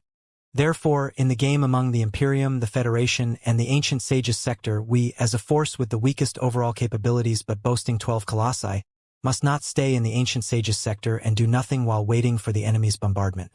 We must release ourselves and our colossi to the enemy's internal organs, where we will play an even more important, unrestricted role. That concludes my proposal. What do you think, everybody? Including Liao, everybody looked at Long Yangjun in a daze. For a long time, nobody said anything. Long Yangjun was frowning. Fellow cultivators, do you still think that it is just my whimsical idea? Please feel free to offer your enlightenment. I wouldn't say it is enlightenment. Han Bailing, the dominator from the prairies, was the first to come back to himself. He took a long breath in relief and smiled bitterly. Lord Wang, although we have known each other for a long time, only today have I finally realized why you held such power in the court of the great Qin dynasty for decades without falling. Long Yangjun smiled and replied frankly, I once established Ghost Character on my own, which is an agency focusing on intelligence collection, infiltration, and assassination. Some of the tactics of the Imperium of true human beings are quite similar to the way I operated Ghost Character. So, I specifically spent more time comparing and studying them. That's all. Yes, they're similar to the tactics on the prairies. The soldiers on the prairies never have head-on clashes with the enemy, nor do we have a fundamental base. We simply migrate to wherever there is grass and water. The enemy can't find us at all. Han Bailing said in great delight. Every time the army from the central plateaus marches close, it doesn't matter even if they have 1,000,000 soldiers on their side because we can simply abandon our main camp and disperse on the prairies. We can even slip behind them and march into the central plateaus, where we will go on a rampage. You fight your battles and I fight mine. In the end, the enemy will often waste all their strength on marching until they are exhausted and short of supplies. That's exactly the way we crushed the 300,000 soldiers of the Great Qin dynasty last year. Hee.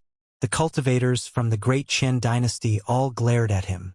However, they had to admit that Han Bailing did have a point and could not help but consider the possibilities of initiating guerrilla battles, sabotaging facilities, and utilizing decapitation tactics behind enemy lines without fixed bases.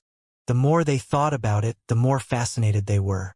All the nascent soul stage cultivators and the divinity transformation stage cultivators were nodding their eyes glowing. Yes, I've been studying the arts of universal war that Hylon mentioned over the last couple of days. The greatest strength for the nascent soul stage cultivators and the divinity transformation stage cultivators is agility and mobility.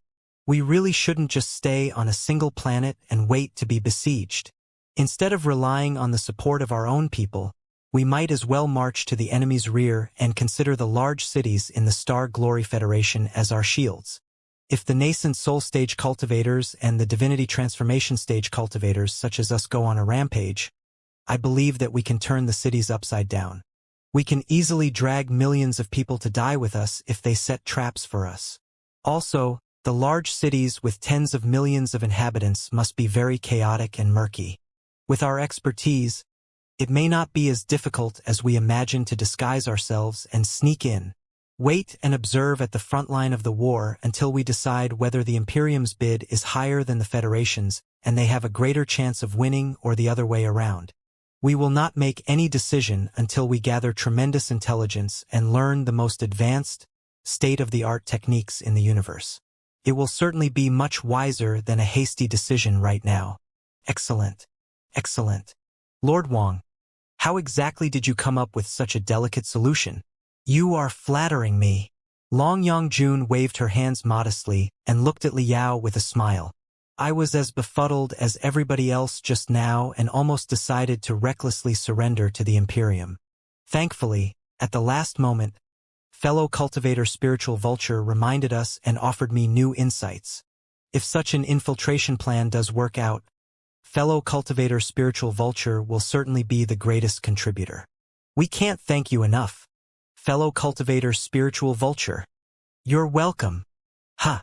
Why do you look so awful, fellow cultivator Spiritual Vulture? Your face is pale, your eyelids are cramping, and all the organs on your face are slanted. Have you lost your cool? Are you about to be mentally deranged? Not exactly. I'm just deeply astounded by your marvelous solution and inferring the subtle changes that can happen later, Lord Wang. The more I think about it, the more spectacular it appears. The consequences are unbelievable. So, I'm only feeling excited. That explains a lot. I'm relieved now.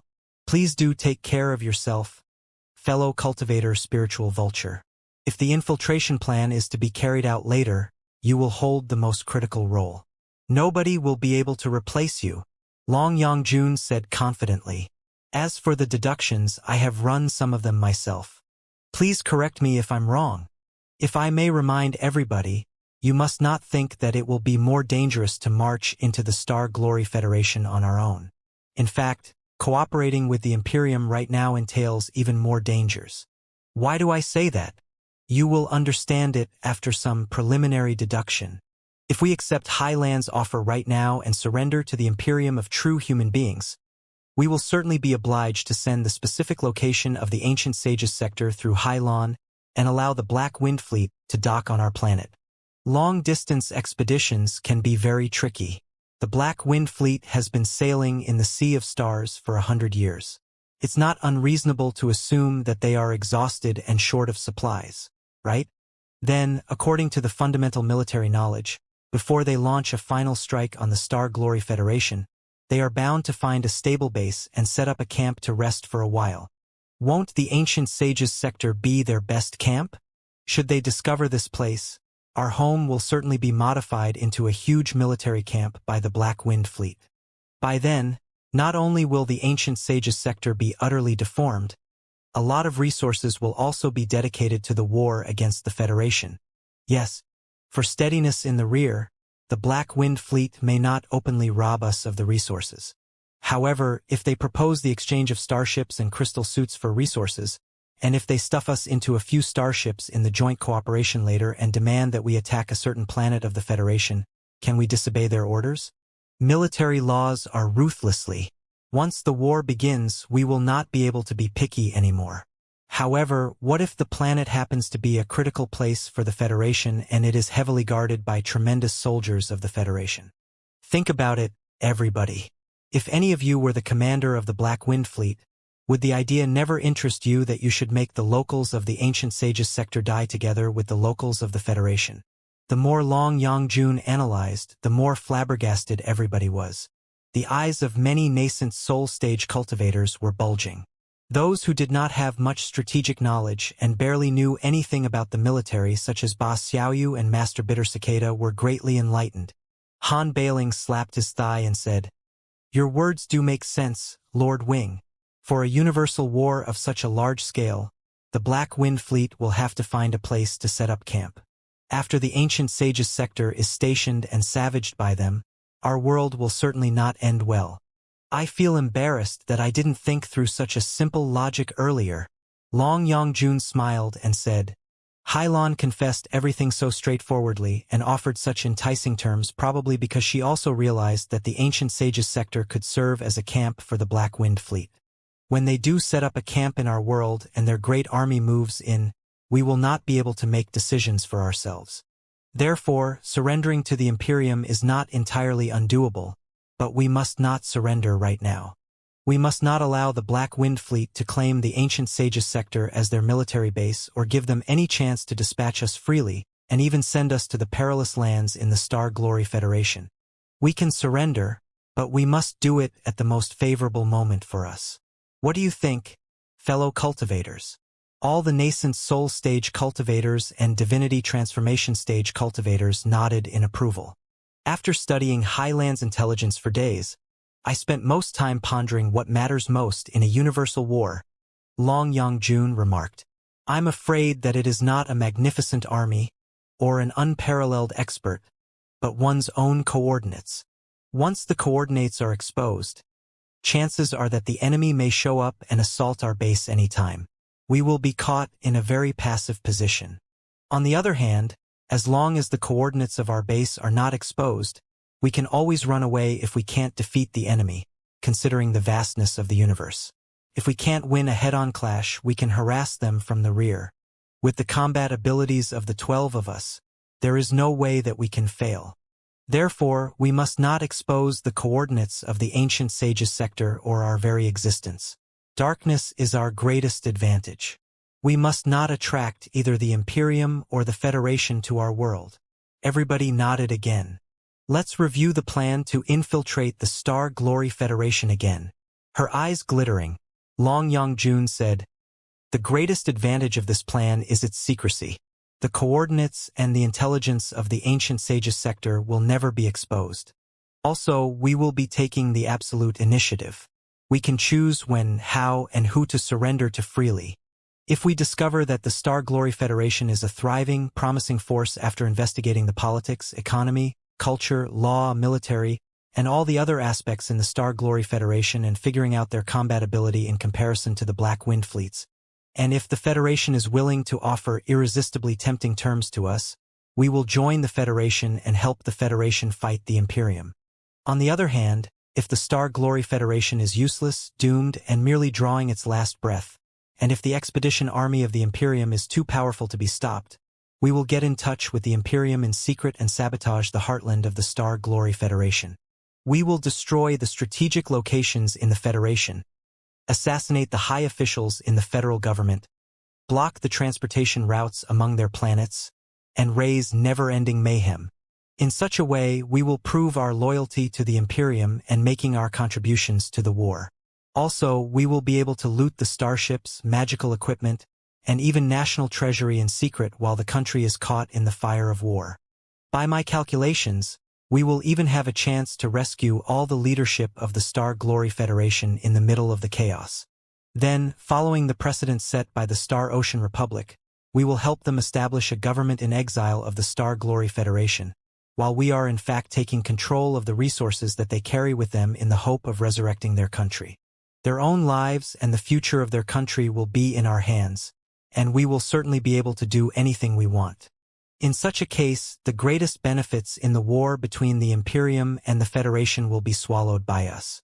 The ancient sages sector will expand crazily on the dead body of the Federation and rise rapidly, covering the gap of thousands of years in the civilization evolution. Fantastic!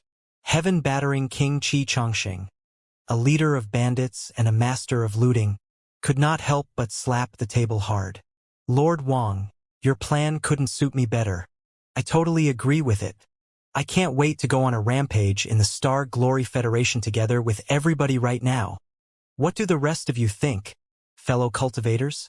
Smiling, Long Yongjun glanced at everybody, and her eyes eventually stopped on Liao's face. Liao was emotionless, but his eyes were mincing Long Yongjun's handsome, if not charming face like two sabers, as he said coldly, I have a question, Lord Wang. In your opinion, if the Star Glory Federation is indeed a promising new force like a rising sun, if it is willing to form an alliance with the ancient sages sector on equal terms, and if we are satisfied about the offer they make, will we be joining the Star Glory Federation sincerely, or will our surrender be a false one just to buy us more time? Long Yongjun smiled. On the Federation side, genuine participation and false surrender are not contradictory. Just like fellow cultivator Spiritual Vulture said in the very beginning, the Star Glory Federation's territory can't be too vast, and there can't be many sectors. So, after we join, we will certainly boast unparalleled influence. In such a case, we will be able to buy ourselves more time through open approaches. We can assume high positions in the Federation to ensure the interests of the ancient sages sector, and even to enforce our belief and will in the Federation. Why would we bother to play any tricks and schemes when we can achieve the purpose openly? Moreover, now that we have made such a decision, we will certainly help the Federation to resist the Imperium. Chances that we will have already joined our hands and annihilated the Black Wind Fleet. In such a case, we will certainly be considered a sworn enemy by the Imperium. How can we rebel again in the future? We are not the greedy, short-sighted rats. Our ultimate purpose is to ensure the survival of the ancient sages sector and its assimilation into the world outside. As long as the Star Glory Federation is truly promising and satisfies our conditions, why can't we sincerely join the Federation, never to betray, and help the Star Glory Federation to rise at the edge of the cosmos and even dominate the entire universe? Are you satisfied about my answer, fellow cultivator Spiritual Vulture? Liao replied drily, my satisfaction or dissatisfaction matters little. Let's just wait and see. Long Yongjun chuckled and moved her eyes away. What about the other fellow cultivators? I have another question. Ba Xiaoyu the beggar coughed and scratched his messy hair, asking, sneaking into and joining the Federation are certainly worth considering. However, there is one thing that is troubling me. Why can't we infiltrate the Black Wind Fleet and investigate the situation on the Imperium side in exactly the same way? After all, the Imperium does look more powerful right now, doesn't it? Long Yongjun replied. The reason is very simple. It's because we don't have the ability. The Black Wind Fleet is sailing in the Sea of Stars. It is impossible for us to lock onto their coordinates, but they can figure out our location very easily. Moreover, no matter how enormous and complicated the living area inside the Black Wind Fleet is, it is an army after all, and an army certainly has a set of strict rules. Those on board will be on high alert, too. It is barely possible for strangers of unknown backgrounds to sneak in. Also, there are too many experts in the Black Wind Fleet. Should we be exposed, we will have absolutely nowhere to run to and end up being the meat on a chopping block. Lastly, a fleet in the space can be gathered and also be dispersed. Even if we really control one starship, or maybe even 12, the Black Wind Fleet can totally sacrifice the victims and blow up their own starship together with us. It is not like the central cities without tens of millions of population, which cannot be abandoned. It means that, when the Black Wind Fleet is highly vigilant, we in fact don't have many methods available to threaten them. How can we expect to play a game with them if so? Ba Xiaoyu frowned and asked, are the situations in the Federation any different? Of course. Long Yongjun said, the Star Glory Federation is a universal country. However small it is, I believe that it must have control over a plural number of sectors. The transportation and trades among those worlds must be very frequent. A lot of cargoes must be sailing in the Sea of Stars. The ghost character that I established is best at the arts of disguise, camouflage, infiltration, and assassination. Also, you all have a high control over your body with your cultivation. As long as we are teleported to an appropriate space zone at the edge of the Federation, where we hijack a few cargoes to figure out the general situation of the Federation, it will be very easy for us to sneak in with false identities. I wouldn't say that there will be no trouble at all, but it is certainly going to be much more practical and realizable than to sneak into the Black Wind Fleet. Don't underestimate the people of the Federation, Liao interjected coldly. Having been able to crush a claw fleet of the Imperium of true human beings, the Federation is certainly not be easy to be tricked.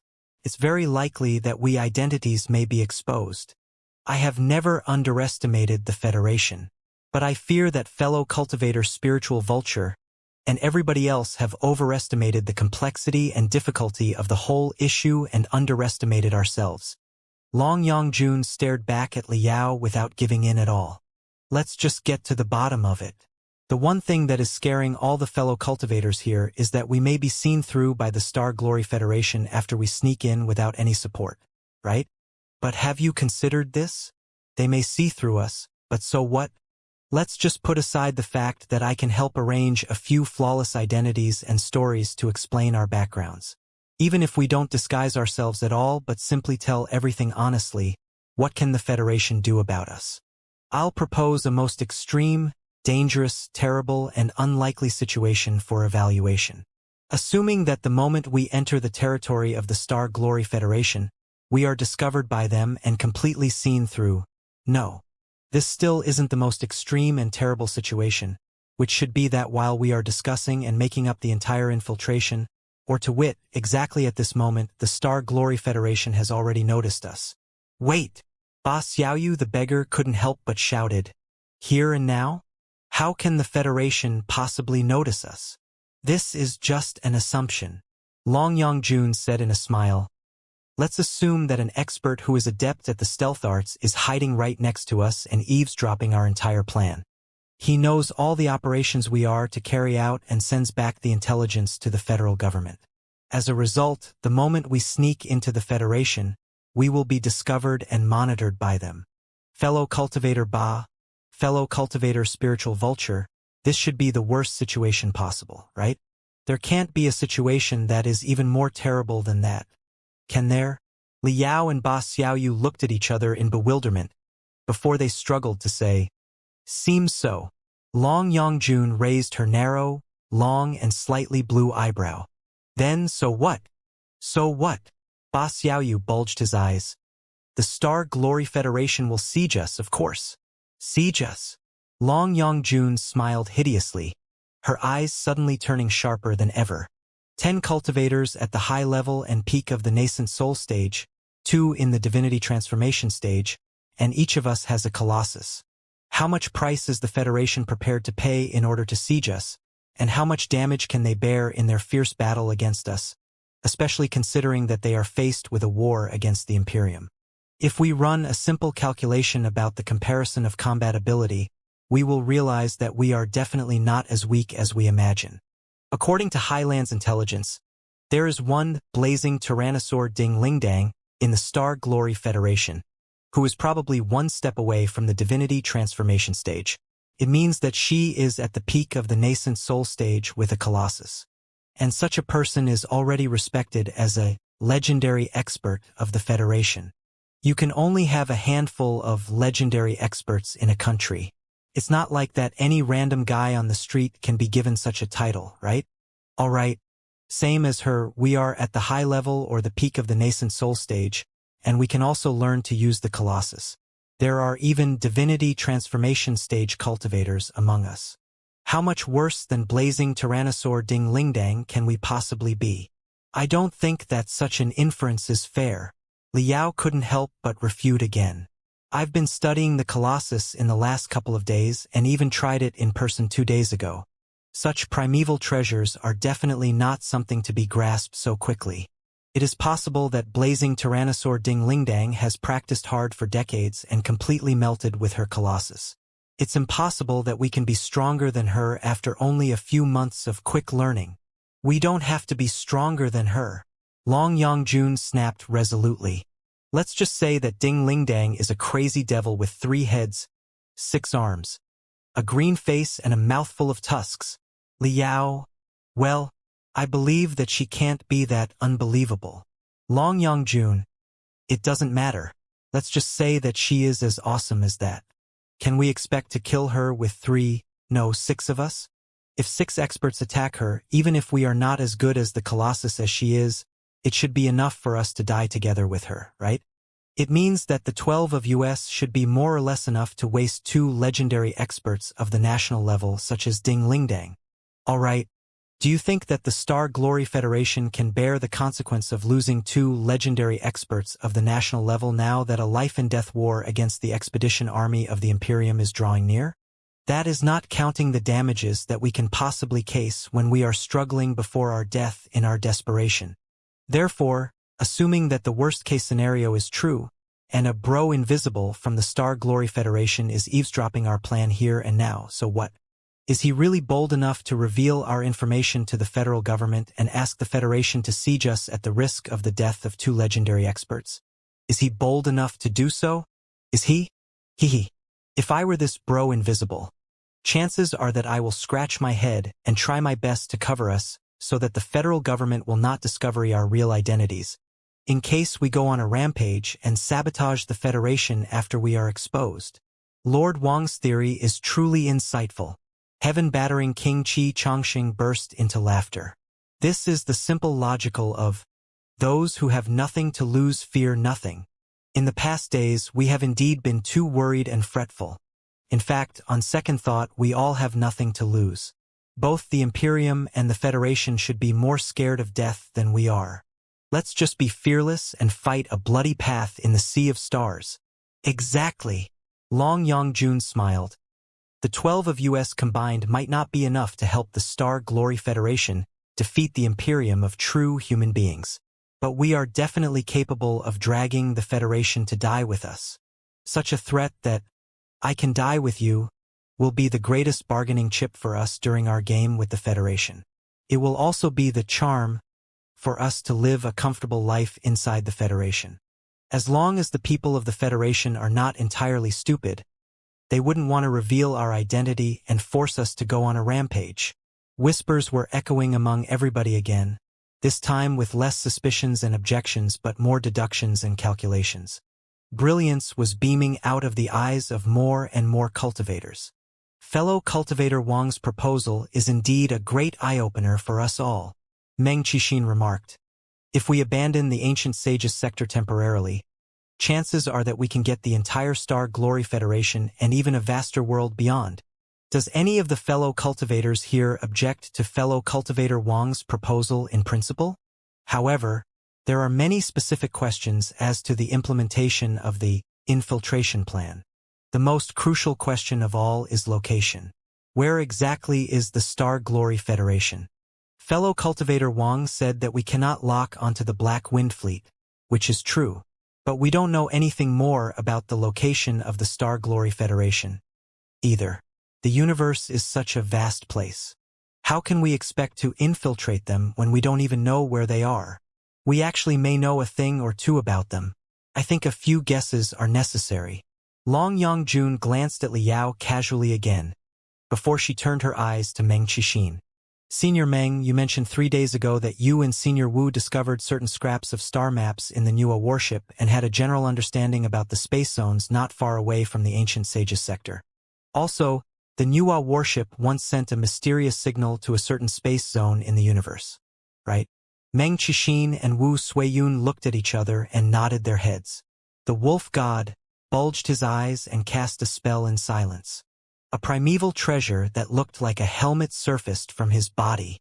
Meng Qixin and Wu Suiyun both extended dozens of spiritual threads and operated on the helmet quickly. As they clicked and touched like a storm, there was no telling what barrier they had unlocked, but a mystic ray suddenly shot out of the brilliant gem that looked like an eye right in front of the helmet, before it expanded into a dense, deep and vast map of the universe. The stars were shining brightly in the boundless universe right above everybody's head, bringing them all into a mysterious and yet spectacular new world. Almost everybody felt that their head was dizzy, and it was difficult to breathe. They were unable to free themselves from the sea of stars. Long Yongjun was staring at the star map, too, as if she had found part of the ancient memories that had been sealed for hundreds of thousands of years. After a moment of trance, She calmed herself down and said, Senior Meng, can you make sure which direction was the signal from the Nuwa warship was sent to? Meng Qixin nodded his head and said, Wu Suiyun and I have studied the star map for decades. Modeled and incomplete as it may be, we are certainly able to tell the general direction. That will suffice. Long Yangjun coughed and continued analyzing.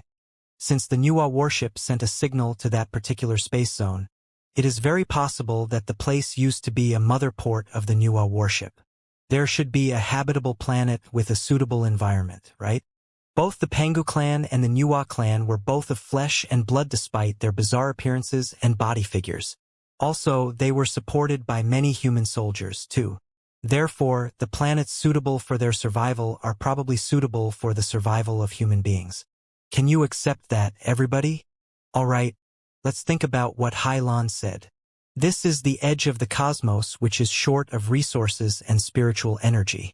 Few planets here are suitable for the survival and reproduction of human beings.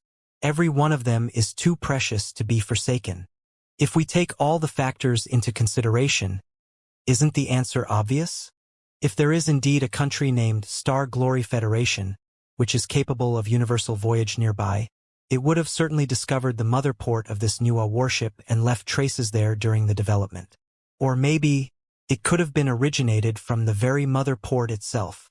Therefore, as long as we find a way to sail to the destination of the signal, which was the mother port of the Nuwa warship, there will be a good chance that we can get in touch with the Star Glory Federation. Fellow cultivator spiritual vulture, you are a specialist of magical equipment. Come here and take a look at this magical equipment that can activate the star map. Do you think that my theory makes sense? I don't know. Liao snapped coldly. I'm a specialist of magical equipment, not a specialist of space navigation. How on earth would I know whether or not the suspected mother port of the Nuwa warship is within the territory of the Star Glory Federation? Everything is just your speculation, Lord Wang. What if you are wrong? If I'm wrong, I'm wrong. Long Yangjun smiled, not thinking that it was a big deal. Pointing at the star map, she said, although the star map is incomplete, the basic sailing routes and the introduction to the planets have been depicted. A planet that can support the survival of billions of people is certainly unusual. Let's just jump over and search for it slowly according to the star map. Liao asked, what if you can't find it after dozens of jumps? Then we will have no choice. Long Yangjun looked at him and said sincerely, we will have to stick to our original plan and ask Hailan to contact the Black Wind Fleet to surrender to the Imperium. After all, our original plan was exactly to surrender to the Imperium. We are simply trying a new possibility by doing this. Even if we fail, we will suffer no losses. Meng Qixin observed calmly. Fair point. However, even if we do discover the Star Glory Federation, how are we going to sneak in? After all, we are nothing like that world.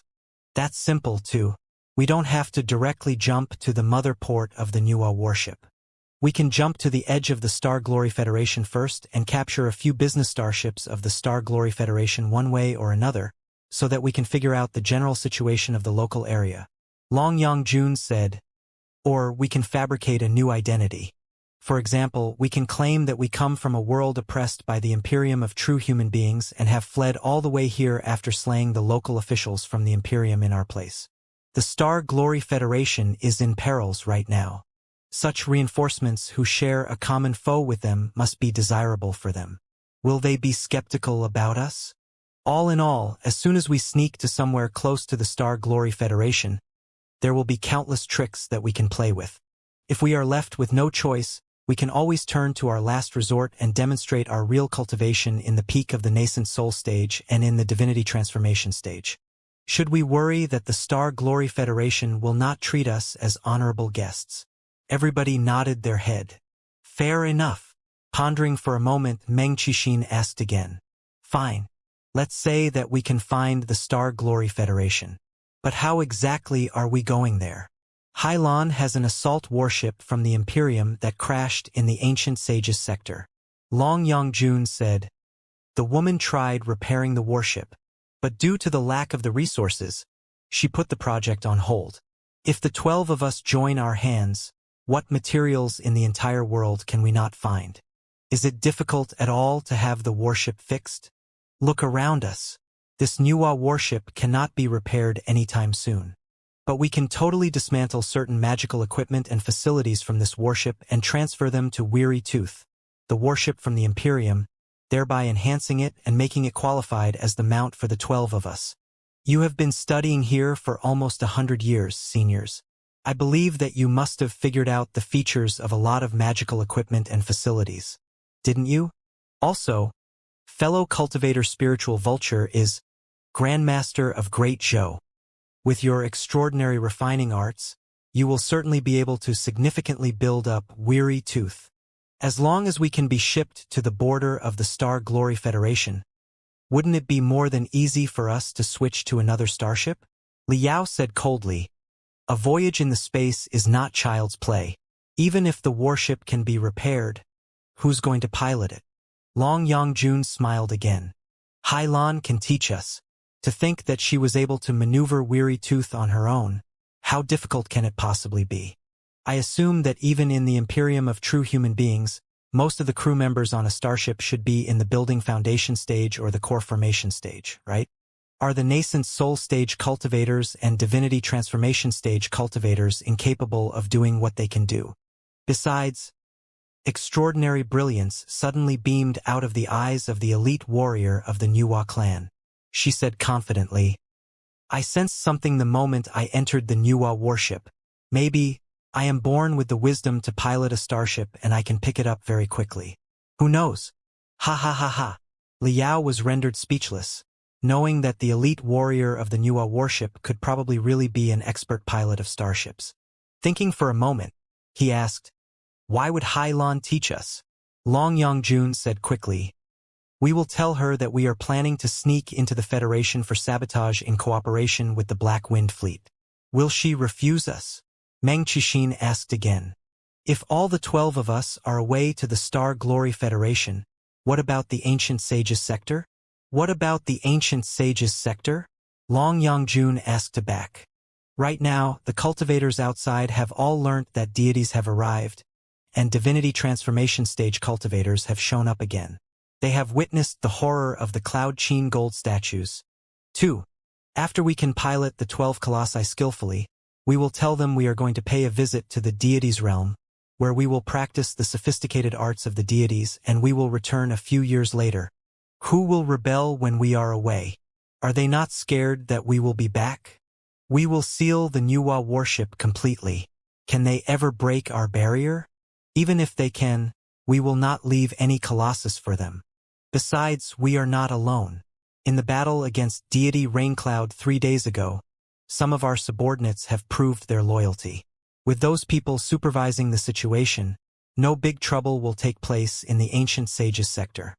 Unless, of course, the Black Wind Fleet discovers in the Ancient Sages sector when we are away. But the chance is very low because we are not their original target. I have calculated every detail. Do you have any more questions? No. Meng Qixin had asked everybody's concerns. Long Yangjuan's proposal seemed to be very feasible. If there is no objection, let's have a vote now. Long Yangjun said in a smile. The 12 locals of the Ancient Sages sector will sneak into the unknown universe and steal a whole new world. Why don't we call our infiltration operation the Star Stealing Plan? No. Meng Qixin shook his head. The wolf god from the prairies grinned. With the capabilities of the 12 of us, do we need to steal anything if we want it? We can directly take it away. Star Stealing Plan?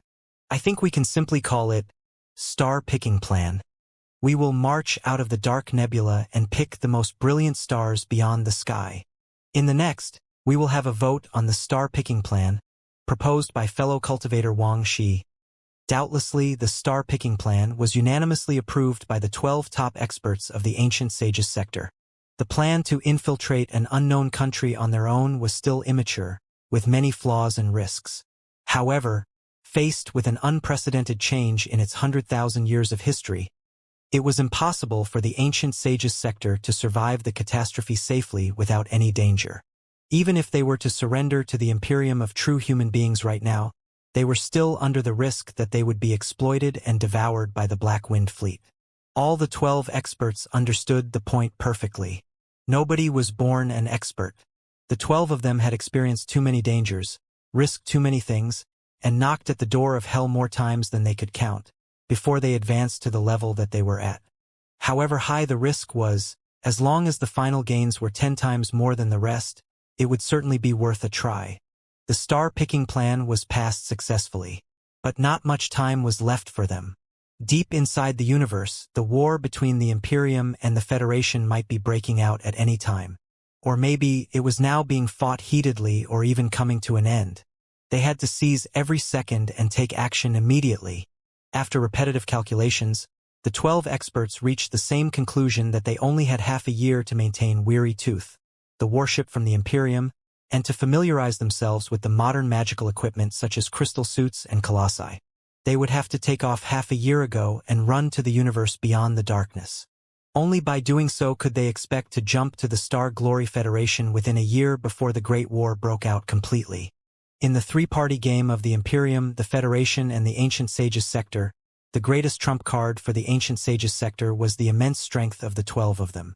But their strength had to be enhanced and unleashed through the colossi, the ultimate weapons in the universe. Therefore, the colossi had become the most important things of all. It was also why Meng Qixin and Wu Suiyun paid so much attention to Liao and even allured him with Tartarian General, the most powerful colossus of all, and why Long Yongjun said that Liao played an irreplaceable role in the plan. In the few days after the star-picking plan was passed, Liao was completely devoted to the examination and test of the colossi. Not only was he responsible for examining, debugging, and maintaining, he also needs to grasp the performance features of every colossus precisely, so that he could choose a most suitable colossus for every expert as an advisor. Well, of course, his arduous work also included setting up backdoors inside the colossi. As to whether or not the backdoors would be noticed by the experts of the Ancient Sages sector, Liao felt that it was 100 times more likely for them to directly see through his identity than to discover the backdoors. If a local of the Ancient Sages sector picked up such profound knowledge about the colossi after such a short amount of time that they could discover the backdoors that he deployed, Liao would admit his defeat without complaint. 7 days later, in an independent training room on the left side of the Temple of the Colossi, Liao and Long Yongjun were alone in the vast virtual test field. There was also a colossus that Liao carefully selected for Long Yongjun. The test of the colossus was highly private. Chances were that the tester would carry out their ultimate techniques that they would rather nobody else know. Therefore, the two of them had perfect reasons to lock the door of the training room and set up barriers on the door and the wall. Even the two divinity transformation stage cultivators, to show their respect, would not break the barriers and drift in to eavesdrop their conversation. What Liao picked for Long Yongjun was a snake-shaped colossus with a light armor, a high speed, and a streamlined body figure. The greatest feature of the colossus was the narrow and long skull that could rotate to every angle like the neck of a snake, other than the black and white scales which fully covered the body of the colossus without leaving the tiniest gap. Above the skull that looked like the head of a cobra, more than 10 twisted tentacles were growing out. They were antennas that could enhance and release telepathic thoughts. This is a special colossus that highlights agility and stealth for reconnaissance and assault purposes. The firepower and the melee combat ability are not very impressive, but it boasts very powerful disguise and escape abilities. Patting the black and white scales which felt like oily leather, Liao explained to Long Yongjun emotionlessly, "I believe that, with Lord Wang's shamelessness and cunningness, and your position as the mastermind in the team, you wouldn't want to charge to the front for a combat when a fierce battle takes place. Would you? So, this agile colossus, which is particularly convenient for stealth and escape, is definitely most suitable for Lord Wang. Moreover, a very powerful commanding and communication crystal processor has been installed to the head of its skull that looks like a snake head. With the dozens of signal-enhancing antennas, the Colossus' abilities in intelligence collections, battle surveillance, tactical processing, and information transmission are very strong. So it can serve as half a commander, too. Do you understand the jargons, Lord Wang?" Long Yongjun nodded in a smile. She looked at the Colossus as if it was her partner whom she had met again after a long separation. She smiled. Fellow cultivator spiritual vulture deserves to be the grandmaster of Great Zhou and the best sword forger of the ancient sage's sector. The Colossus that you have picked for you is exactly what I wanted in the beginning. What's the name of the beautiful Colossus? Liao said, according to the operation manual embedded inside the Colossus. Its original name was Black-White. However, now that Lord Wang has become its new master, you are certainly qualified to choose a new name for the Colossus. Black-White. Long Yangjun glanced at the scales on the surface of the Colossus, which were black and white and looked like a chessboard. She immediately understood the reason for the name. Pondering for a moment, she shook her head and said, "It is not a good name. Now that it is mine, I'm going to call it Yin Yang in the future." Yin Yang. Liao eyed Long Yangjun up and down. Recalling her mysterious technique to change freely from the two identities, Wang Shi and Long Yangjun, he chuckled to himself. It's inappropriate to call your Colossus Yin Yang. You should call it Non-Yin Non-Yang. Emotionlessly, Liao said, "Now, please test the performance of the Colossus Yin Yang, Lord Wang. I will perform more precise adjustments according to your habits and your combat style." Shua! The breastplate of Yin Yang divided into dozens of tentacles like a chrysanthemum before they rolled to the outside and revealed the entrance to the dark cockpit. Everything inside was obscure, making it look like the widely open mouth of a ferocious beast. Liao opened his hands and made a please gesture. Long Yangjun rolled her eyes and chuckled. "Why the hurry? Nobody is around. Barriers have been planted on the door and the walls. Our conversation will not be overheard by anyone." Liao said. "So?" Long Yangjun replied. "So, shouldn't you express your gratitude now?" Liao smiled. Without changing his face color, he said in a seeming sincere tone, "Thank you, Lord Wang, for standing up for what's right in the meeting and managing to bridle the wild horses that were almost breaking free." "Ha!" This time, Long Yangjun was truly somewhat startled. She eyed Liao up and down for a long time and shook her head, before she laughed in amusement. "It seems that I've underestimated you after all. I thought that you would burst into fury and curse that I did not keep my words. I didn't know that you had already thought it through. Your reactions in the meeting were all faked." "Not entirely. At first, I was indeed a bit surprised." Liao narrowed his eyes and said, "Lord Wang's star-picking plan has temporarily prevented the ancient sage's sector from surrendering to the Imperium immediately and deprived the Black Wind Fleet of the most perfect camping place. Perhaps their full attack will be postponed by a few years. If they can't find a suitable planet as their frontier camp all the time, their overall combat ability may be diminished by 30 to 50%. So, the two contributions you have made are already of immeasurable strategical value to the Federation." Long Yangjun giggled. "So, you do understand my real purpose. It seems that my trouble in coming up with plans to help your Federation is worth it." Liao sniffed and said, "However, your plan means that the unpredictable, dangerous fellows will be sent into the Federation. This game is getting bigger and bigger with more and more unexpected factors. It is more and more uncontrollable, too. At the very least, you should have informed me in advance so that I can make preparations. That's what you should have done if you consider yourself to be my partner.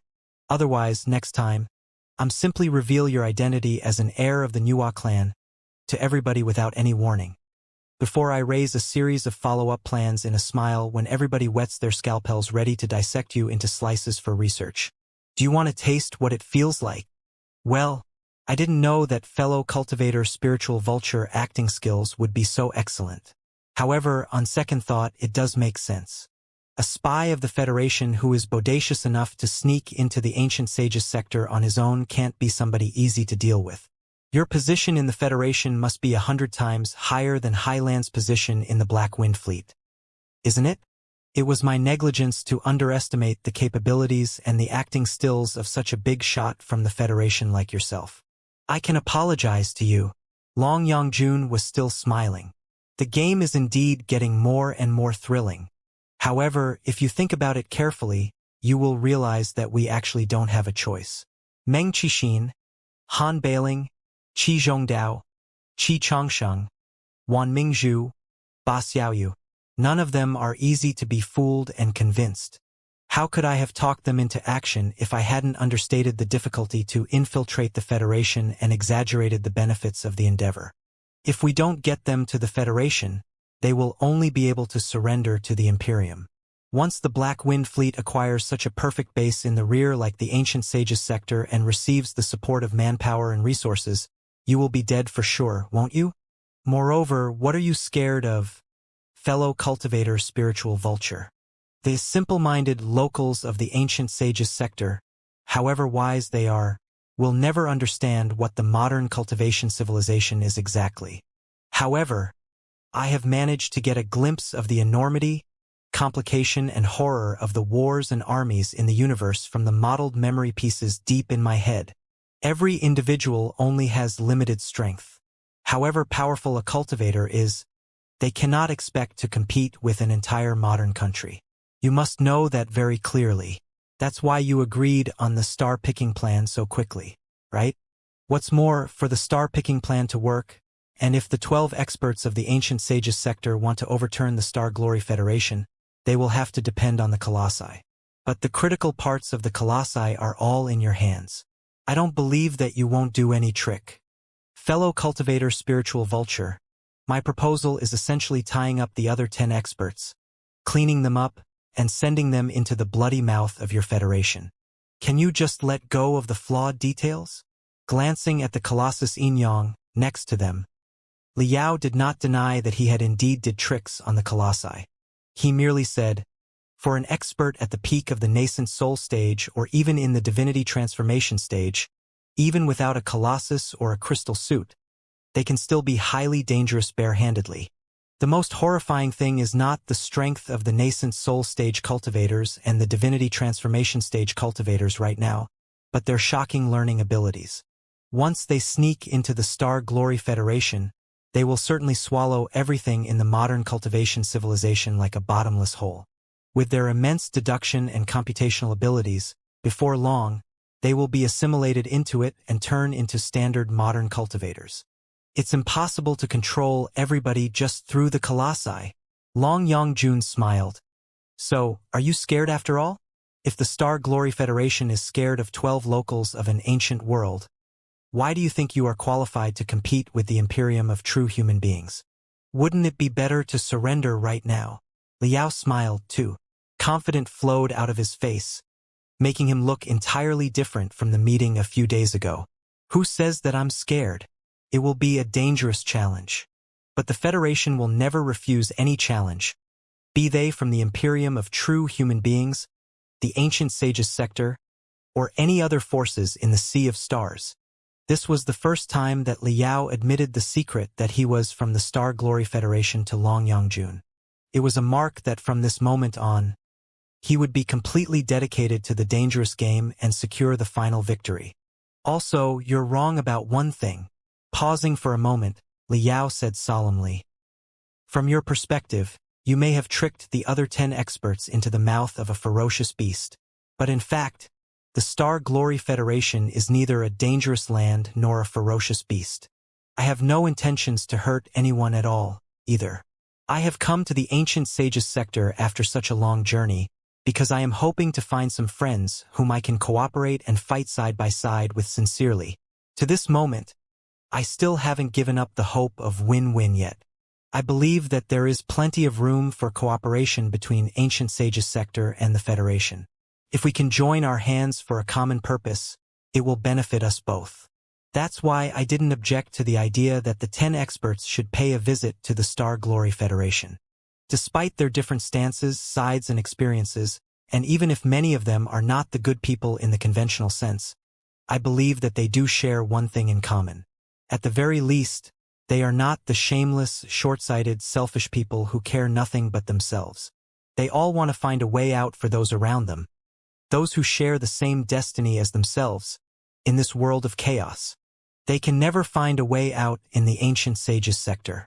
The system and ideology of the Imperium of true human beings will not satisfy them either. But I believe that after they examine how the Star Glory Federation runs and witness the charisma of the modern cultivators, they will certainly have a lot of new feelings. Aside from other people, I believe that Ba Xiaoyu and Master Bitter Cicada will like the Star Glory Federation.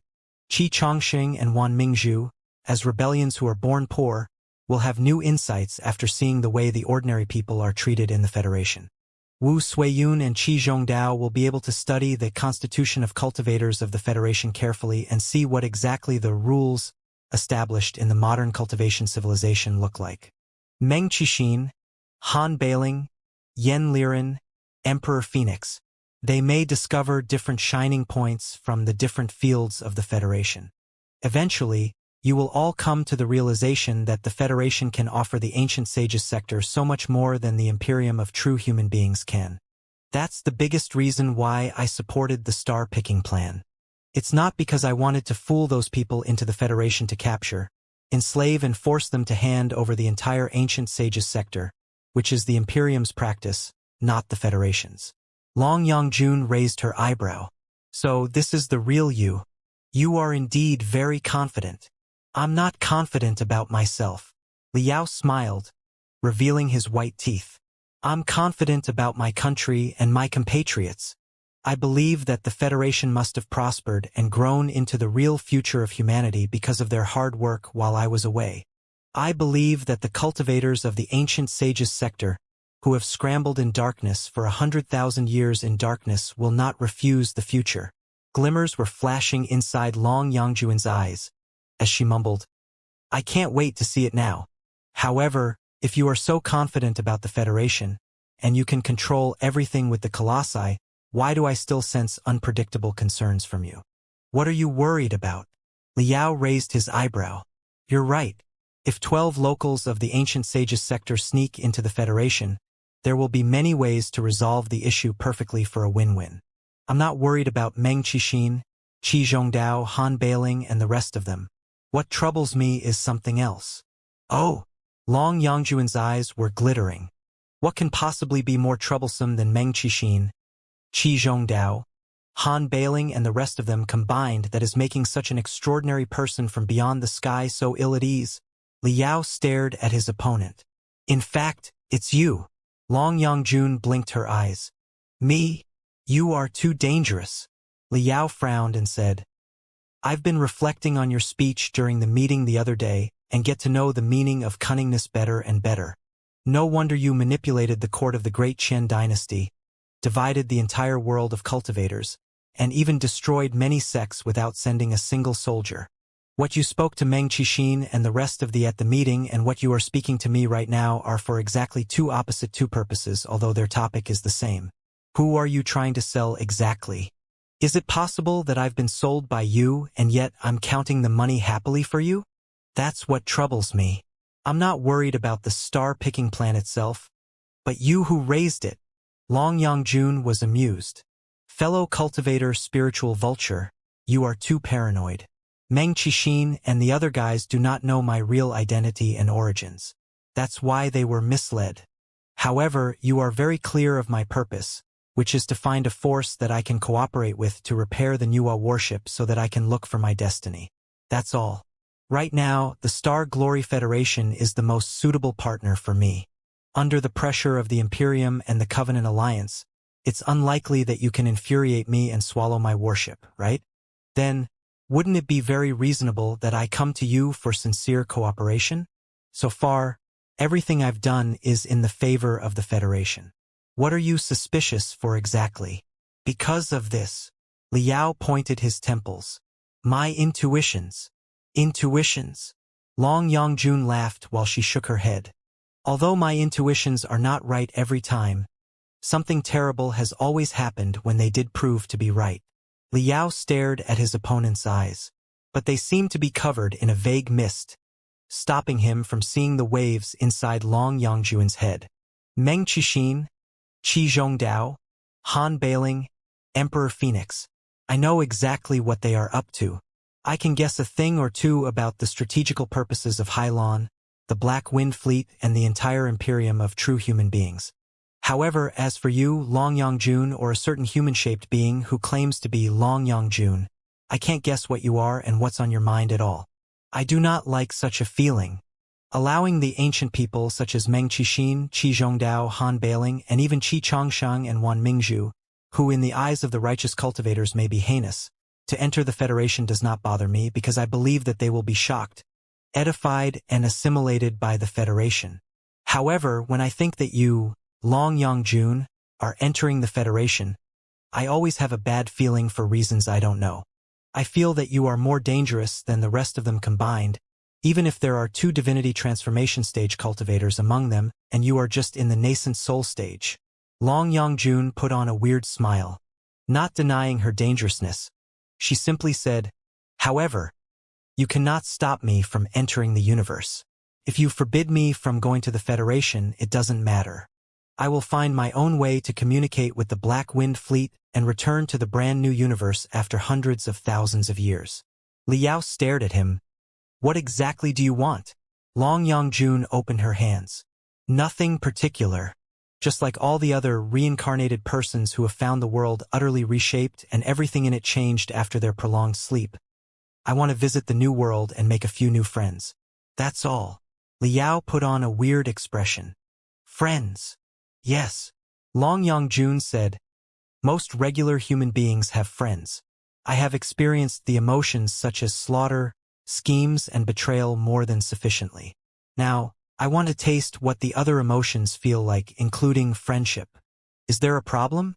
"Right, speaking of which, from the time on the lone island in the East Ocean, we have known each other for months and learnt each other's greatest secret. We have proved to be each other's worthy opponents, and we are now cooperating on the same boat. I think we should be friends now, right? But while you know my real name is Long Yongjun, I don't know what your real name is. Isn't it a bit unfair?" Liao narrowed his eyes. "Firstly, nobody is on the same boat as you.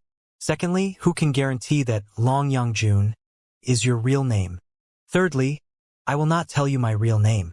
Just infer it if you think you are capable enough. I'm sincerely hoping to make friends with you.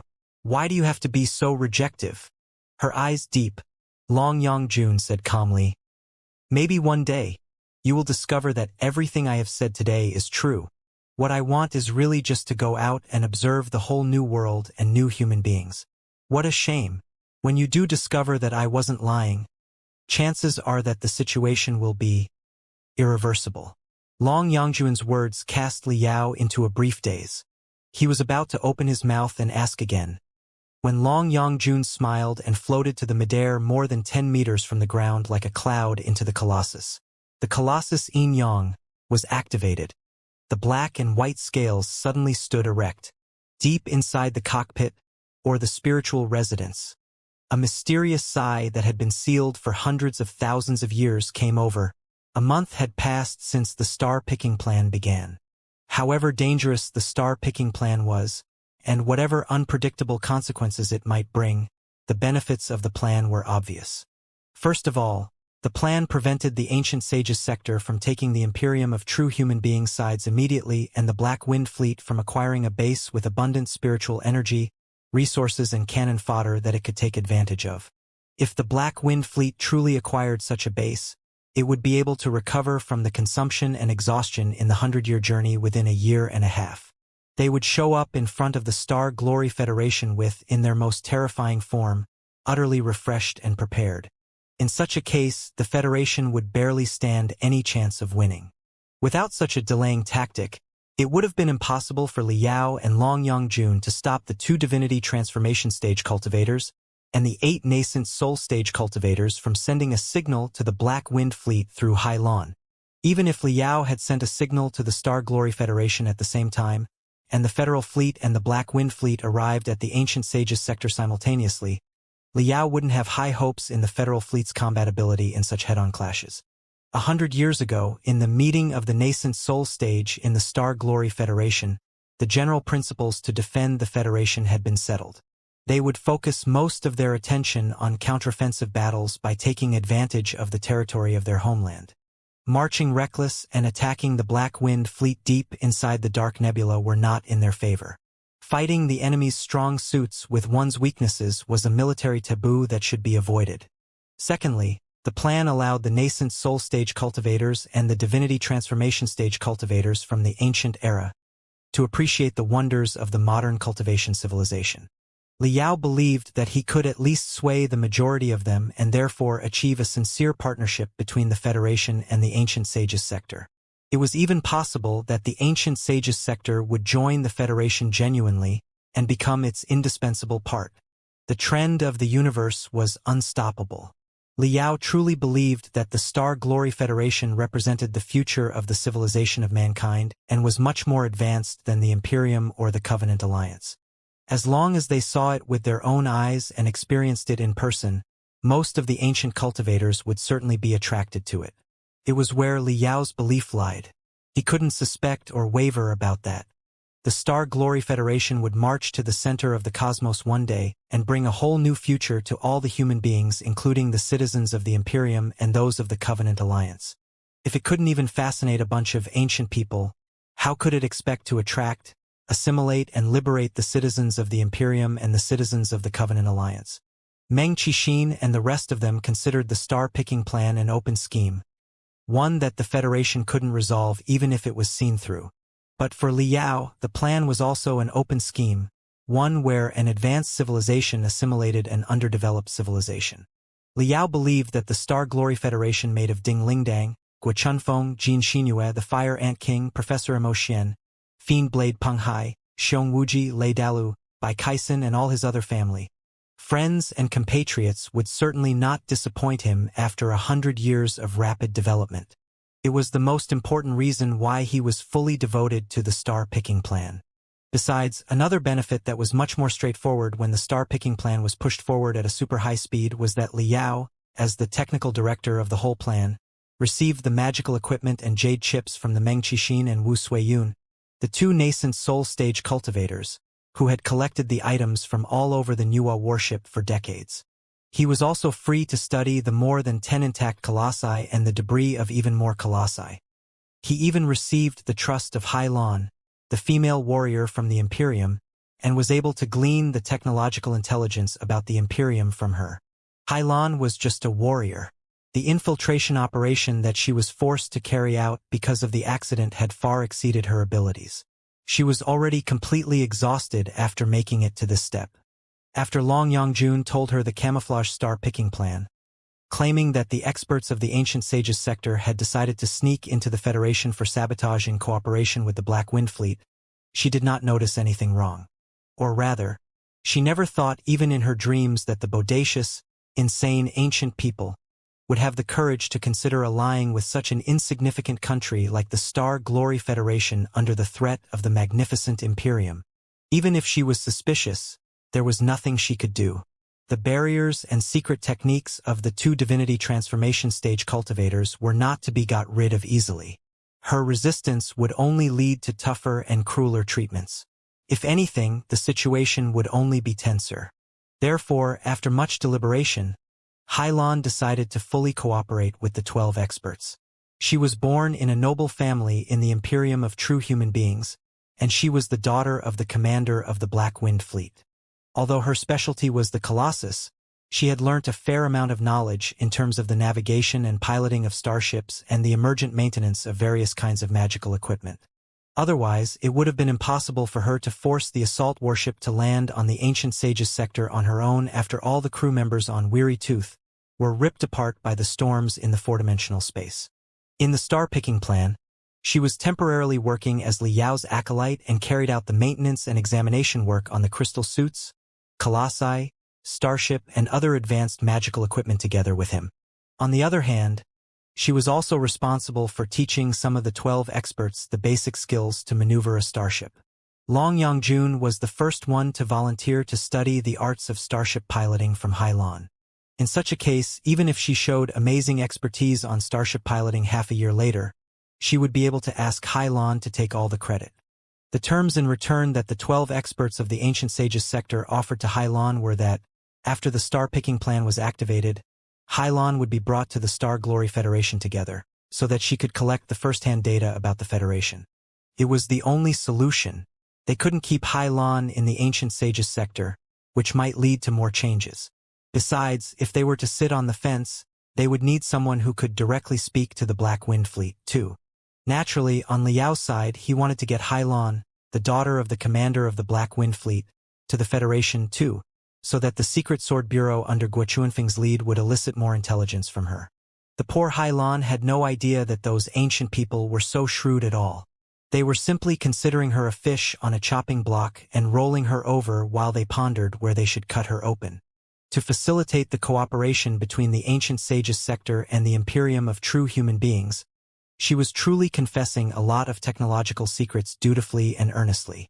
Many technical manuals from the Imperium of true human beings in terms of the maintenance of crystal suits, colossi and starships had been outputted into jade chips and given to Liao.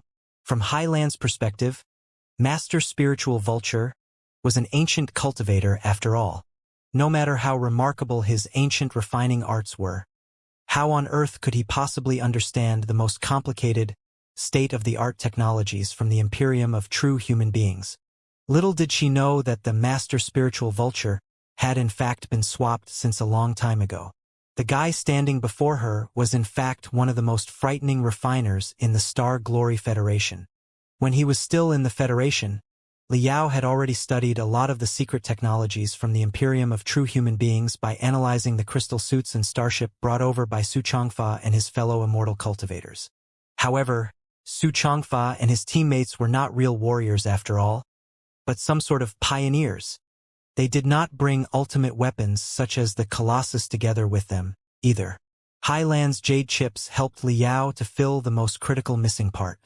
Fascinated, Liao was completely devoted to the new knowledge, devouring the maintenance manuals of crystal suits, colossi and starships from the Imperium of true human beings crazily. 2 months had passed since the Star Pick plan was activated. After the full examination and testing in the first month, the 12 experts had all chosen a colossus to their liking. They began the quick training of the crystal suits and the colossus under the guidance of Meng Qixin, Wu Suiyun and Hylon. They were smart and quick-minded cultivators above the high level of the nascent soul stage after all. Naturally, the progress of their learning was very fast. Also, the preliminary usage of the Colossus wasn't so hard to grasp. When Liao piloted the Colossus for the first time, he was already able to launch an ultimate skill and execute a member of the Pangu clan. It was true that he had the assistance of Little Black at that time, but right now the cultivators had more time to learn than he did.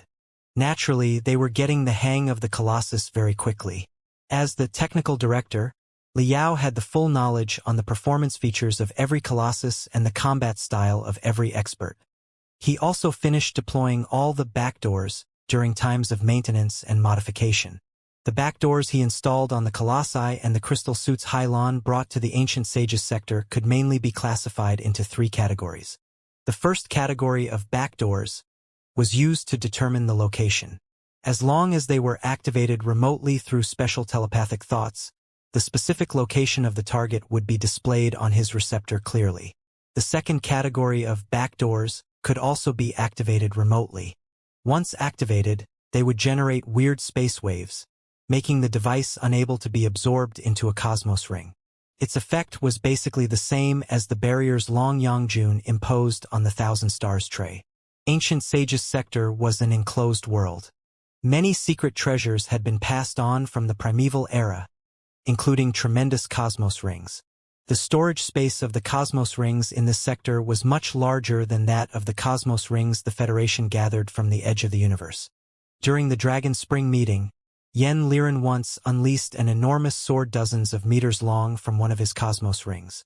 Since the cosmos ring could accommodate such a giant blade, it was definitely capable of accommodating a colossus no more than 30 meters tall. If searching in the entire ancient sage's sector, more than 10 cosmos rings of such a level could be found. It would be too dangerous if 12 dangerous rogues were wandering around carrying a colossus with them. Therefore, Liao specifically added the safety. Once activated, they would reduce the inconspicuousness of the colossi to 0. The third category of backdoors were certainly the barriers to cut the mainframe crystal processor and the engine reactors of the colossi and to paralyze them. Liao had used up all his wisdom on the back doors. Even the experts from the Black Wind Fleet arrived. They would still have to vomit blood if they wanted to crack the back doors he installed. However, unless it was absolutely necessary, Liao did not intend to resort to such methods. They were only the ultimate safety. Boss Xiaoyu and Master Bitter Cicada were both good people. Liao did not want to end on bad terms with them at all. Even Han Bailing, Qi Zhongdao, Qi Changsheng, Wan Mingzhu and the rest of them also had their own shining points. They were not entirely selfish and unpardonable fellows. Liao sincerely hoped that they could perceive something that they had never seen or thought in the Star Glory Federation, so that their beliefs could have a breakthrough. 3 months had passed since the star-picking plan was begun. Boom! Boom! Boom! Boom! Boom! Deep inside the land of eternal night, right above the Nuwa warship, in the middle of the turbulent snowstorm, 2 colossi were having a fierce fight like 2 primeval giants. The first colossus was around 20 meters tall, with a silver-white, translucent shell that seemed to have been completely melted into the wind and the snow. Sharp blades protruded out of the shoulders, elbows, knees and other joints on the body, highlighting the unmistakable style of aggressiveness. What was even more attractive was the double-handed giant sword in its hands, which was almost as tall as the colossus. Stripes as complicated as spider webs had been carved on the surface of the giant sword, as if it could evolve into a different form at any time and cut a mountain into halves. It was a colossus that Liao carefully selected for sword maniac Yen Liren. As one of the strongest points of attack in the team, the colossus was strengthened with the units of quite a few other colossi that Liao dismantled. It was the colossus that fully carried out the essence of attack. Yen Liren had named the colossus as Big Sword. Its opponent, on the other hand, was a round, fat colossus with disproportionate upper half body and lower half body, like a tumbler thousands of times larger, or a Buddha that was sitting on the lotus seat cross-legged. 8 bright gold, giant balls were dancing around the colossi while releasing gentle and thick brilliance, forming an unbreakable spiritual shield that was taking the blow of the sword attacks. It was Master Bitter Cicada's Colossus Earthly Buddha, which had the highest defensibility of all the colossi. When the spiritual shield of the colossus was fully stretched out, it could even cover hundreds of square meters and protect everybody within the range.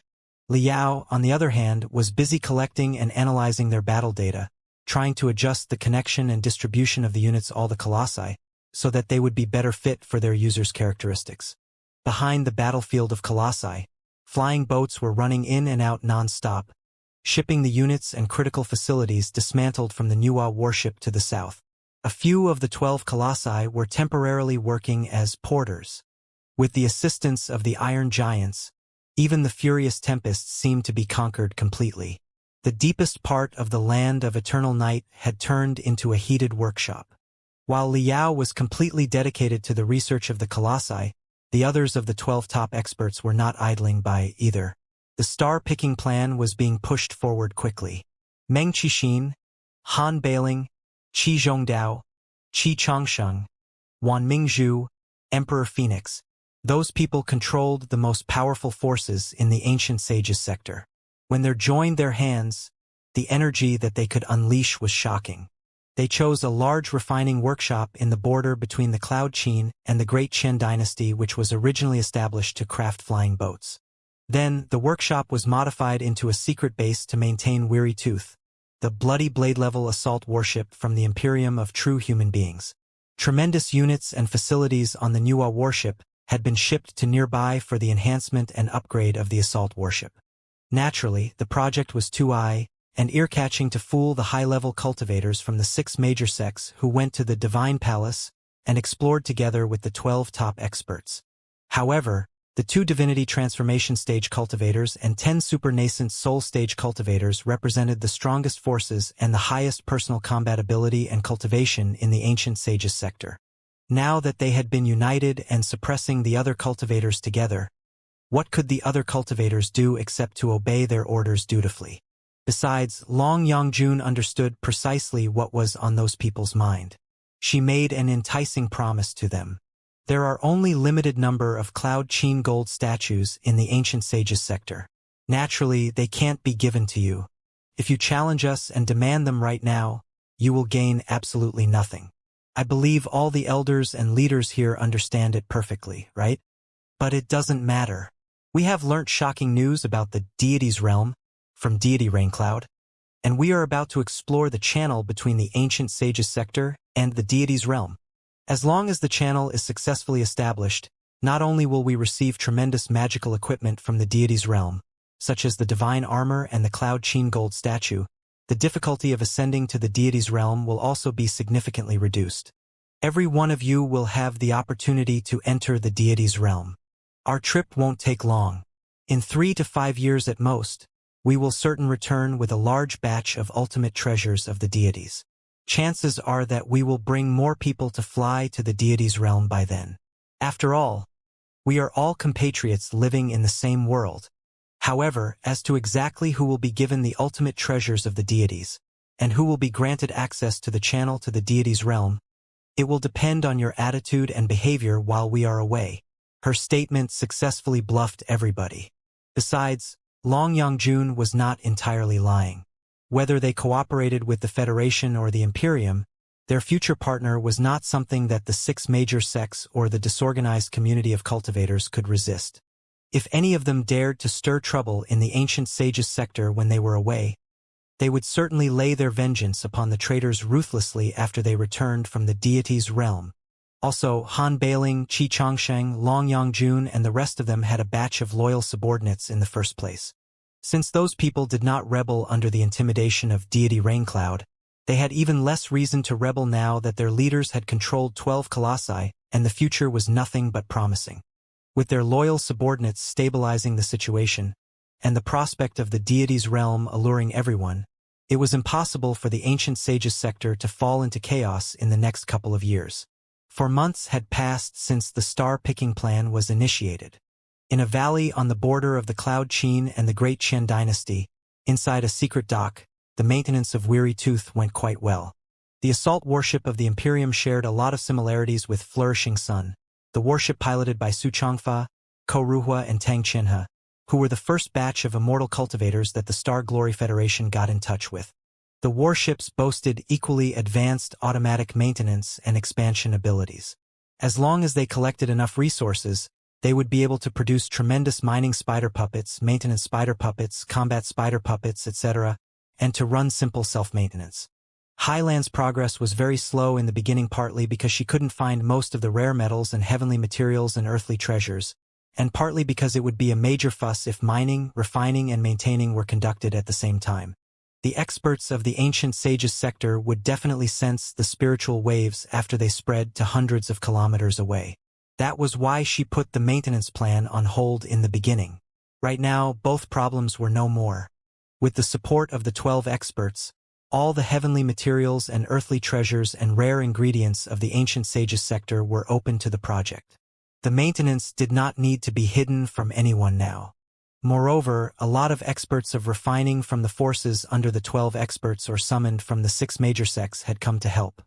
Together with the functional units and facilities dismantled from the Nuwa warship as enhancements, despite the hideous appearance on the surface due to the layers of patches, the performance parameters of Weary Tooth were soaring quickly. It was estimated that in less than 1 month, the warship would regain the ability of space voyage and even 4-dimensional jump. 5 months had passed since the star-picking plan began. The studies on the star map of the primeval era and the setting of the sailing routes had witnessed groundbreaking developments, too. What was recorded on the star map inside the Nuwa warship was the status of the universe hundreds of thousands of years ago. Hundreds of thousands of years were perhaps an entire life for a civilization from its rise to its decline. But on the universal level, it was just the blink of an eye. The relative location and status of the stars in the universe wouldn't have too many changes. Hai Lan, as the daughter of the commander of the Black Wind Fleet, was certainly able to read and deduct a star map. Although the new star map after her deductions and calculations was not enough to navigate the warship to jump to the orbit of the Heaven's origin planet, as the precise coordinates under Li Yao's control could, the possible destination was not far away from the Heaven's origin sector and the Blood Demon sector. Arriving at the nearby of the Star Glory Federation with a super long-distance space jump, measuring the latest situation in the space zones nearby, and then jumping for a second time more precisely after adjusting the navigation parameters accordingly. That was their plan. After Liao and Long Yongjun secretly discussed with each other, they agreed that they should not directly jump to the central area of the Federation. An unexpected encounter would do neither party any good. Eventually, Long Yongjun proposed that the destination of their first space jump should be set to be the place named Shimmering Light Space Zone on the star map. The place had a certain distance from the Heaven's Origin Sector, the Blood Demon Sector, and the Flying Star Sector. They would probably not be discovered by the Federation immediately after they jumped over. Although there wasn't a habitable planet in the place hundreds of thousands of years ago, some resource planets marked on the star map could still provide supplies for Weary Tooth after the long-distance jump. They could take a rest in the buffer area for a while, before they decided what to do next. Long Yongjun studied the arts of starship piloting after Hailan for a few months, and she showed great talent in learning. In the observation committee made of the 12 of them, she would work as the navigator on the starship. The landing point that she proposed was quite safe. It was soon approved by everyone. 6 months had passed since the star-picking plan started. Everything was good to go. The Weary Tooth, after being repaired, was standing deep inside the valley like a cluster of dark red crystals. Although it had yet to be activated, it was still releasing the air of intimidation and aggressiveness. The 500 square kilometers around the warship was set as a forbidden area. Except for the most loyal subordinates who had passed multiple tests, nobody was allowed to trespass, or they would be immediately executed. The first trip to the deity's realm for the locals of the Ancient Sages sector to break out of the Dark Nebula would begin in 2 hours. This is rather sharp. In the past half-year, the 12 experts of the Ancient Sages sector had witnessed the warship to be repaired and strengthened from a pile of garbage by the maintenance spider puppets that the warship brought with itself and the refiners of the Ancient Sages sector. However, when they stood in front of Weary Tooth, which was utterly refreshed and all set to go, they could still sense the coldness from the deadly weapon crafted in a modern civilization that was entirely from the products of their era and seemed to be able to rip everything in its way apart. They couldn't help but feel astounded at its formidability. Many of them were mumbling uncontrollably. The warship deserved its name as a bloody blade-level assault warship. It truly looked like a red dagger made of countless crimson crystals, or a man-eating shark that was swimming at the bottom of a red ocean. Even if it was merely standing in the depths of the valley without a sound, it still gave the feeling that it would open its bloody mouth at any moment. Thankfully, Liao and Hailan had commanded the maintenance spider puppets to plug countless disordered, redundant remnants of magical equipment onto the shell of Weary Tooth. It was partly meant to offset the blast of meteoroids in the space and the bombardment of the hostile fire, and partly to cover its inherent aura of intimidation from the Imperium. Although the camouflage was far from enough to fool everyone's eyes, the remote scanning from hundreds of thousands of kilometers away beyond range of visibility might not necessarily be able to unveil the real identity of the warship. It also befitted the false identity that Long Yongjun fabricated for them. Long Yongjun had made up 3 false identities for the highly dangerous team of observers. On the outmost level, they were from the Burning Stone sector, a world suppressed by the Imperium of true human beings more than 500 years ago. It was a sector that once existed for real, and one that was too stubborn to surrender to the Imperium. The cultivators of the Burning Stone sector challenged the Imperium and, without any suspense, were cruelly suppressed. After the most gory and bloody battles, the entire Burning Stone sector almost ended up in an ocean of fire. Before encountering the Imperium of true human beings, the Burning Stone sector had already developed rather advanced space cruise abilities. After the lost battles, many warriors of resistance boarded on starships and fled to the universe. They turned into small resistance armies and guerrilla troops and continued harassing the Imperium. They hijacked the carriers from the Imperial Terminus sector, which were sent to other worlds to plunder resources. They assaulted the mines at the remote space zones in the vast territory of the Imperium. Some of the more extreme Avengers even entered the central area of the Imperium, assassinated the high officials, promoted the ideology of resistance, disrupted the relationship between the capital and the local areas, and instigated the worlds at the periphery to seek autonomy and independence. They even resorted to terror attacks for purest retaliations. It took the Imperium 200 years to slap all the annoying flies. But it was not until 300 years later that the last resistance warship of the Burning Stone Cultivators was discovered, which marked the conclusion of the Riot of Burning Stone. All the information was confessed by Hylon and verified by the 2 divinity transformation stage cultivators, who believed that it was reliable. Then, according to the script that Long Yongjun made up, some of the cultivators from the Burning Stone sector escaped from the Imperium's hunting and seized a warship of the Imperium during the battles, before they fled to the edge of the cosmos after hundreds of years, like Firefly, which accommodated the last survivors of the rightful government of the Star Ocean Republic. It would explain perfectly why they suddenly showed up in the territory of the Federation on the Bloody Blade-level assault warship. For that, Long Yongjun asked Hylon all the details about the Riot of Burning Stone, repetitively. It was not a military secret of the Imperium but an anecdote hundreds of years ago. Naturally, there was no need for it to be sealed. Hylon confessed everything dutifully. According to the details, Long Yongjun fabricated a new identity for each of the 12 of them. No, the 13 of them including Hylon. She was the leader and founder of the Ghost character, an intelligence and assassination agency. Liao estimated that she must have been doing similar jobs in the Nuwa clan's army in the God-sealing war hundreds of thousands of years ago. Naturally, she was quite familiar with the work. It was just the first layer of their camouflage. If this camouflage was seen through, which was very likely to happen as the 12 experts never underestimated the wisdom of the people of the Federation, they would activate their second identities. In their second identities, they would tell part of the truth. The best lies were always covered and camouflaged by a lot of truth. They would admit that they were from a certain civilization of ancient cultivators. However, they would give fuzzy answers when they were asked about the coordinates of the ancient sages sector. Also, they would understate the capabilities of themselves and the ancient sages sector.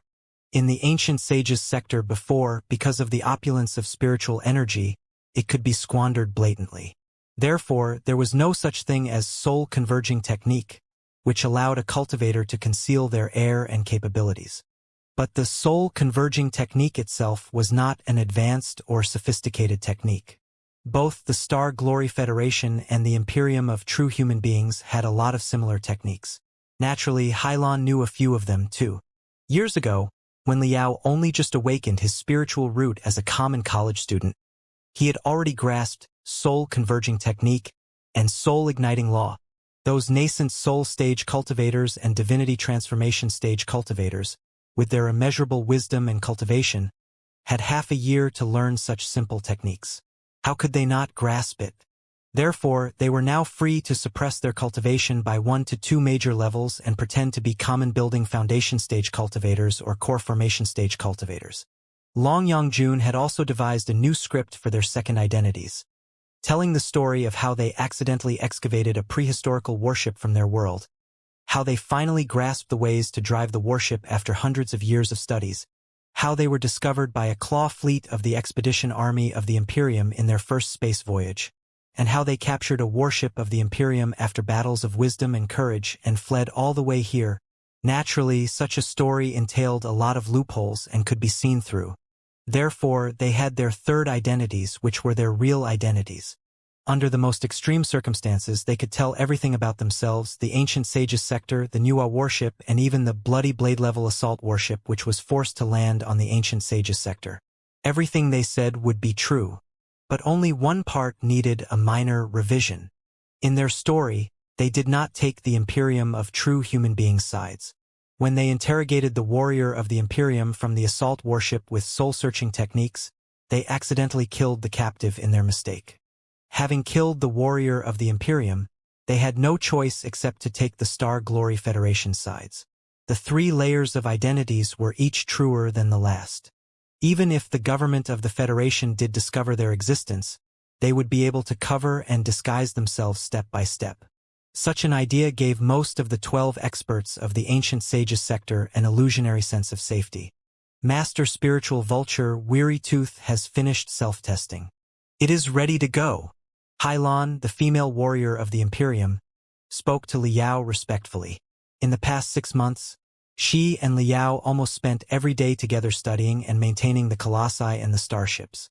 The crazy learning speed of Master Spiritual Vulture on the arts of modern magical equipment maintenance greatly shocked Hai Lan. In less than 3 months, he had already surpassed Hai Lan's level as a late starter. Hai Lan was both surprised and awed by the Grandmaster of Great Show.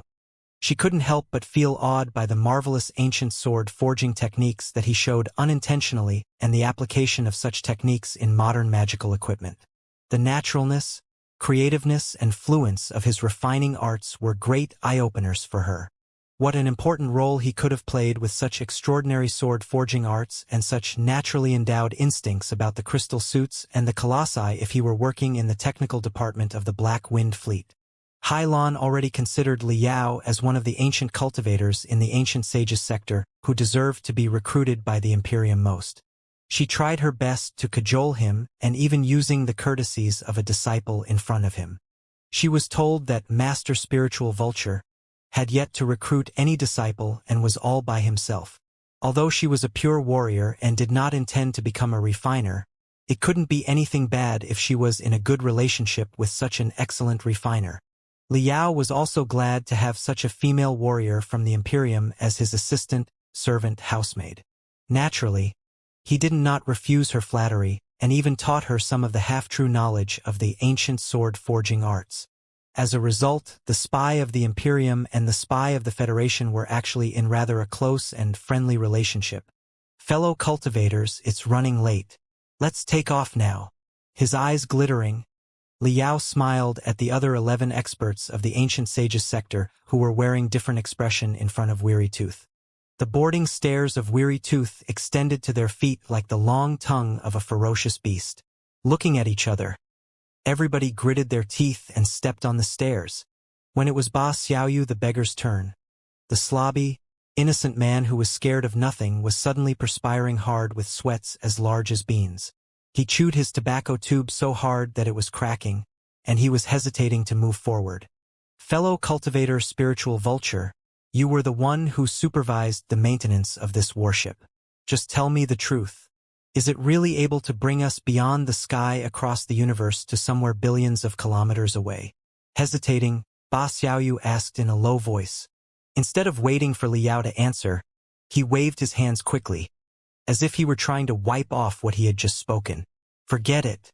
What will be will be. My question is redundant. Can I defect at this moment?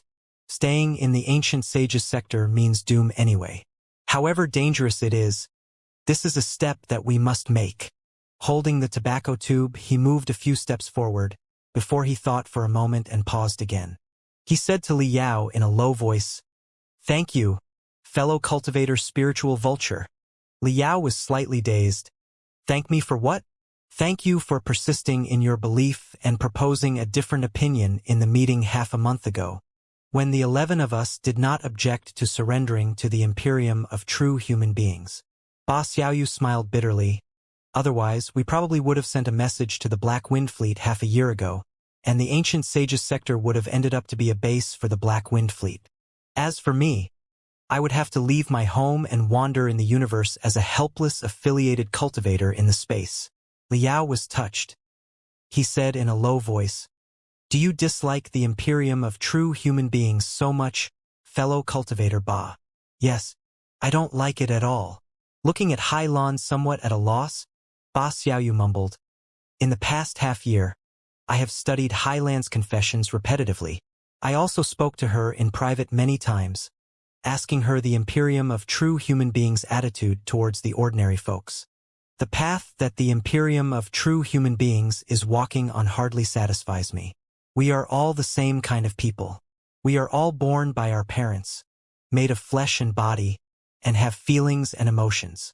Why must we be classified as true human beings and hominoids?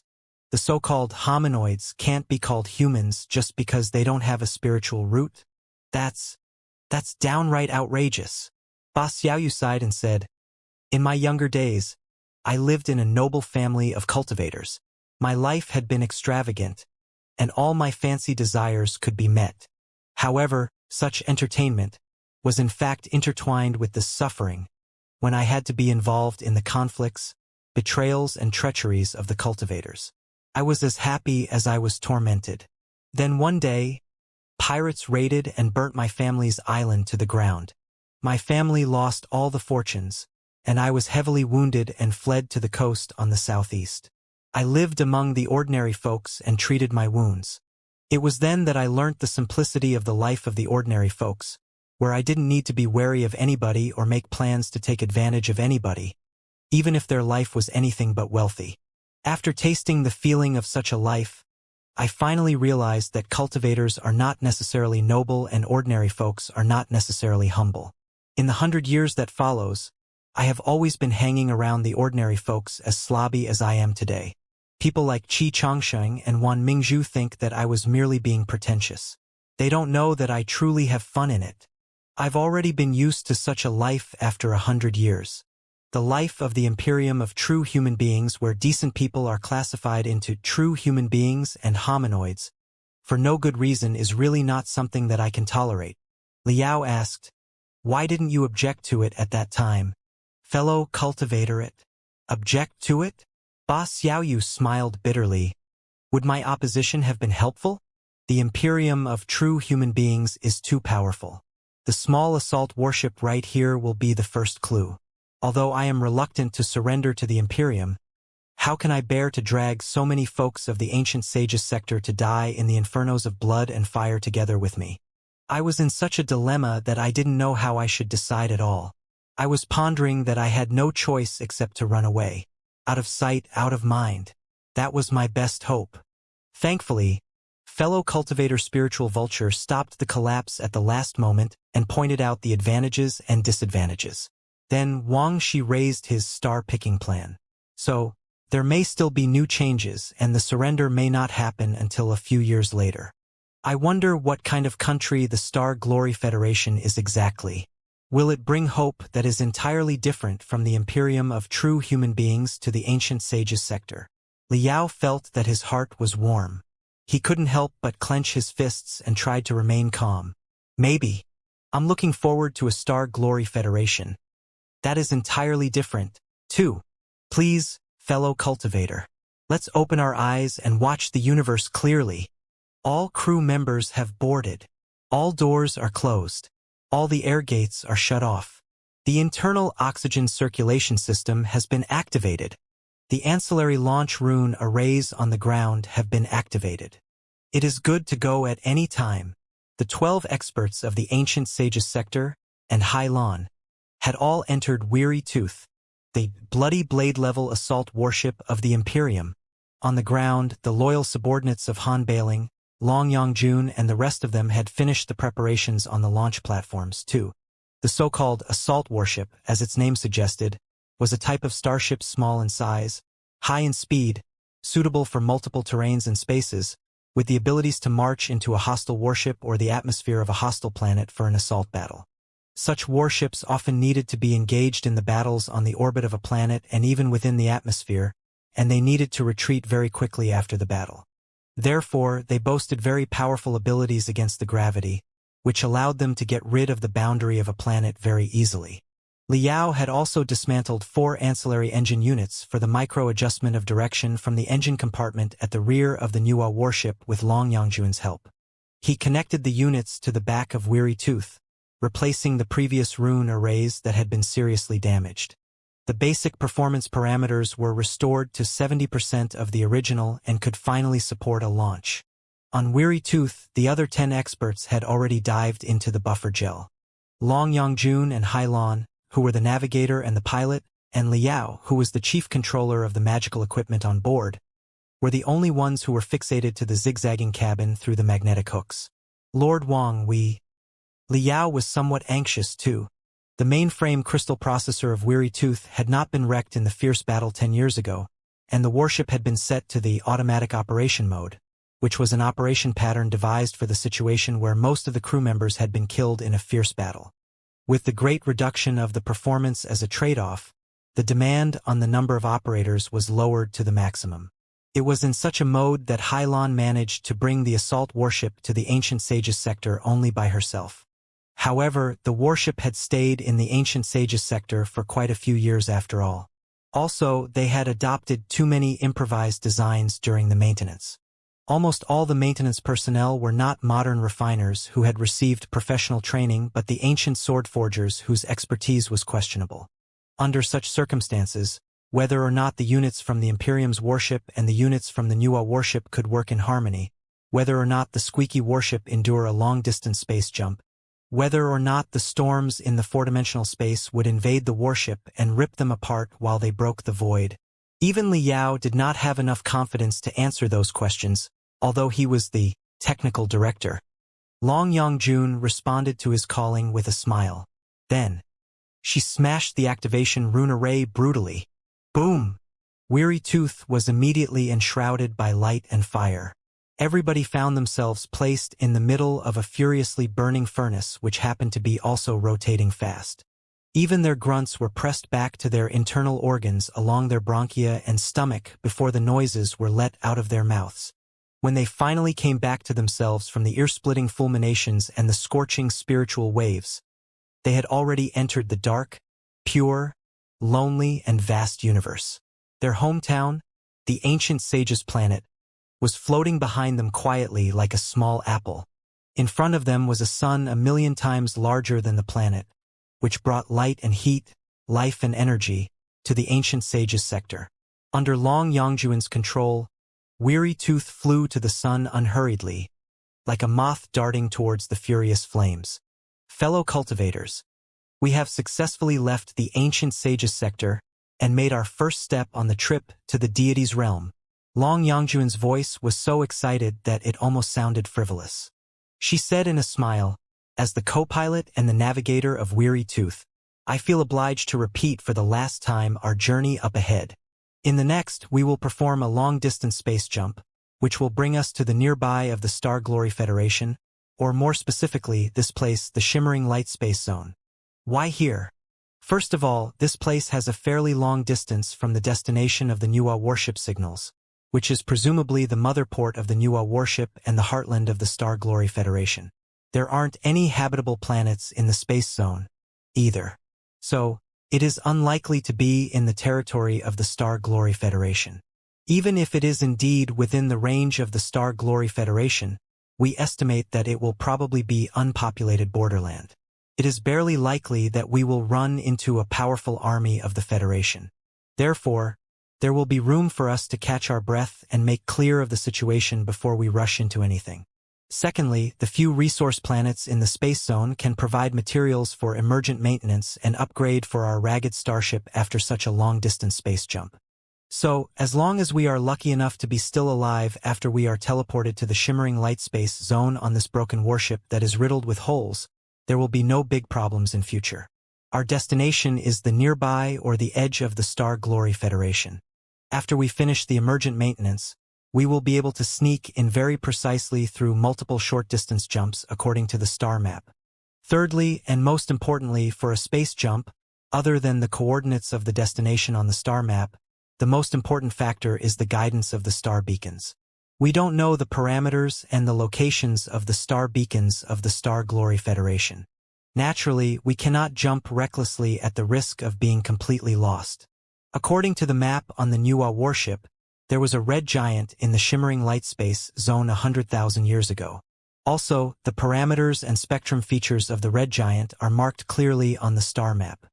Hylon told us that red giant is a form of a star, say the sun after it ages, whose size can be 1,000,000,000 times larger than when it is at maturity. 1,000,000,000 times, fellow cultivators. 1,000,000,000 times than the sun of the ancient sage's sector in front of us. Now that we know the parameters and spectrum features of the red giant, we can totally consider the 1,000,000,000 times large sun as an enormous special beacon. It is 100 times safer to jump to its nearby than to jump to the heartland of the Federation recklessly. The longevity of a red giant is short compared to a stable star in the prime years, but it can still live millions of years.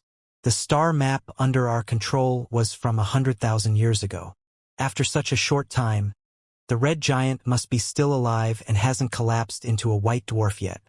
It will guide the way for the ancient sage's sector. Sit tight, fellow cultivators. The gate of ascension is about to be opened. For us to be teleported to the space zone where the red giant is at, we will have to infuriate our sun first. The three factors were of paramount importance for a space jump.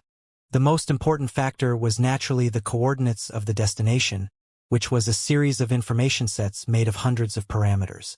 Not only had they elaborate on the relative position of the destination in the universe, they would also have to illustrate the speed and trajectory of the star and even the galaxy nearby, which made them extremely sophisticated. Even if only one of the thousands of parameters was missing or wrong, those who were teleported could be sent somewhere not even close to the original destination. The second factor was the star beacon. The star beacons were equivalent to lighthouses in the sea of stars. To sail on a vast ocean, it would be useless to only know the location of the port. In the stormy, dark, or foggy days, only with the continuous guidance of one or more lighthouses could a ship expect to arrive at the destination successfully. The larger a starship or a fleet was, and the longer the space jump was, the higher the level of the star beacons and the more powerful they had to be. Otherwise, it was very possible for dozens of starships to jump to the destination, only to crash or even meld with each other, leading to a chain of explosions before they were completely destroyed. It was like when dozens of tankers with a tonnage of 100,000 tons moved into a narrow port at the same time. Without the guidance of the lighthouses and the port workers, they would certain collide or be stranded. The third factor was the spiritual energy to be consumed in the space jump. A space jump was a special type of teleportation. To allow the materials with a certain mass in the three-dimensional universe to break the barrier of the four-dimensional universe, endure the torture of the unimaginable storms there, reach a different point precisely, and reduce to the three-dimensional universe and reconstruct in their original form would consume astronomical spiritual energy. The longer the distance of teleportation and the higher the demand on the precision of the destination, the more spiritual energy consumed. Years back, Liao had been able to jump from Boneyard to the Flying Star sector on Sparkle only because he did not set the destination at all. In terms of precision, his requirement had bordered on zero. That was why he had achieved the space jump even though there was barely any spiritual energy left on Sparkle, which had been asleep for thousands of years. However, such good luck was not something that one could run into on a daily basis. In most cases, an aimless space jump would only bring the victims to the depths of the cold, dark universe, where there was no spiritual energy, no planets, no cosmic dust, absolutely nothing. For the space jumps that were well prepared and had fixed destinations, a lot of launch platforms had been established with different powerful energy sources. The Heavens Artillery in the Heavens Origin sector made use of the explosive force of the underground magma. The Eye of Blood Demon in the Blood Demon sector employed the tidal force caused by the interaction between the three satellites and the planet. The Cosmic Slingshot on Ice King in the Flying Star sector, on the other hand, accumulated the force when the planet revolved like the spring on a mechanical watch with the magnificent techniques left by the Star Ocean Imperium. When the force had reached a tipping point, it would be unleashed all at once to provide impetus.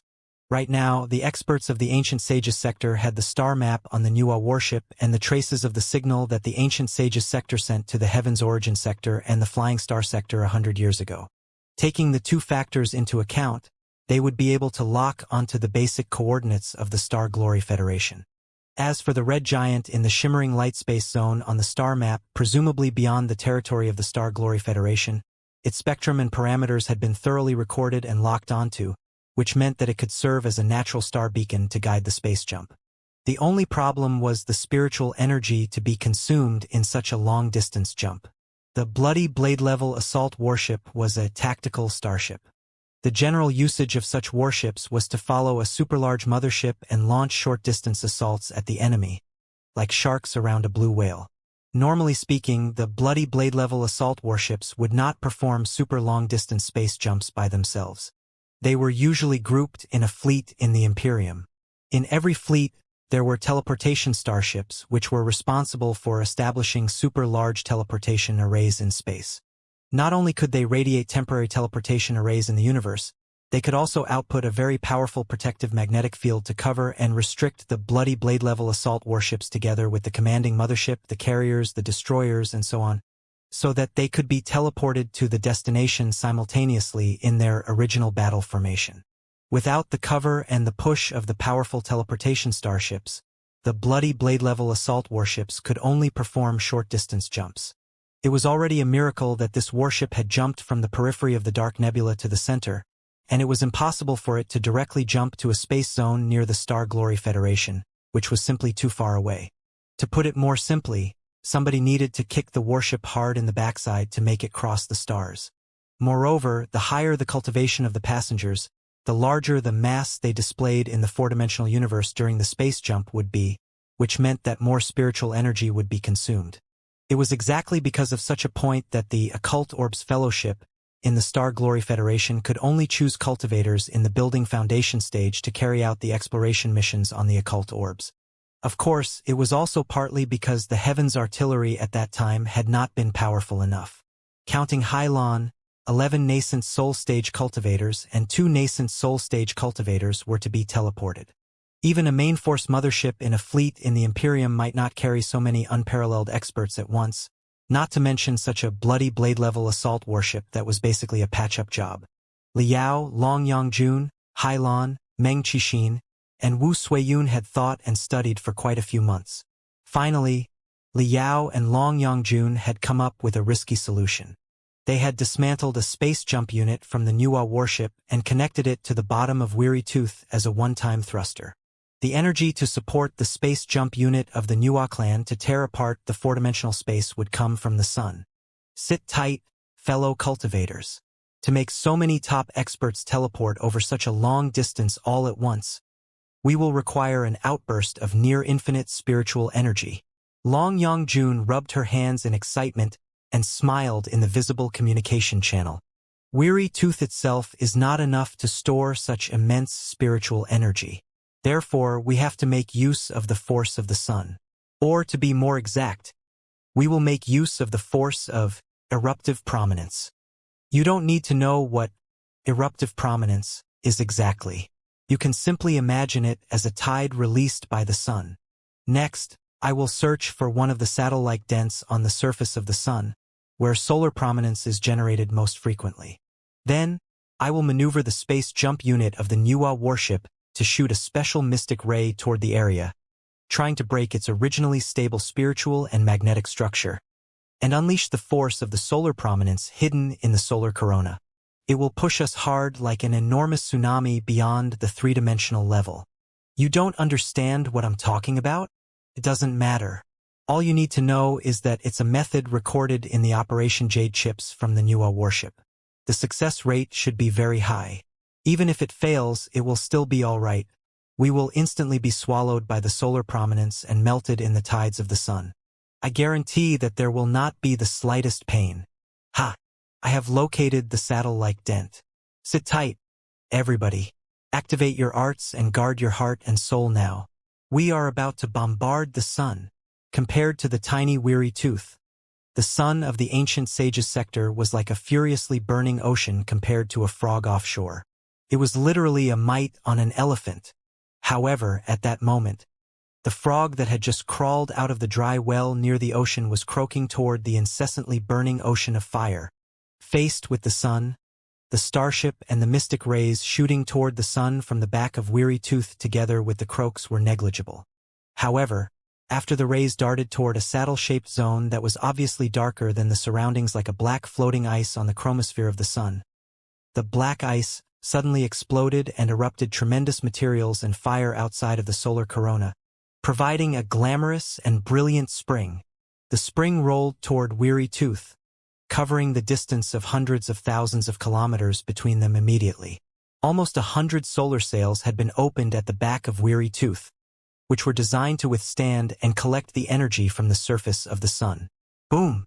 The solar prominence hundreds of thousands of meters tall enshrouded Weary Tooth instantly, like a wave ruthlessly swallowing a surfer.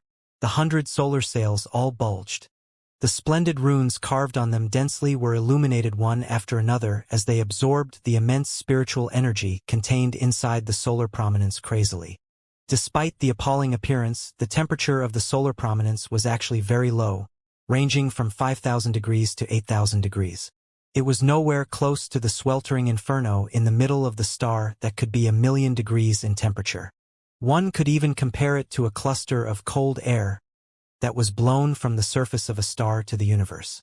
It was exactly for that reason that the Nuwa civilization had been able to cruise the universe by taking advantage of the solar prominence. However, even the cold air, whose temperature was only 5,000 to 8,000 degrees, was still a major danger for Weary Tooth and everybody on board.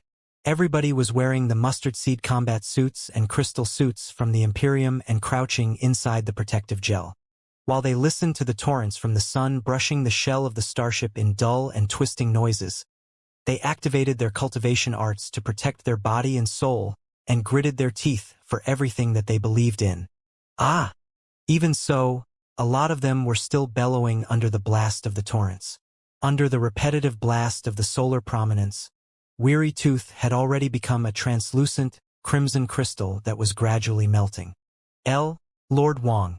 It is time to launch the space jump. Greatly alarmed, Hylon shrieked at Long Yongjun. Our shell is about to be burnt through. Wait a moment. We haven't absorbed enough spiritual energy from the solar prominence. Narrowing her eyes, Long Yongjun put on an excited smile as she stared at the parameters on the interface of the mainframe crystal processor. The spiritual energy and the force of the sun right now are not necessarily enough for us to be teleported to the destination precisely. Crack, crack, crack, crack. Shocking noises were echoing everywhere on Weary Tooth. The lights flickered on and off. Sparks were bursting out everywhere. Even Liao was looking at Long Yongjun with a pale face. The shell of Weary Tooth had turned completely red and would be melted in another few seconds. Now's the time, Long Yongjun shouted at the top of her voice, her eyes glittering, before she smashed the control menu. Universe, our ancient sage's sector is back. In a moment, Weary Tooth turned into such dazzling redness that it was clearly visible even in the raging torrents of the sun. Like a supernova outbreak, it extended thorns of brilliance in all directions, and each of the thorns was more than 10,000 meters long. The thorns of brilliance tore apart the three-dimensional space easily into mysterious, ever-floating gaps. Pushed by the impetus of the solar prominence, Weary Tooth truly seemed to have been kicked right in the bottom by the sun. It staggered into the space gap and vanished from the sector. Weary Tooth had been teleported. Carrying 12 locals of the ancient sage's sector, it sailed into the endless and unknown universe. Inside Weary Tooth, everybody was shouldering the excruciating pain of being torn and twisted while they were breaking the void. Despite his multiple experiences in traveling through teleportation, Liao was also shouting uncontrollably. In his eyes, the shell of Weary Tooth seemed to have been completely melted by the solar prominence, and they had been placed in the middle of the giant waves of the star. They seemed to be sitting on a lone boat in the middle of a boundless ocean of fire, or like 13 ants that were crawling on a dry, burning leaf. His every muscle, every nerve, every vein, and every cell was ignited from inside to outside. His body, his soul, and his self-awareness were about to be burnt to the ground. Even the concepts of time and fear had been swallowed by the infinitely and eternally burning fire. All that could be sensed was the vastness of the universe and the loneliness and insignificance of human beings. It was a feeling that could drive one mad. All notions in the three-dimensional universe lost their meaning in the four-dimensional universe. He seemed to have seen the changes of the universe in millions of years in only one moment. Even Liao himself was turning into a grain of sand, about to collapse and disperse under the blow of time. Right when Liao thought that the jump had failed and that he was about to perish in the four-dimensional space together with Weary Tooth, he suddenly felt a shake. The sand that constituted his body, soul, and self-awareness was being condensed under the attraction of an uncanny force. The teleportation had succeeded. They were lucky enough to have not encountered the terrible storms in the four-dimensional space. They were getting rid of the broken state and being reconstructed in the three-dimensional space. Liao's internal organs, limbs, and his every muscle, vein, nerve, and soul returned to where they should be one after another. The very first thing that Liao did after he stood up from the protective gel and lifted the helmet of his crystal suit was to kneel on the floor and throw up. It was not the first time that he had experienced a super long-distance space jump. but it was certainly the bumpiest one that he had ever tried. Long Yongjun was certainly a lunatic. To pursue the highest precision of the destination of the jump, she did not initiate the jump until the solar prominence almost melted the starship in order to collect the maximum spiritual energy. Weary Tooth was just a ragged starship that was jumbled up with garbage. It was also accommodating 13 experts with such high cultivation. It was not hard to imagine the blast that they suffered during the teleportation. Liao almost vomited his gallbladder out. It was nothing to be ashamed of. He was certainly not the most disgraceful one. Including Hailan, the daughter of the commander of the Black Wind Fleet, and Qi Zhongdao and Master Bitter Cicada, almost all the nascent soul stage cultivators were throwing up crazily. Many of them were cramping like lobsters that had contracted malaria. An intense sour, smelly stink filled the entire cabin, as if it were a shop to sell salted fish. The stench did not disperse for a long time. Only Meng Qixin, Wu Suiyun, and Wan Mingzhu, the three spectral cultivators, were in better conditions. That was because they did not have real stomachs and throats that they could throw up with. The three ghosts were hiding in three crude metal puppets. The three metal puppets had been forged by Liao based on the automatic defense puppets on the Nuwa warship. Those puppets could have been slightly modified to serve as their artificial bodies without much trouble. However, the puppets created by the Nuwa clan had two distinctive features. The passionate bordering on disorderly patterns of spiritual energy would be too eye-catching if the spectral cultivators were walking in them.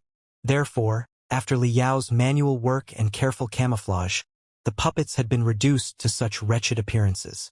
They were thick, black, and clumsy, as if their original owners were some hard-working miners. Of course, the seemingly unattractive iron shells still reserved the magnificent firepower and the brutal combat ability of the automatic defense puppets of the Nuwa warship. Under Meng Qixin, Wu Suiyun, and Wan Mingzhu's delicate control, they would certainly be a shock for the toughest ghost warriors in the Federation and the Imperium. Although they did not have real bodies of flesh and blood to be blasted, their souls were still dwelling in the shock caused by the space jump, and they did not come back to themselves for a long time. Is this the world beyond? Are these the real stars and universe? After they finally vomited everything of their past and opened their eyes to observe the brand new world that they were in, all the nascent soul stage cultivators and the divinity transformation stage cultivators were deeply fascinated by the brilliant stars and the vast space. They were appreciating everything so greedily that they were even reluctant to blink. They were particularly astounded by the red giant that seemed to be one step away from them, the cluster of fire that, despite its dimness, seemed to be swallowing the entire universe with its enormity staggered their souls and rendered them speechless for a long time. Fellow cultivators, we have successfully reached what was marked as the shimmering light space zone on the ancient star map. The spectrum and parameters of the red giant in front of us are almost identical to those noted on the star map. So, we can with near certainty that they are the same star. Long Yongjun was still half lying on the integrative pilot seat. She seemed to have been uninfluenced by the blast during the space jump at all and even enjoyed it. Her agile thinking abilities were maintained, too. Do excuse me for being too radical when we absorbed spiritual energy from the solar prominence just now. However, we didn't really have a choice. This red giant is not a real star beacon after all. I had to set the destination of the jump very precisely so that we could jump beyond the range of its gravity. If there was a slight error in the jump because of insufficient spiritual energy, we might have dived right into the red giant, in which case we would have been screwed. Thankfully, we jumped to the edge of the galaxy despite all the dangers. We are now being attracted by the star without being swallowed by it. This is a very successful space jump. Now that we have arrived at the shimmering light space zone, fellow cultivators, you may take a brief rest. You can appreciate the magnificent scenery of the universe around us. Maybe express your feelings in a poem.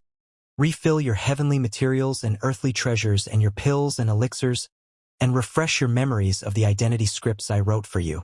This place should be a desolate land outside of the Star Glory Federation. We can take a rest here for half a month and search for a resource planet to repair Weary Tooth. while we collect the astronomical parameters around to further deduct the star map in a more precise way so that we can slowly jump to and infiltrate the Star Glory Federation. Remember, from now on, we are no longer the top-tier experts of the Ancient Sages sector, and we must abandon the local accent of the Ancient Sages sector. Language experienced drastic changes after the unification of the Star Ocean Imperium. Despite their accents, the common vocabulary and the habitual language are basically the same. We have all learned about that from Hylon. I don't think that we will give ourselves away so easily, right? Alright, let's just... Unhurried. Everything was under Long Yangjuan's control. After all, the shimmering light space zone was the best jump point that she and Liao had decided after carefully studying for a long time. It had a rather long distance to the Heaven's Origin sector, the Blood Demon sector, and the Flying Star sector. Generally speaking, it was impossible for them to run into the Federal Army by accident and get involved in any conflict there. However, boom! Before Long Yangjun finished her speech, a deafening explosion already took place right in front of Weary Tooth. The warship trembled so violently that she was also thrown away from the pilot's seat. Every parameter on the operation interface turned red, and ear-splitting alarms were echoing throughout the cabins. Weary Tooth was slowly recovering from the space jump. It was in its most vulnerable phase, and the probe magical equipment around the starship had not yet been activated. At that moment, the probe magical equipment finally regained their functionality. Through the tremendous mystic rays that they released, the cultivators on board finally got the gist of what was happening in the shimmering light space zone from the data that was changing as violently as a storm. The truth of the shimmering light space zone shocked all of them. First of all, even at the edge of the galaxy where they were, traces of feeble spiritual energy could still be detected in space, like the ripples left by enormous ships after they sailed on the surface of the ocean. It suggested that the shimmering light space zone was far from an unpopulated land, but had very frequent voyage and trade activities. Secondly, they had also detected a certain number of man-made artificial celestial bodies that looked like black spots at the periphery of the red giant. The devices blocked or absorbed part of the light, heat, and radiation emanated from the red giant. It was also proof that a certain civilization or species had developed or even colonized the space zone on a large scale. The more conclusive proof was, of course, the 4 starships that were chasing after one another right next to them. The one fleeing in the lead in a hurry was a calabash-shaped carrier with a big, round belly, which was chased by 3 high-speed warships that were narrow and long and looked like swordfish. The carrier seemed to have fallen into the trap of the 3 warships a long time ago. It was covered in damage and holes. Before Weary Tooth completely got rid of the aftershock of the space jump, it had already been caught up by the 3 warships. After a period of crazy, colorful bombardment, the carrier exploded violently and got swallowed by raging flames. The noises when Weary Tooth had returned to the 3-dimensional universe from the 4-dimensional universe were quite huge. The 3 swordfish-like warships had immediately noticed it. It was the most vulnerable phase for Weary Tooth, which was unable to move at all, as if it had been mired in a swamp between the 3-dimensional universe and the 4-dimensional universe. The 3 swordfish-like warships took the momentary opportunity and launched their fiercest attacks toward Weary Tooth after shifting their target without asking who was on the starship at all. Boom! Boom! Boom! Boom! Fire was covered Weary Tooth, inside and out, as it was devoured by countless explosions and blasts. It was in the most vulnerable state after having just broken out of the 4-dimensional universe. Even the spiritual shield was not entirely opened yet. Every attack from the enemy would bite a piece of meat off the crystal shell of the warship. The metal components and the oil were spraying into space like broken flesh and blood. Before Weary Tooth was entirely blown up, the enemy seemed to have no interest in communicating with Weary Tooth at all. In front of every swordfish-like warship, dozens of colorful pillars of light were spurting out at the same time. Like the sharpest scalpels, they were cutting and savaging Weary Tooth's shell. On the back of the warships, almost 100 helical metal thorns were standing like the fins of the swordfish. Pushed by the power rune arrays, they had also taken off from the warships and rushed over while they were rotating at a high speed, darting into the shell of Weary Tooth deeply like tusks that were penetrating deep into the body of the prey. Z. Z. Z. Those helical metal thorns entailed the most powerful attack units and crystals of the Thunder class. After they pierced into Weary Tooth so deeply, they immediately released hundreds of high-voltage electric arcs, which swept across every pathway and every cabin like boas, seriously destroying most of the units on Weary Tooth and half-paralyzing Weary Tooth. Weary Tooth was unable to fight back at all because nobody was at the attack posts. Even the divinity transformation stage cultivators were not real deities. It was already a miracle that they had familiarized themselves with the usage of their crystal suits and colossi in just half a year. Where did they have the time to learn the battle skills of a starship? Hailan and Long Yongjun were the only two who had mastered starship piloting skills to a certain extent on Weary Tooth. It was already good enough that they were able to maneuver Weary Tooth to cruise stably in the Sea of Stars and reach the destination precisely. Due to the serious shortage of personnel, they could not perform counterattacks against the hostile warships at all. Boom! Boom! Boom! Z! Z! Z! Z! Inside the cockpit of Weary Tooth, fireballs and electric arcs were dancing crazily. 2. All kinds of components and pieces were flying in midair in a mess. Long Yongjun and Hailan's hair was standing on end under the electric shock, making them look like crazy devils. Gnashing her teeth, Long Yongjun shouted, "Fellow cultivator spiritual vulture, we need emergent maintenance here.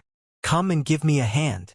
Hardly had Liao staggered into the cockpit against the fireballs and electric arcs on the way when Long Yongjun snatched him and dragged him to a corner. "Hey, what's going on here? Didn't you say that this place is safe and could serve as a buffer area between us and the Federation?" Long Yongjun was so angry that flames of fury seemed to be shooting out of her mouth. "Why are we under such violent attack the moment we jumped over? You are not hoping that we should just part here on bad terms, are you? How on earth would I know?" Liao was dizzy too. He replied, not in a good mood himself. "This place is obviously far away from the territory of the Federation, and the environment around this red giant is not particularly favorable. There's no reason a federal fleet should be here. Also, their target was clearly not us in the beginning but the calabash-shaped carrier.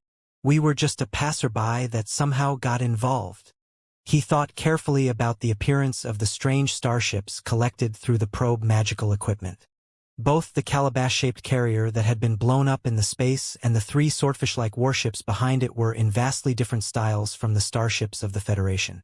Besides, there was not the paint of the rising dragon of the 9 Stars flag on their shell, or the emblems of the Patriots Partnership, Skyfire, the Glorious Sunlight Group, and the major sects in the Federation.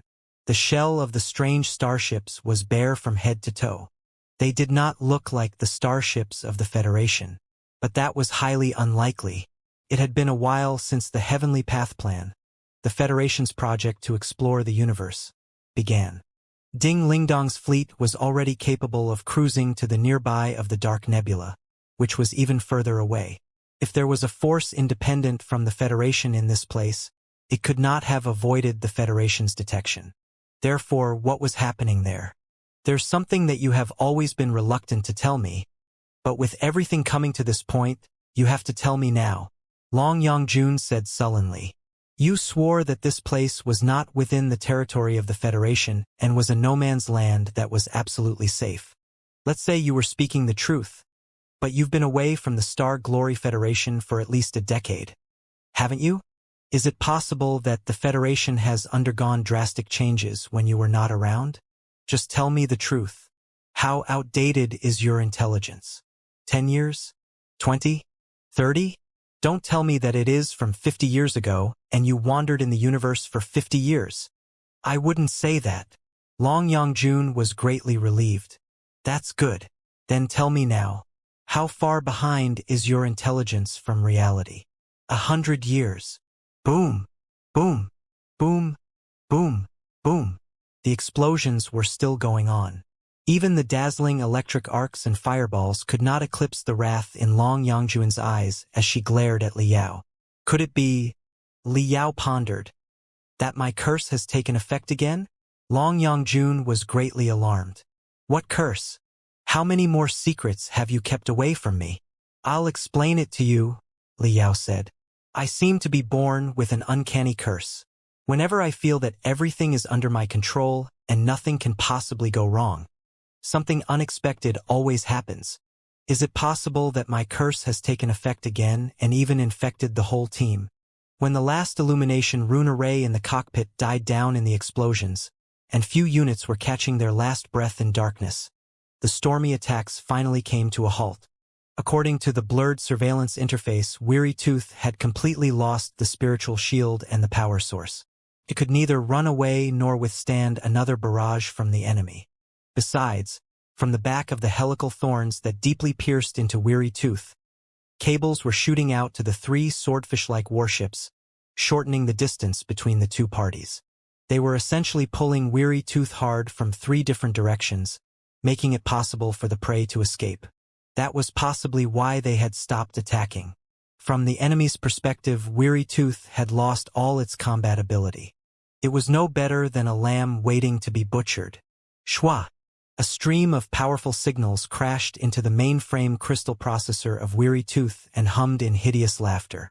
Silently, Long Yongjun parsed the signals and projected them to the light beams in front of everyone on board. What appeared on the light beam was a middle-aged man who was slim and dark and carried the air of both elegance and brutality. Liao was slightly dazed. The man had 2 bright gold horns as adornments embedded on his forehead, which were probably directly fixated to the skull through secret techniques. Around his neck was a circle of long, narrow tattoos. The agile and soft style of armor on his body was vastly different from the traditions of the Federation, too, giving an exotic feeling. Liao could guarantee that no people in the Heaven's Origin sector, the Flying Star sector, or the Blood Demon sector dressed in such a style. Whoever you are, the elegant, brutal, dark-skinned man laughed proudly.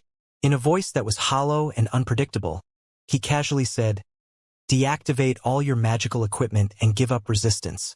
We will board your starship for inspection.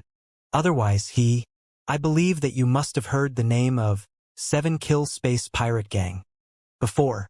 If anyone acts recklessly, what happened to the starship just now will happen to you." A tiny window appeared next to the dark-skinned man, displaying the tragic outcome of the prey that they had attacked previously. As the aftershock of the explosions quickly died down in the cold, dark universe, all that was left was a bunch of broken remnants that were a blend of corpses and components. Space pirate? Liao was at a loss for a while. It had been such a long time since he last heard the familiar and yet strange name. Space pirates are pirates in the Sea of Stars. Hylon explained to the 2 seniors dutifully, still trying to leave a good impression on them. They are best known for their mysteriousness, cruelty, and persistence. At least they are so in the Imperium. It was a one-way message. They could see and hear the enemy, but their enemy could not see or hear them. Therefore, they could communicate freely. No, Long Yongjun shook her head. This guy is lying. Whatever 7 Kill Space Pirate Gang is, he can't be a member of that. Exactly, Liao analyzed. When he informed us of who he was, his eyeball was rolling slightly faster, and it was turning to the top right corner. It was clearly a sign that he was recalling the list of pirate gangs in his head before he picked a random one to fool us. However, since this 7 Kill Space Pirate Gang is infamous enough to be used to intimidate the prey, there must be a lot of pirate gangs in this place, and they must be very powerful. Even the local government here has no way to tame them. Looking at the parameters on the operation interface that were rising and falling, Long Yongjun sighed. Weary Tooth has been completely paralyzed. We cannot restore cruising abilities without major maintenance. We can only borrow their starship now. Are you fine with it, fellow cultivator spiritual vulture? After pondering for a moment, Liao nodded. Fine by me. Let's release a few fellow cultivators to warm themselves up. However, do ask them to be gentle. They can blow up 2 warships first but must keep one for our own use. Also, don't kill everybody on the warships yet. Save a few for interrogation, especially this guy who has horns on his head. Hey! Not receiving any response after a long time, the horned, dark-skinned man on the light beam shouted impatiently. Did you hear what I said or not? If you did, stop hiding yourselves. Just get out of your starship and surrender as quickly as possible. Hehe. If you are still crouching inside, too reluctant to come out, you will not end so well after the members of our 7-kill space pirate gang board. Long Yongjun and Liao looked at each other. Liao scratched his hair rather helplessly, finding it hard to understand why some people did not cherish their life at all and sought death in such a hurry. He nodded at Long Yongjun and made a beheading gesture. Turning on the communication channel between the two parties, Long Yongjun said with a smile, "If the lords of the 7-kill space pirate gang could wait just one moment, we will come out right now." It was truly a boring battle if it could be called a battle at all. The whole process was just one-sided sabotage, savage, and slaughter. Heaven-battering King Xianxia had named his Colossus Empyrean Fiend, while Mother White Lotus Wan Mingzhu had named hers Deathbringer.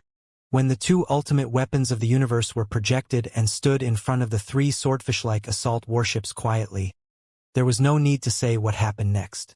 Colossi were terrible existences that even the main force warships of the Imperium of true human beings had to keep their distance from.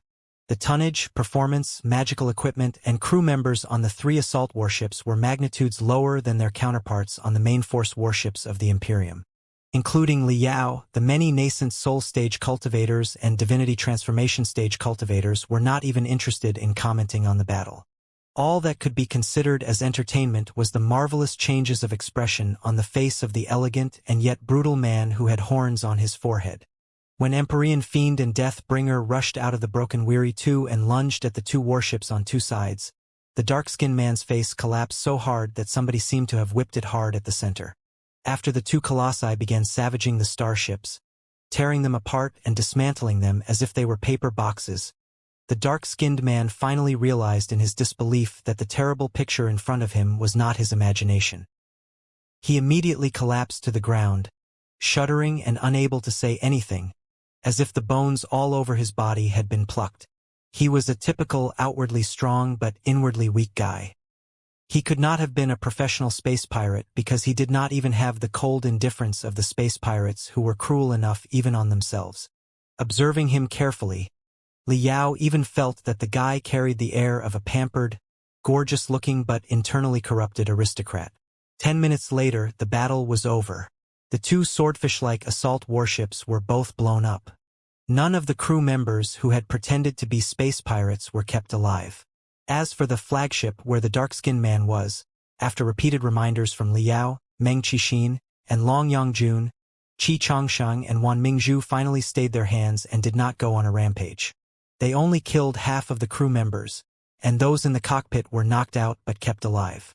The high and mighty dark-skinned, gold-horned man was dragged into the cold, dark cabin of Weary Tooth, where alarms were blinking everywhere, like a dying dog by Qi Changsheng. Including Liao, the 12 angry cultivators from the ancient sage's sector stared at the captive coldly. He was to be interrogated by Long Yongjun or Wang Shi, who was the founder of the ghost character and the most renowned specialist of the Great Qian dynasty in intelligence collection, interrogation, and torture.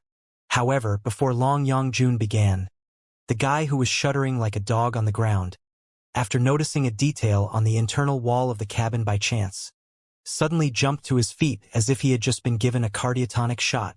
What he exclaimed surprised everybody. Are you from the Imperium? Right? You must be from the Imperium. Otherwise, how could you have so many colossi? This must be why they say, a flood destroys the shrine of the god of River One. We've been looking forward to your arrival for a long time. Weary Tooth, as an assault warship of the Imperium, naturally had the black lightning emblem of the Imperium of true human beings everywhere on the internal wall of the cabins. When Liao conducted the maintenance, he had considered whether or not to eliminate all the black lightning emblems. However, the first false identity that Long Yongjun had devised for them was refugees who had fled after seizing a warship of the Imperium. Their identity would seem more convincing if the emblems of the Imperium were kept on the warship. Therefore, the internal adornments of Weary Tooth, and also the mustard seed suit and crystal suits that they were wearing, were in the unique style of the Imperium. The infamous emblem of the Imperium of true human beings, which was a trident of black lightning, was no stranger to the people of the Federation after the immortal cultivator Su Changfa arrived 100 years ago. Now that the dark-skinned man recognized the emblem of the Imperium, it was not hard for him to infer that they were from the Imperium based also on the fact that they carried two colossi. What was strange was his attitude. Instead of waiting for Long Yangjun to interrogate him, he was already speaking non-stop. Fellow cultivators, seniors, are you the immortal cultivators from the Imperium of true human beings? Had I known it in advance, we wouldn't have dared to attack you even if we were 100 times bolder. Misunderstanding. This is all a misunderstanding. I'm a member of the CFIA. I am also an immortal cultivator. We are all immortal cultivators. The dark-skinned man was so overjoyed that he was almost in tears, like a guy who had met an old friend in a foreign land. His face was red because of his excitement, and he began to speak nonsense as he did not know what to say. After waving his hands and feet for a long time, he thought for a moment and took out a black emblem from his pocket, his hands shivering. There were 4 square letters on the emblem. CFIA. Immortal Cultivators. The 12 experts from the ancient sages sector looked at each other in bewilderment, utterly confused. Had the war between the Imperium and the Federation already begun? That could not be right. If the Black Wind Fleet had marched there, why did the guy say, "We've been looking forward to your arrival for a long time"? Liao was frowning even harder as he thought deeply. He looked at Long Yangjun and exchanged some information with her without alarming anyone. Immortal cultivator? Rolling her eyes, Long Yangjun kicked the dark-skinned man right in the chest heavily and cursed, "Asshole! Now that you know that we are immortal cultivators, why did you launch the assault at us? You almost sabotaged our great cause." CFIA? What's CFIA? Damn you! Our warship was seriously damaged in a cosmic storm. We couldn't communicate with the outside world, and we lost our way. We floated in the universe for 10 years before we finally gathered enough spiritual energy for a space jump. But hardly had we jumped out of the wretched place when we ran into a bunch of idiots. How unfortunate we are. She threw the emblem of the CFIA at the dark-skinned man's face so hard that it almost directly stabbed into his left eye. The dark-skinned man screamed and writhed on the floor because of the excruciating pain, but he did not dare moan much further. Struggling to his knees, he covered his bleeding face and said, "Misunderstanding. This is truly misunderstanding. We thought that a warship of the Star Glory Federation had arrived to save their headhunter. That's why we offended you. We deserved to be punished with death. We shall never be pardoned." Kneeling on the floor, the dark-skinned man slapped his own face hard. All the experts of the ancient sages sector were secretly frowning and shaking their heads. Master Spiritual Vulture. Hylon stood on her toes behind Liao and craned to his ears, saying in a low voice, "This guy is definitely not an immortal cultivator. The real immortal cultivators are not as spineless as him." Star Glory Federation? CFIA? Long Yangjun rolled her eyes. "What kind of bullshit is that? How do you know that we are from the Imperium? Also, you said that you are an immortal cultivator. An immortal cultivator that has jumped out of nowhere. My name is Fei Qi. I am truly an immortal cultivator. A local immortal cultivator of this place." The dark-skinned man Fei Qi kneeled on the ground. As if he was going to cling to Long Yangjun's legs and burst into tears, he said earnestly, "This is a long story. I'll certainly explain everything to you in great detail. However, after you hear the story, you must seek vengeance for us immortal cultivators who have suffered and destroy the odious Star Glory Federation so that peace and justice at the edge of the cosmos can be restored. I, as well as thousands of immortal cultivators just like me, have been looking forward to the fellow cultivators and seniors from the Imperium like saplings in a drought looking forward to a rain. I'll going to stop you there." Long Yangjun stepped forward and pulled the emblem of the CFIA out of Fei Qi's face mercilessly, causing blood to be spurting out again. She examined it for a long time but still did not understand what it was. Long story short, what is the Star Glory Federation exactly? Covering the wound on his face that was almost deep to the bones, Fei Qi let out a half-cry before he held back the pain and said, "The Star Glory Federation is a hegemonic, lawless, and bloodthirsty force of terror in the local area, right? I have important intelligence that I must report to the seniors of the Imperium. The Star Glory Federation has learned in advance that the expedition army of the Imperium is arriving. However, the arrogant, ambitious cultivators refuse to bow to the might of the Imperium and are now busy preparing to attack and fish you up. Is that so?" Long Yangjun, Li Yao, and everybody else looked at each other. Seemingly emotionless, she replied, "This is a very important issue. How did you learn it? Also, what is CFIA exactly?" The Star Glory Federation is ambitious and delirious enough to fight against the enemy, like an ant that is trying to shake a tree, but they are merely committing suicide. Everybody knows that. Fei Qi managed to catch his breath and went on. However, despite the brutality and ruthlessness of the Star Glory Federation, the CFIA will certainly fight it to our death, right? The CFIA is short for Committee for the Imperium's Arrival, an organization specifically founded to welcome the arrival of the expedition army of the Imperium and facilitate your conquest and government over the many sectors nearby by the immortal cultivators locally born and raised. It is our aim to lead the way for the fellow cultivators and seniors from the Imperium and guide your direction in the vast sea of stars so that we can completely annihilate the Star Glory Federation, the evil force that goes against the trend of the universe, through our cooperation. Then all the sectors at the edge of the cosmos will be able to enjoy the radiance of the truth path of immortality. Our loyalty to the Imperium of true human beings can be proved by the sun and the stars. Enough. Stop wasting our time. Long Yangjun snapped coldly. Get to the point. Who are you exactly? Why do you hate the Star Glory Federation so much? Are you from the Federation? Fei Qi bulged his eyes, with obvious fury and disdain on his face. He shrieked, "How can I be from the Federation? Of course, I'm not. I am from the Uranian Ring civilization, a sworn enemy of the Federation. The Federation has stolen our home, destroyed our civilization, and cut off our lineage. They are also trying to capture and kill whatever's left of the people of the Uranian Ring civilization. Of course, the people of the Uranian Ring civilization hate the Star Glory Federation's guts." The Uranian Ring civilization? Including Li Yao, all the nascent soul stage cultivators and the divinity transformation stage cultivators were slightly dazed. When Fei Qi from the Uranian Ring civilization mentioned that the Star Glory Federation had stolen their home, destroyed their civilization, and cut off their lineage, the few nascent soul stage cultivators and divinity transformation stage cultivators all raised their alert and adopted solemn expressions. Long Yangjun was still as calm as before. "The Uranian Ring civilization? Tell us what happened to you.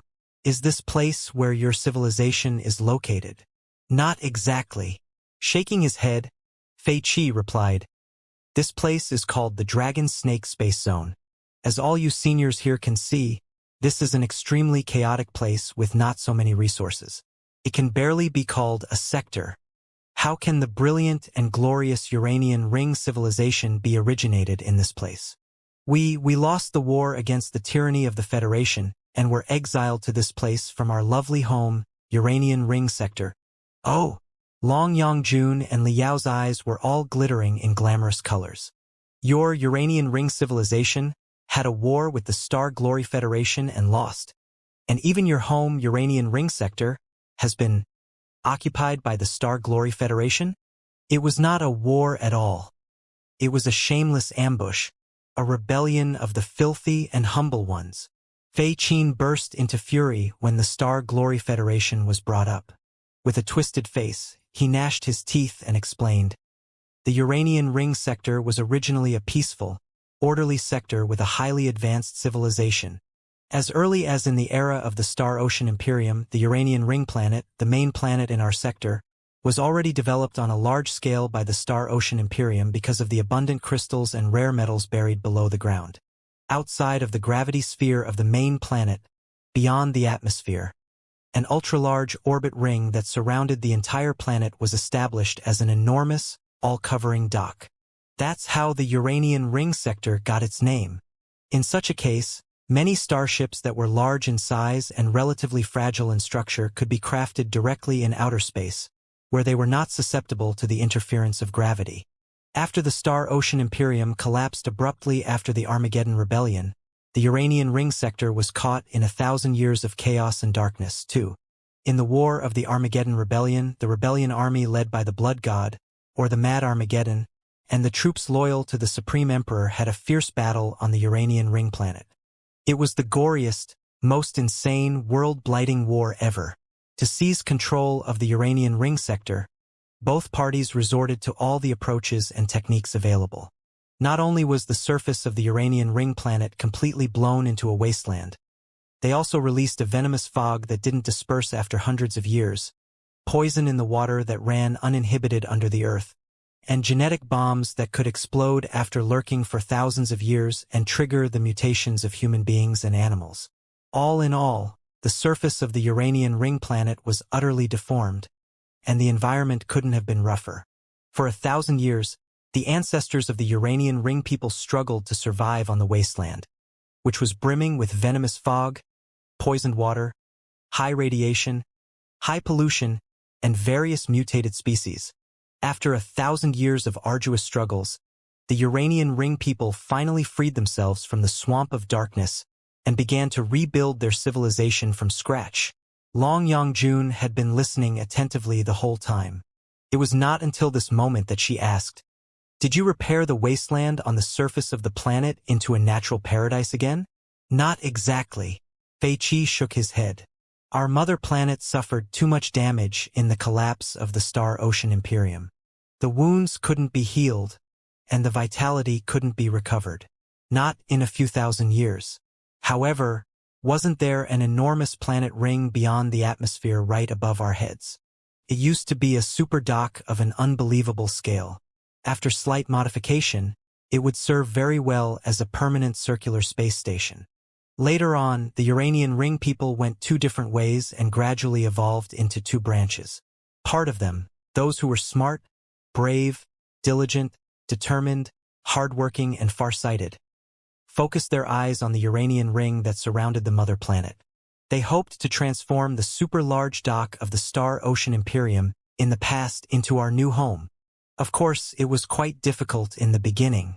However harsh the environment on the surface of the planet was, some resources were still usable after all, and a lot of remains, relics, debris, and shelters could be excavated. In the meantime, the circular dock around our main planet was also riddled with holes and on the brink of destruction after the war. It had essentially turned into a cold and quiet circular grave. To repair and modify the dock from zero was even more difficult than walking to the sky. Therefore, many lazy, thoughtless, idiotic, muddled people laughed at them, claiming that they should just stop wasting their time and stay obediently on the ground because it was impossible to live in the sky. Naturally, the former were the most resolute and unwavering people, and they would not give up so easily once they had selected a goal. Therefore, the magnificent sky walking plan was initiated.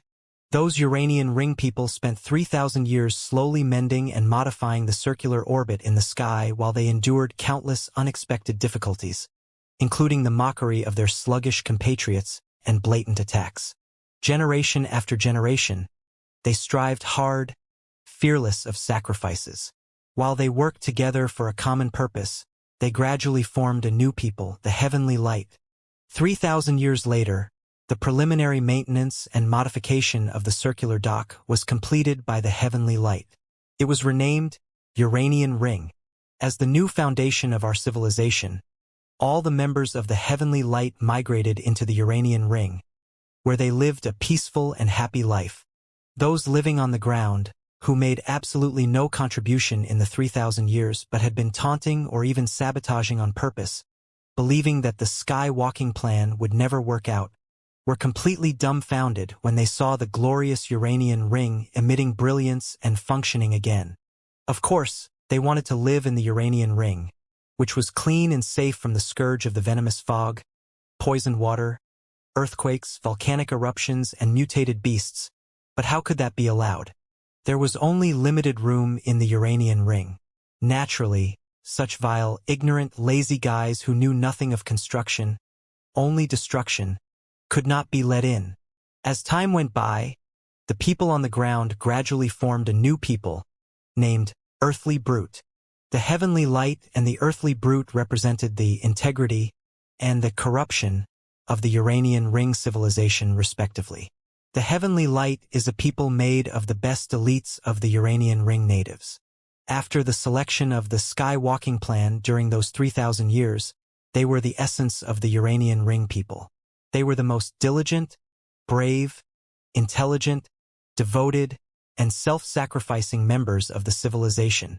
In the thousands of years that followed, they, or we, have been living in the Uranian ring studying literature, arts, medication, techniques, magical equipment, training skills, and all the state-of-the-art fields of the civilization. We have made the Uranian ring civilization evolve into an elegant, noble, and advanced civilization. As for the earthly brute, those lazy, short-sighted, and self-demeaning guys have still been lurking on the filthy surface of the planet, living like ignorant beasts. At first, they could still manage to survive with the assets in the debris and relics left by the Star Ocean Imperium. But after all the debris and relics were cleaned up, they were immediately mired in chaos where they brutalized and even fed on each other. They were even about to go extinct. In the end, it was my ancestors, the members of the heavenly light thousands of years ago, who couldn't bear to see their past compatriots die in desperation and offered them some jobs out of goodwill. They were asked to help us excavate the crystals and minerals hidden deep inside the Uranian ring planet. The heavenly light developed tremendous advanced mining magical equipment. They also taught the earthly brute the skills to hunt and domesticate the mutated beasts for food. Although a large batch of the members of the earthly brute were still killed, they managed to survive because they were as fertile as mice. All in all, until decades ago, this is about the situation of the Uranian ring civilization. The heavenly light, representing the essence of the civilization and made of the most distinguished cultivators, lived on the Uranian ring and took part in the noble and elegant jobs such as literature, arts, development of cutting-edge magical equipment, research on training techniques, and what mattered for a civilization. The earthly brute, which had an extremely large population, lived on and below the ground, responsible for providing the resources and spiritual energy that were necessary for the functioning and expansion of the Uranian ring. What a reasonable, steady, orderly, and justified state it was. After thousands of years of teamwork and improvement, the heavenly light and the earthly brute had already realized their destiny. They were fulfilling their respective roles dutifully and working hard for the development of our civilization. Even the previously lazy and disobedient members of the earthly brute, after the thorough and patient edification and education of the heavenly light, had learned to work dutifully and devotedly, making whatever contributions they could to our civilization. While saying that, Fei Qi suddenly covered his face and trembled hard. Sobs slipped through the gaps of his fingers, as if he could not proceed any longer. What happened later? Long Yongjun pressed his shoulder softly. Did the Federation come? Why, yes, Fei Qi replied, his voice shivering. There was no telling whether it was because of hatred or fear. She was here. The devil was here. The devil? Long Yongjun narrowed her eyes. Who's the devil? Who else could it be? Fei Qi moaned in great pain. The most horrible, brutal, bloodthirsty, evil, and insane she-devil of the Star Glory Federation, Ding Lingdang. Cough, cough, cough, cough, cough, cough. Liao coughed for a moment and interjected. Who is this? Ding Lingdang, with the deepest wariness, fear, and desperation beaming out of his face. Fei Qi looked behind everyone, his eyes hollow, as if Ding Lingdang were standing right there. She is the vanguard of the Star Glory Federation's invasion, the greatest executioner of the Federation, and a bloodthirsty, unpardonable she-devil. Wherever this she-devil goes, she brings infinite death and damage. Quite a few sectors have been abused and savaged by her. Too many innocent victims have been butchered by her colossus, draconic phoenix. The entire sea of stars shakes in fear when the she-devil chuckles. Wait, Liao frowned. Cut your rhetoric exaggeration and get to the point. What did Ding Lingdang do to your Uranian ring sector that made you hate her so much? She destroyed our glorious and brilliant Uranian ring civilization single-handedly. Fei Qi bellowed. Ant panted quickly. He stammered, she. There's no need to rush. Take your time. Long Yangjun said softly. A few curved silver needles appeared in her hands and pierced into the back of Fei Qi's head without a sound. Fei Qi shivered slightly.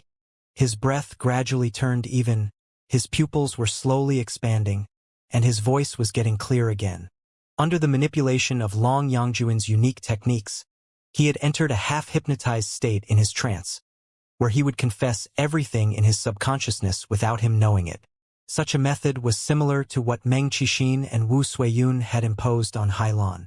However, Hailan was an elite expert from the Imperium of true human beings at the beginning level of the nascent soul stage. Fei Qi, a refugee from the Uranian ring civilization, was not even close to Hailan's little finger. Naturally, his performance was much less remarkable than Hailan's in the beginning. At first, Fei Qi mumbled. We were not aware of the existence of the she-devil or her soaring notoriety in the sea of stars. She snuck into the Uranian ring sector all by herself. There's no telling when she hid herself in the complicated mining holes on the surface of our mother planet. It is the typical way of the Star Glory Federation's invasion. A squad or a single person will be sent out first to infiltrate the enemy, and they will cooperate with the main troop and take down the enemy easily. At that time, we didn't know that the ruthless Ding Lingdang and Star Glory Federation had laid their eyes on our home. The second phase project of the Uranian ring was being pushed forward actively. We prepared to establish a second ring that would be taller, larger, and even more magnificent outside of the first ring. It would be the new foundation for our civilization.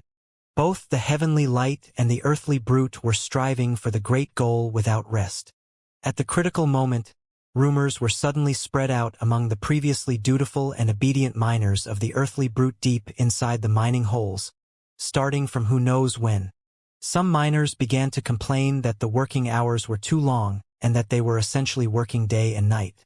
They claimed that they had to work around 16 hours every day on monthly average. 16 hours? How long is your day? Liao asked.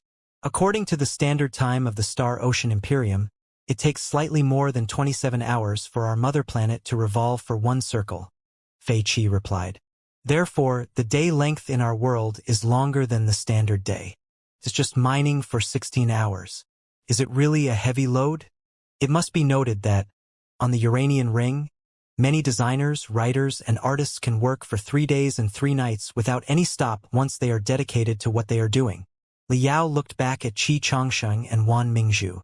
As he expected, the two leaders of rebelling peasants were sneering maliciously. Oblivious to their reaction, Fei Qin went on. Some of the miners also complained about safety issues. They said that the overwork and the crazy collection had resulted in frequent accidents. The death rate of the miners was too high. So, they were quitting the job. The death rate was very high? How high exactly? Liao asked again. Fei Qi hesitated for a moment, but under the nerve stimulation from Long Yangjun, he could not help but reveal the most authentic, undisguised feelings deep inside his mind. In fact, it is not very high. According to the precise calculation of our mining engineers, the annual average death rate is only around 5% and no higher than 10%. Those people of the earthly brute were all quite fertile. Every household had almost 10 children. For the great Uranian ring of our civilization to be established sooner, everybody needed to devote and sacrifice themselves. What's the big deal about a death rate of 10%? Seniors, you are all immortal cultivators. Does it not make perfect sense to you? Besides, the death rate wouldn't always have been that high. After the second Uranian ring was established, the heavenly light would have larger, more comfortable living areas as well as training rooms and research rooms that were more advanced. we would be able to be more focused on developing the civilization unhurriedly without being bothered by the population boom and the limited living space. By then, our civilization would thrive even more prosperously. Of course, the earthly brute would benefit a lot from the progress, too. Before Liao looked back, heaven-battering King Xianxia already could not help but sneer. Is that so? Fei Qi was taking all of them for the immortal cultivators from the Imperium of true human beings. He did not catch the sarcasm in the words of Xianxia, a leader of the rebellions, at all. He simply replied, "Of course. Besides, to make the members of the earthly brute work and live dutifully, we provided medication for them on a regular basis, which would pacify them, relieve their pain, and bring them joy. Such medication was known as happiness serum. It was all for their own good. After all, the earthly brute is made of the most ignorant, uneducated lowborns. They couldn't achieve happiness of a higher level from the splendid, astounding arts such as literature, music, or painting like the people of the heavenly light could. Therefore, they could only be granted momentary ecstasy in such a simple, straightforward way in order to ease their fatigue and depression. What's wrong about that? Such a practice had been implemented for 1,000 years. Nobody had ever complained about the happiness serum, which was clearly a benefit that the heavenly light gave to the earthly brute. Many neurologists, doctors, and herbalists spent their entire lives developing happiness serum that was more efficient, more stable, and safer for the earthly brute. With such compatriotism that we bore for them, what could they possibly complain about? But then, some miners suddenly began accusing the happiness serum of being drugs and narcotics that would corrupt their nerves and mind. That was really the most hilarious joke in the world. Did the earthly brute really have a mind to be corrupted? Besides, we didn't offer to give the happiness serum to them. On many occasions, it was them who cried and begged us for the medication. The rumors were not a big deal. What was most intolerable was that we found a lot of members of the earthly brute planting crops and herding animals in secret. Wait! Mother White Lotus Wan Mingzhu shrieked. What? Was the earthly brute not even allowed to sow crops and herd animals? You may not know this, seniors, Fei Qi explained, but the Uranian ring sector is different from other sectors. The surface of our mother planet was seriously contaminated in the war. Venomous fog, poisoned water, and all kinds of other pollution is everywhere. The genetic bombs buried deep underground can be detonated any time. In such a highly polluted environment, the crops and cattle raised in secret will be highly toxic. If we feed on them for a long time, our body will degenerate, our mind will be corrupted, and we will be more and more dirty, lazy, foolish, evil, and weak. As time goes by, our civilization will be doomed. Therefore, for the future of the Uranian Ring civilization, and for the people of the Uranian Ring sector to be smarter, stronger, and more determined after each generation, of course, it must be strictly forbidden to sow crops and herd animals in the polluted area. Then, what do you eat? Wan Mingzhu asked. There are, of course, unpolluted space plantations and ranches on the Uranian Ring that the heavenly light lives in. At the very least, decades ago, it was still enough to satisfy the daily needs of the heavenly light. Even on the highly polluted ground, we also went through all the trouble of purging the land, sparing no expense in constructing unpolluted farming areas. Even the humblest members of the earthly brute were still privileged to enjoy the most clean and healthy food yielded from the farming areas. I get it now. You controlled all the farmlands and ranches in your hands, Wan Mingzhu observed. If you didn't give them any food, the earthly brute would starve to death. Blinking, Fei Qi replied in confusion. We all belong to the Uranian Ring sector. Why would we starve the earthly brute to death? However, it is only logical that those who don't work shall have no food. We merely asked the members of the earthly brute to mine in exchange for food. Of course, Wan Mingzhu sneered. I'm afraid that the exchange ratio of the minerals and the food is quite low. Isn't it? Maybe 30 kilograms of minerals can only get them one slice of bread, right? Tilting his head and thinking hard for a long time, Fei Qi shook his head dutifully. I don't know. I have never cared about such insignificant matters before. Go on, Long Yangjun said in a gentle voice. Discontentment and complaints increased among the miners. What then? Then strikes happened, Fei Qi said. Almost half of the Uranian ring planet, in tens of thousands of mines, the earthly brute went on a strike at the same time. At that time, we only thought that the bad nature of the earthly brute had gotten the better of them again. After all, as I told you just now, seniors, the ancestors of the earthly brute were the indolent, uncivilized, and insubordinate fellows. They were the dregs of the Uranian ring civilization, the blood of laziness, corruption, excitement, and insanity naturally flowed in their veins. Despite the education of the heavenly light after thousands of years, it was still impossible for them to completely overcome their bad nature. Every couple of years, somebody would always go on strike. Sometimes the strikes were huge, and sometimes they were not worth mentioning at all. In fact, it is only because their ignorant, uneducated head cannot control the uncanny excitement in their heart. Everything is fine once they go on a rampage for a while and run out of energy. At that time, we thought that it was just another typical, routine strike. It was not until the furious flames burnt fiercely everywhere on the entire planet, congregating into an ocean of angry fire, that we realized that it was nothing like what had happened in the past. This time, something terrible had indeed happened. Fei Qi gritted his teeth so hard that they were cracking. With intense hatred shooting out of his eyes, he said, after having discovered that the scale of the strikes were extraordinary and the entire planet was about to be consumed, we immediately sent medical teams from the Uranian ring to heal them. Long Yangjun raised her hand. Wait a moment. Heal them? Yes.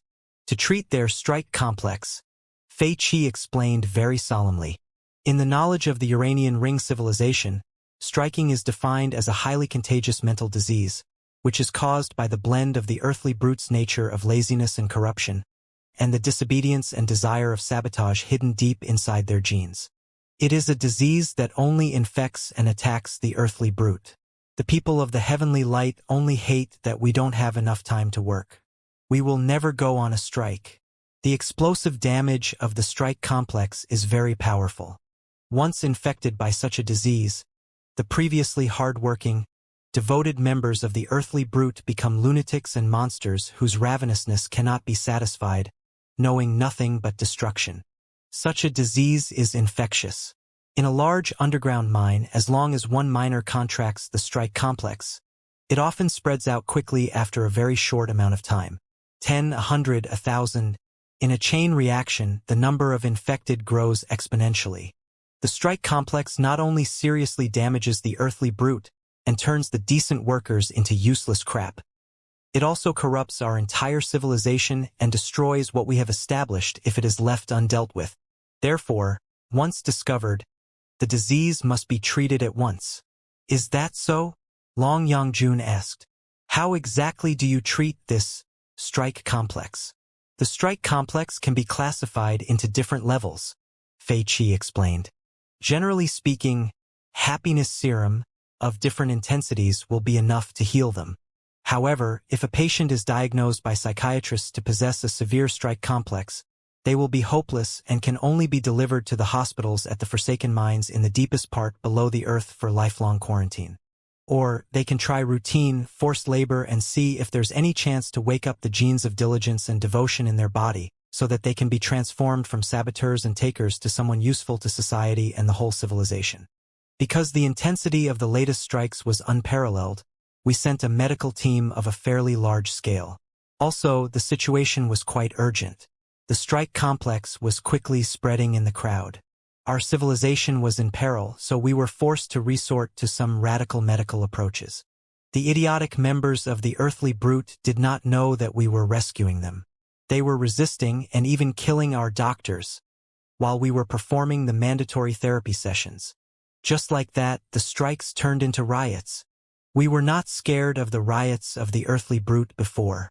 Most of the magical equipment was under the control of the heavenly light. Also, the members of the heavenly light had been taught the most elegant and graceful battle techniques since they were born. How could the members of the earthly brute be a match for us with nothing but their bare hands and their physical strength? Wait! Heaven-battering King Qi Changsheng said solemnly. Shouldn't a lot of excavation magical equipment be involved during the exploitation of mother lodes? Vibration pickaxes, blast drills, crystal dynamites, and other large magical equipment can all serve as weapons. They can dig open even the hardest rocks. Can a person's skull be harder than those rocks? How on earth could the members of the Heavenly Fiend be bare-handed? You might now know this, Senior, but the Uranian ring planet was a military base of the Star Ocean Imperium 10,000 years ago, Fei Qi explained. The shallow mother lodes that were suitable for large-scale exploitation had all been drained with nothing left back then. Right now, if we want the minerals, we can only move down deeper underground. The environment there is harsh. The air is dirty, the tunnels are narrow and ragged, and there are all kinds of ferocious animals that can sabotage the large mining magical equipment. The minerals there are often lousy, full of impurities, and cannot be exploited on a large scale. They can only be dug out from the soil manually through labor. Therefore, in our underground mines, large mining magical equipment has never been used, and even the small mining magical equipment such as blast drills and vibration pickaxes are barely used. In most cases, the members of the earthly brute simply collect the resources with their hands and their brute force. Those members of the earthly brute have more brawn than brains in the first place. The scholars and doctors of the heavenly light have also spent thousands of years building up their bodies.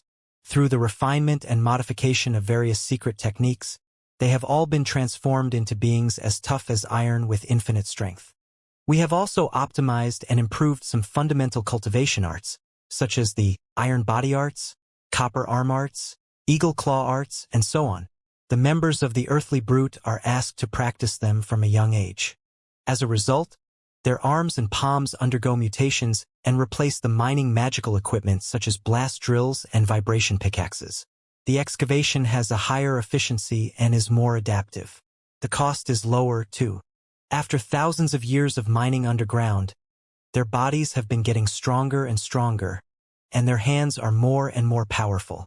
Deep below the mother lodes, with the radiation of the crystals and the scourge of the ferocious animals, some highly dangerous rogues can emerge. They are often the carriers of the latent strike complex. If that was all, everything would have been under our control. How could the abnormal bodies and claws, resulting from the crude, beginner-level techniques such as iron body arts and copper arm arts, be a match for our crystal suits and warships? Before many large-scale outbreaks of the strike complex, and even the following insurgencies had been cured by us easily. But we didn't know that it was not a spontaneous riot this time. It was one fomented by the most dangerous she-devil from the Star Glory Federation. The she-devil Ding Lingdang had long snuck into the underground mines among the oblivious, gullible members of the earthly brute. She claimed to be bringing dignity and hope to the earthly brute. She instigated the desire to sabotage and destroy hidden deep inside the blood of the earthly brute with the bizarre theories that she had brought from the Star Glory Federation. What was even more horrendous was that she brought brand new training techniques to the earthly brute. The techniques that did not require any magical equipment to trigger the maximal damage possible. The techniques that belonged to the body fundamentalists. Hylon, who had been holding her breath listening just now, could not help but exclaim, "Body fundamentalists." Body fundamentalism was a concept generated after the modern cultivation civilization was born. Meng Qixin, Qi Zhongdao, and other cultivators from the ancient sages sector did not know what body fundamentalist meant exactly. However, Hylon, with her knowledge from the Imperium of true human beings, naturally knew the horror of such a type of cultivator. How terrifying the body fundamentalists, who were too proud to use any magical equipment or weapons and were bold enough to challenge any enemy with their bare hands and tough body, could be. Nobody foresaw that the earthly brute and the techniques of the body fundamentalists would fit so well, Fei Qi said desperately. The most petrifying, destructive power had already been hidden deep inside their blood after thousands of years of modifications and radiation. The only problem was that they did not know how to trigger it in the beginning. Ding Lingdang brought an entire system of the body fundamentalists' training techniques and publicized them for free. After only a few years, they spread to every corner of the Uranian ring planet like wildfire. In just 5 years, more than 100,000 body fundamentalists who mastered extraordinary battle skills and trained their hands into lethal weapons had emerged in the earthly brute. Those body fundamentalists established a resistance organization in secret, and Ding Lingdang was the leader of the organization.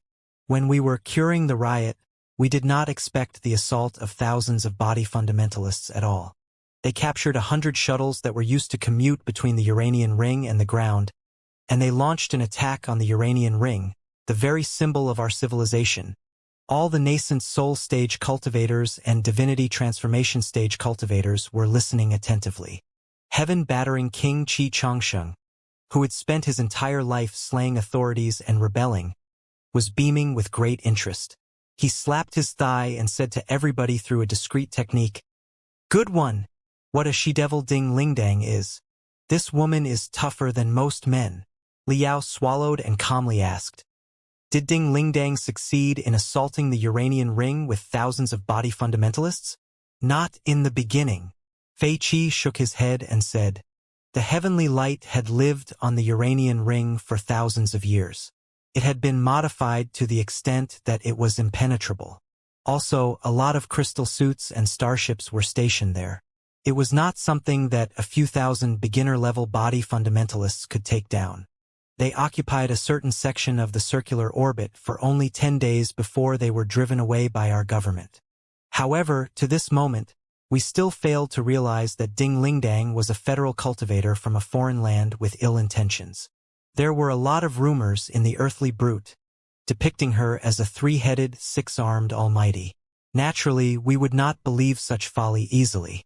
We thought that she was also a member of the earthly brute, locally born and raised, except that she was lucky enough to find the legacy of the body fundamentalists below the earth.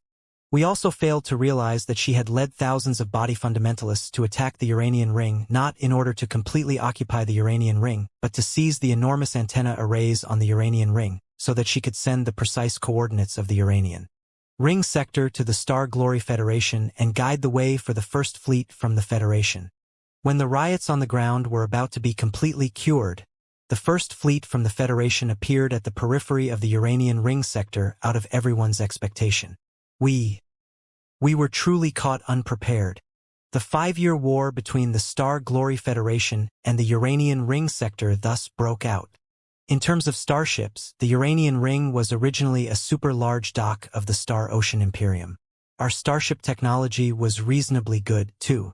Although we had yet to launch cross-sector space voyages, we should have been more than capable of defending the homeland of the Uranian ring sector. However, our enemy was not just the fleet of the Federation, which was jumping from the foreign land incessantly, but also the rioting and rebelling members of the earthly brute on the ground. The fleet of the Federation bombarded from space, and all the minerals and resources on the ground to be shipped were sabotaged by the mobs. More and more mines were taken over and began transporting resources to the enemy instead. We were under attack from both inside and outside. Just like that, after 5 years of war, we finally couldn't hold out any longer. The mobs of the earthly brute, those filthy, humble, stinky, and stupid miners, under the lead of Ding Lingdang and the support of the Star Glory Federation, completely took over the Uranian ring, the symbol of the glory of our civilization. After saying that, Fei Qi seemed to have been greatly stimulated. Although Long Yongjun was piercing his acupoints and soothing his nerves, his facial organs were still wry, and there was excitement all over his face. Those filthy, lowly miners conspired with the wicked people of the Federation and marched into the Uranian ring, the most spectacular and splendid hall of our civilization. They burnt, killed, plundered, and sabotaged, destroying all the art and culture that the heavenly light had accumulated for thousands of years. It was an apocalypse. The Uranian ring civilization was done and done for good. The rebels of the earthly brute and the fleets of the Star Glory Federation attacked and occupied the Uranian ring. The heavenly light lost our most important base. Our last remaining fleets wandered at the edge of the galaxy, without the support of resources or a base anymore. We became rootless duckweeds. We were unable to take back the Uranian ring. The ammunition, spiritual energy, food, and other assets were all running dry. The sordid people of the Federation were infiltrating us on a large scale, too. They divided us through all kinds of cunning and crooked methods, luring a lot of traitors on our side over to them. Our morale was lower than ever. Unable to fight the war anymore, we had no choice but to surrender. Although the Star Glory Federation had won the war, we still had a rather powerful fleet under our command. With whatever was left of our spiritual energy and the ammunitions, although it was impossible for us to take back the Uranian Ring, we were still capable of dealing heavy damage to the expedition army of the Federation if we chose to die together with them. Under such circumstances, the Star Glory Federation couldn't risk suffering such great damages just in order to annihilate each and every one of us. They accepted our surrender, but on one condition: we must accept the new government of the Uranian Ring sector and all the decisions that it made. If we found them unacceptable, we would be asked to leave, meaning that we would be exiled. Long Yongjun waved her hands again. A new government? Yes. The Star Glory Federation is a highly hypocritical country. Fei Qi gnashed his teeth. They have been in the business of expansion and robbing this whole time as out-and-out invaders, but they have always been fond of varnishing their actions and righteously claiming that they were serving justice. Even a 3-year-old knows that the Federation had a war against the Uranian Ring sector because it wanted to swallow the Uranian Ring sector and occupy the super-large orbit dock that we inherited from the Star Ocean Imperium. However, in the Federation's propaganda, the war became a civil war of the Uranian Ring sector. The officials of the Star Glory Federation described the insurgency of the Earthly Brute as an uprising, and the rebels of the Earthly Brute as a revolutionary army. It was supposedly at their invitation and request that the Star Glory Federation intervened in the war. So, the actions of the Star Glory Federation were justifiable as a so-called interstellar law. The Star Glory Federation claimed that it had no intention of colonizing the Uranian Ring sector whatsoever, and that our future would be decided on our own. Once the war was over, the government that was exclusively made of the heavenly light naturally had to be reshuffled. The new government would be elected and established through a referendum consulting all the people of the Uranian Ring sector, including both the heavenly light and the earthly brute. Deep in thought, Long Yongjun said, "That doesn't sound like a very harsh requirement to me." Not very harsh? The most painful memory in Fei Qi's mind seemed to have been triggered. He bellowed, "This is an out-and-out trap, a blatant scheme. The population of the heavenly light is very small. It is less than 1% of the population of the earthly brute. If a new government was to be established according to the ratio of the population or through a referendum, we would have no power at all. To make matters worse, even our pitiful 1% of the power was stolen by the members of the heavenly light who surrendered to the Federation in advance. Those traitors also belonged to the heavenly light, but they were among the bottom class of our people in the beginning. They were mostly workers who lived outside of the Uranian Ring and were responsible for the maintenance of the shell of the Uranian Ring. Those black sheep in the heavenly light were the first to surrender when the earthly brute and the Star Glory Federation assaulted the Uranian Ring. With their familiarity with the structure and weaknesses of the Uranian Ring, they sold our civilization to win the favor of their new masters. Right now, their cause has been justified, and they have become the spokespersons of the entire heavenly light, the mascots of the new government. Just like that, under the manipulation of the Star Glory Federation, an organization named the Referendum Committee was founded to help the people of the Uranian Ring sector establish a new government. Xianxia, the witch who is as venomous as a viper and a scorpion, was nominated as the president of the committee. Wait! Liao frowned again and asked, "Who is this, Xianxia? Weren't you talking about Ding Lingdang a moment ago?" Xianxia is another notorious she-devil who is as infamous as Ding Lingdang in the Federation, Fei Qi explained. They are both powerful, brutal beings. Many people even say that the two women have divided most of the power of the Federation. The two she-devils each have their specialties. Ding Lingdang is tough, cruel, and bloodthirsty. She conquers free worlds like ours with pure strength. In comparison, Xianxia is best known for her shamelessness, cunningness, and mercilessness. People say that when she smiles at you, you should be prepared to be devoured without any bones left.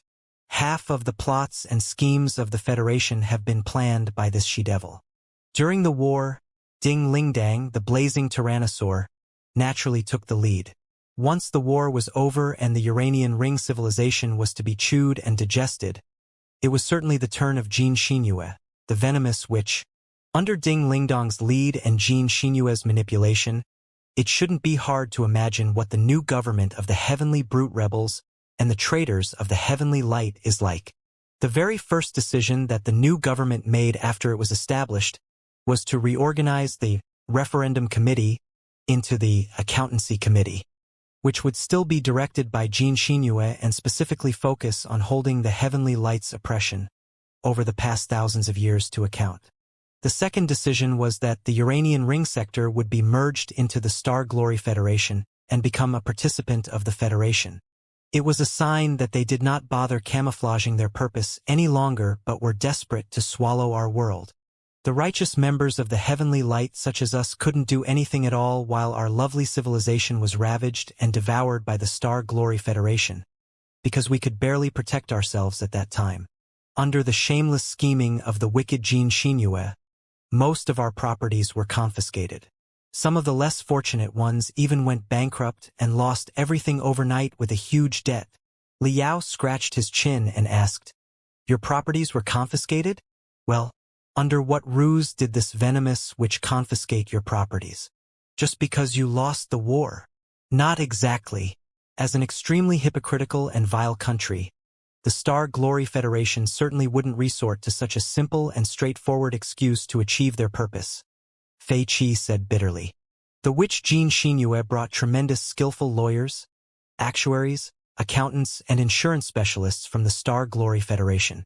They analyzed and calculated the oppression that the earthly brute had suffered when they were collecting resources below the ground over thousands of years.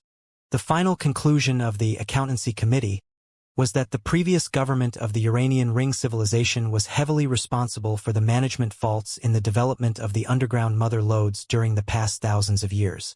The faults included excessive overtime, frequent accidents due to inappropriate safety measures, lack of compensation and subsidies after the accidents, child labor, lack of benefits such as endowment insurance, unemployment insurance, rental allowance that should be due for most of the workers, and so on. The most unbelievable thing was that Xianxia even claimed that the strengthened arms that we carefully prepared for the earthly brute were a type of abnormality. So, they could be considered an occupational injury.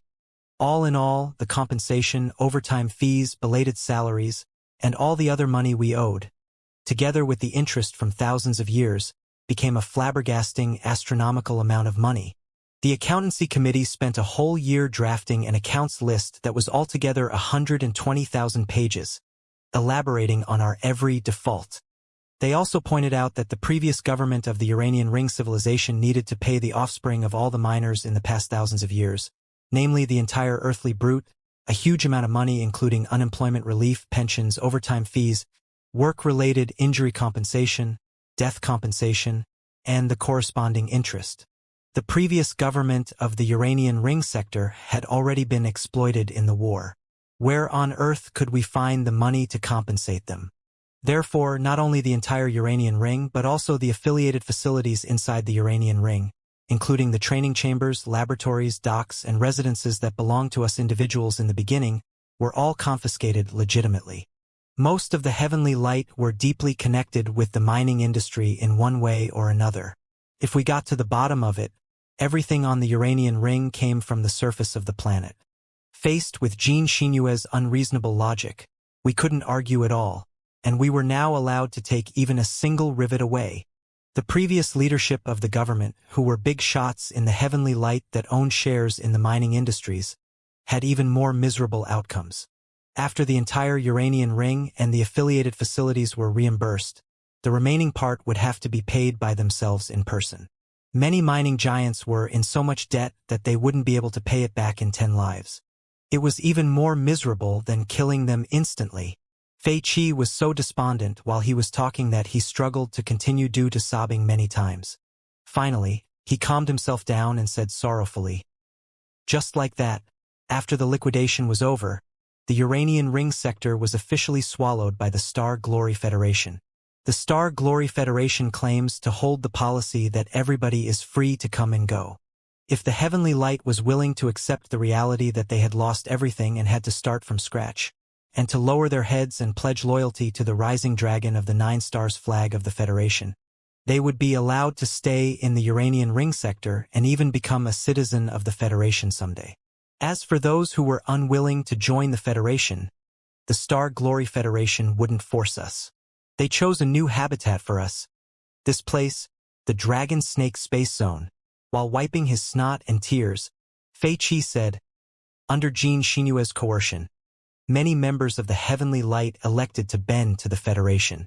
They stayed in the Uranian Ring sector, which had already become part of the territory of the Federation. Some of them were even brazen enough to seek the citizenship of the Federation. However, how could the real members of the Heavenly Light lower our heads in front of the dirty, humble earthly brute and the shameless invaders from the Federation? All the real members of the Heavenly Brute chose to leave. We were forced to hand over all the main force fleets and disarm most of the rest of the starships. We also submitted part of the techniques and technology that the Uranian Ring civilization had accumulated for thousands of years in exchange for some outdated carriers of the Star Glory Federation as well as a bunch of assets and fuel. Then, we were banished to this place by the Star Glory Federation through a space jump. We should have fought a desperate battle with the wretched invaders, but we were definitely not scared of death. However, the last essence of the Uranian Ring civilization rested on our starships. To guard the essence and the treasures of our civilization, we had to swallow our pride and rebuild our civilization from scratch on this desolate land, yearning to rise again one day and take back what's ours. We learned about the arrival of the expedition army of the Imperium a long time ago, which became our last hope. Our waiting proved to be worthwhile. Finally, you are all here today. All the cells and nerves below Fei Qi's cerebral cortex were being stimulated by Long Yongjun. The feelings in his subconsciousness had been triggered to the maximum. Whatever he was thinking in his head was manifested on the surface after being exaggerated 10 times over. Just because Liao had spoken more to him a moment ago, he mistook Liao for the friendliest one of all the soldiers of the Imperium's army there. He suddenly kowtowed in front of Liao and, clinging to Liao's thigh, began wailing. Fellow immortal cultivators, seniors from the Imperium of true human beings, please help the Uranian Ring civilization. We are willing to join the Imperium. We are willing to offer all the resources that the Imperium needs. The earthly brute in the Uranian Ring civilization are the best miners, and they can be exported to the various resource planets in the Imperium to work. We are willing to offer everything as long as the Imperium can help us take back the Uranian Ring, eliminate the deplorable she-devils such as Ding Lingdang and Xianxia, and crumble the Star Glory Federation. Now that the expedition army of the Imperium has come here after such a long journey, we are definitely going to seek justice for the sectors, as you deserve, Liao declared. What's the big deal about the she-devils such as Ding Lingdang and Xianxia? They are nothing to me at all. Any one of us could finish them in the blink of an eye. However, according to what you said just now, the Star Glory Federation is rather powerful, is it not? Yours was not the only sector that it has swallowed, was it? Also, let go of my thigh. Kneel straight and speak properly. Yes, I'll kneel straight and speak properly. Fei Qi was overjoyed by Liao's promises. Having no time to wipe away his snot and tears, he quickly began describing the situation. The war between the Star Glory Federation and the Uranian Ring sector took place more than 30 years ago.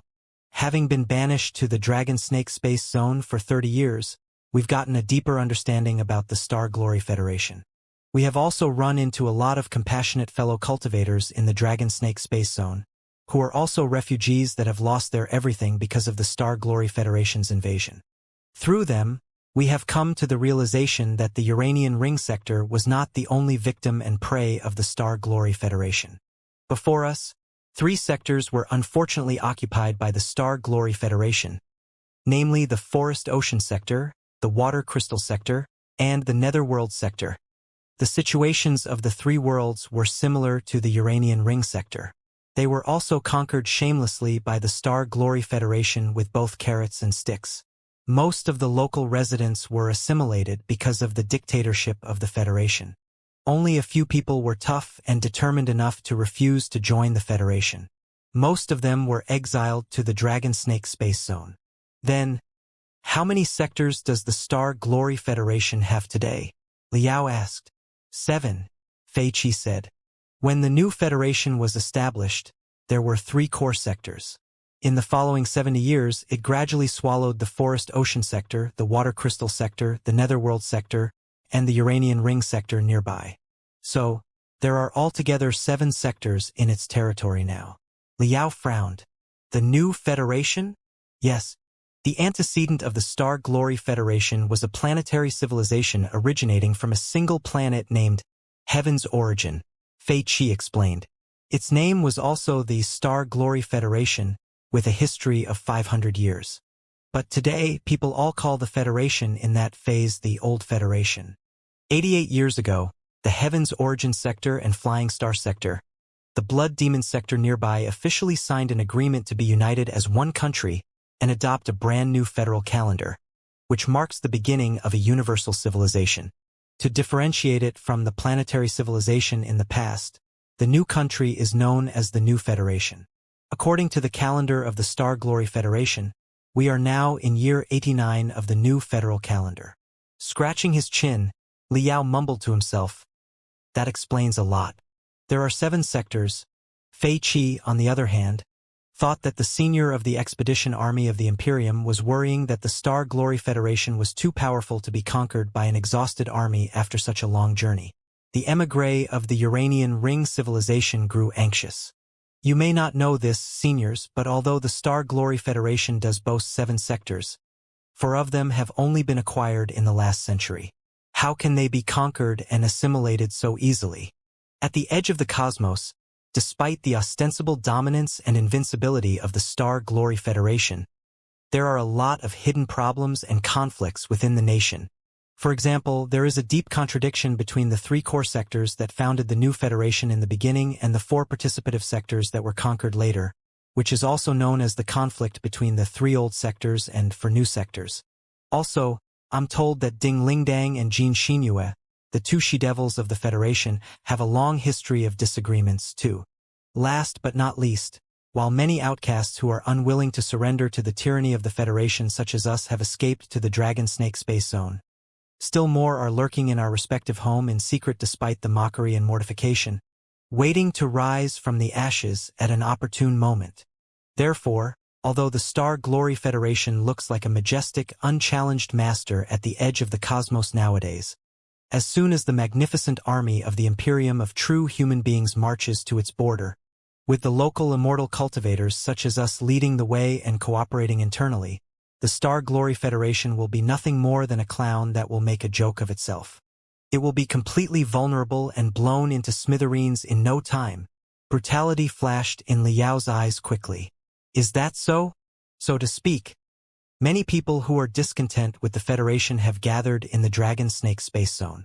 Not knowing the truth, Fei Qi dutifully answered, yes. Those in the Uranian Ring sector, the Forest Ocean sector, the Water Crystal sector, and the Netherworld sector who are reluctant to surrender have either been expatriated or escaped on their own initiative to this place. They were mostly powerful big shots and celebrities in their respective homes with immeasurable wealth. Despite the robbery of Ding Lingdang and the extortion of Xianxia, they still managed to bring some of the wealth with them to the Dragon Snake Space Zone. Therefore, although the Dragon Snake Space Zone is barren and narrow, the construction over the past few decades has been quite impressive. If the seniors and fellow cultivators here are willing to pay a visit to Fish Dragon City, our main city in the area, you will definitely be able to receive the support of intelligence and resources. Liao's interest was aroused, but he sneered and said, "You're lying. If the Dragon Snake Space Zone is a home camp for the diehards against the Federation as you have described, why hasn't the Star Glory Federation sent an army here and annihilated each and every one of you?" Fei Qi blinked and said, "You might not know this, seniors, but the Star Glory Federation is the most hypocritical country of all. Nothing can violate the law, and everything has to be approved by the Supreme Parliament. It was one of the written clauses on the surrender agreement that we shall be exiled to this place. It was the decision of their parliament. Despite our discontent with the Federation, we have never committed any obviously hostile crimes. Based on what can the Federation tear the agreement that they signed and attack us without a good reason? If the Federation truly does something like this, how will the people of the 4 participative sectors view it? Also, how will the rightful, no, the government in exile of the Star Ocean Republic view the Federation? Wait! Liao raised his hand. The government in exile of the Star Ocean Republic? Fei Qi nodded. Yes, they are on Firefly. I know what Firefly is, but I didn't know that those remnants of the previous regime had fled here. Have they joined the Star Glory Federation, too? Liao asked in a hurry. Not yet, Fei Qi said. Those guys in the government in exile always proudly regard themselves as the rightful successors of the Sea of Stars. How can they not despise the bumpkins at a corner of the universe? In the past 10 years, Firefly, the flagship of the government in exile of the Star Ocean Republic, has been docked near the Dragon Snake Space Zone.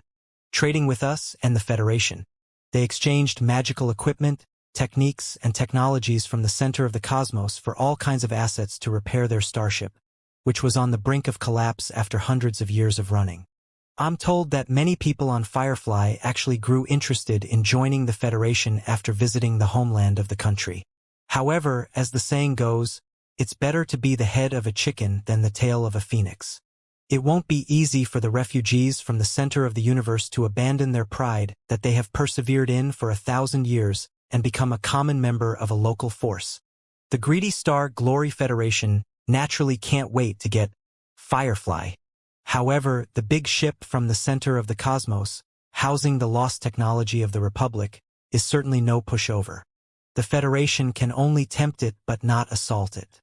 The officials of the government in exile are watching exactly how the Federation treats the Dragon Snake Space Zone, which may decide whether or not they will abandon the banner of the Star Ocean Republic and join the Federation. At such a critical time, the Star Glory Federation definitely has to pretend to be lenient and faithful to their words. It may be easy to take over the Dragon Snake Space Zone, but it would be a shame if Firefly was scared away. Fei Qi had once been an aristocrat in the Uranian Ring civilization, so he had been pondering on how to deal with the Federation for decades. Therefore, his explanation was quite clear and well organized. The confusing situation and the weaknesses of the Federation were quickly detailed to everybody. Long Yangjun interjected. It sounds like the situation in the Dragon Snake Space Zone is rather complicated. Isn't it? It indeed is, Fei Qi said. Also, just because the Star Glory Federation hasn't attacked the Dragon Snake Space Zone officially doesn't mean that they are not dealing with the Dragon Snake Space Zone in secret. On the carrier that we destroyed just now were all the headhunters from the Star Glory Federation. The lackeys under the manipulation of the venomous which Jean Xinhue. Headhunter? What's that? Liao asked. Allow me to explain it to you. After the authorities of the Star Glory Federation signed an agreement with us and banished us here, they had no suitable reasons to deal with us anymore. However, it doesn't mean that they didn't do anything on a civic level. The people who have escaped to the Dragon Snake Space Zone from the Uranian Ring sector, the Forest Ocean sector, the Netherworld sector, and the Water Crystal sector generally hate the guts of the people who stayed home and joined the Star Glory Federation actively. For example, there is a deep contradiction between the heavenly light and the earthly brute. Many of us were sworn enemies before. The Star Glory Federation has never waged a war on us again on an official level. However, the people who have recently joined the Federation often try to hire experts of the Federation to sneak into the Dragon Snake Space Zone and kill their sworn enemies. The experts who sneak into the Dragon Snake Space Zone for assassination missions are known as headhunters. On the Federation's side, they are also known as Avengers.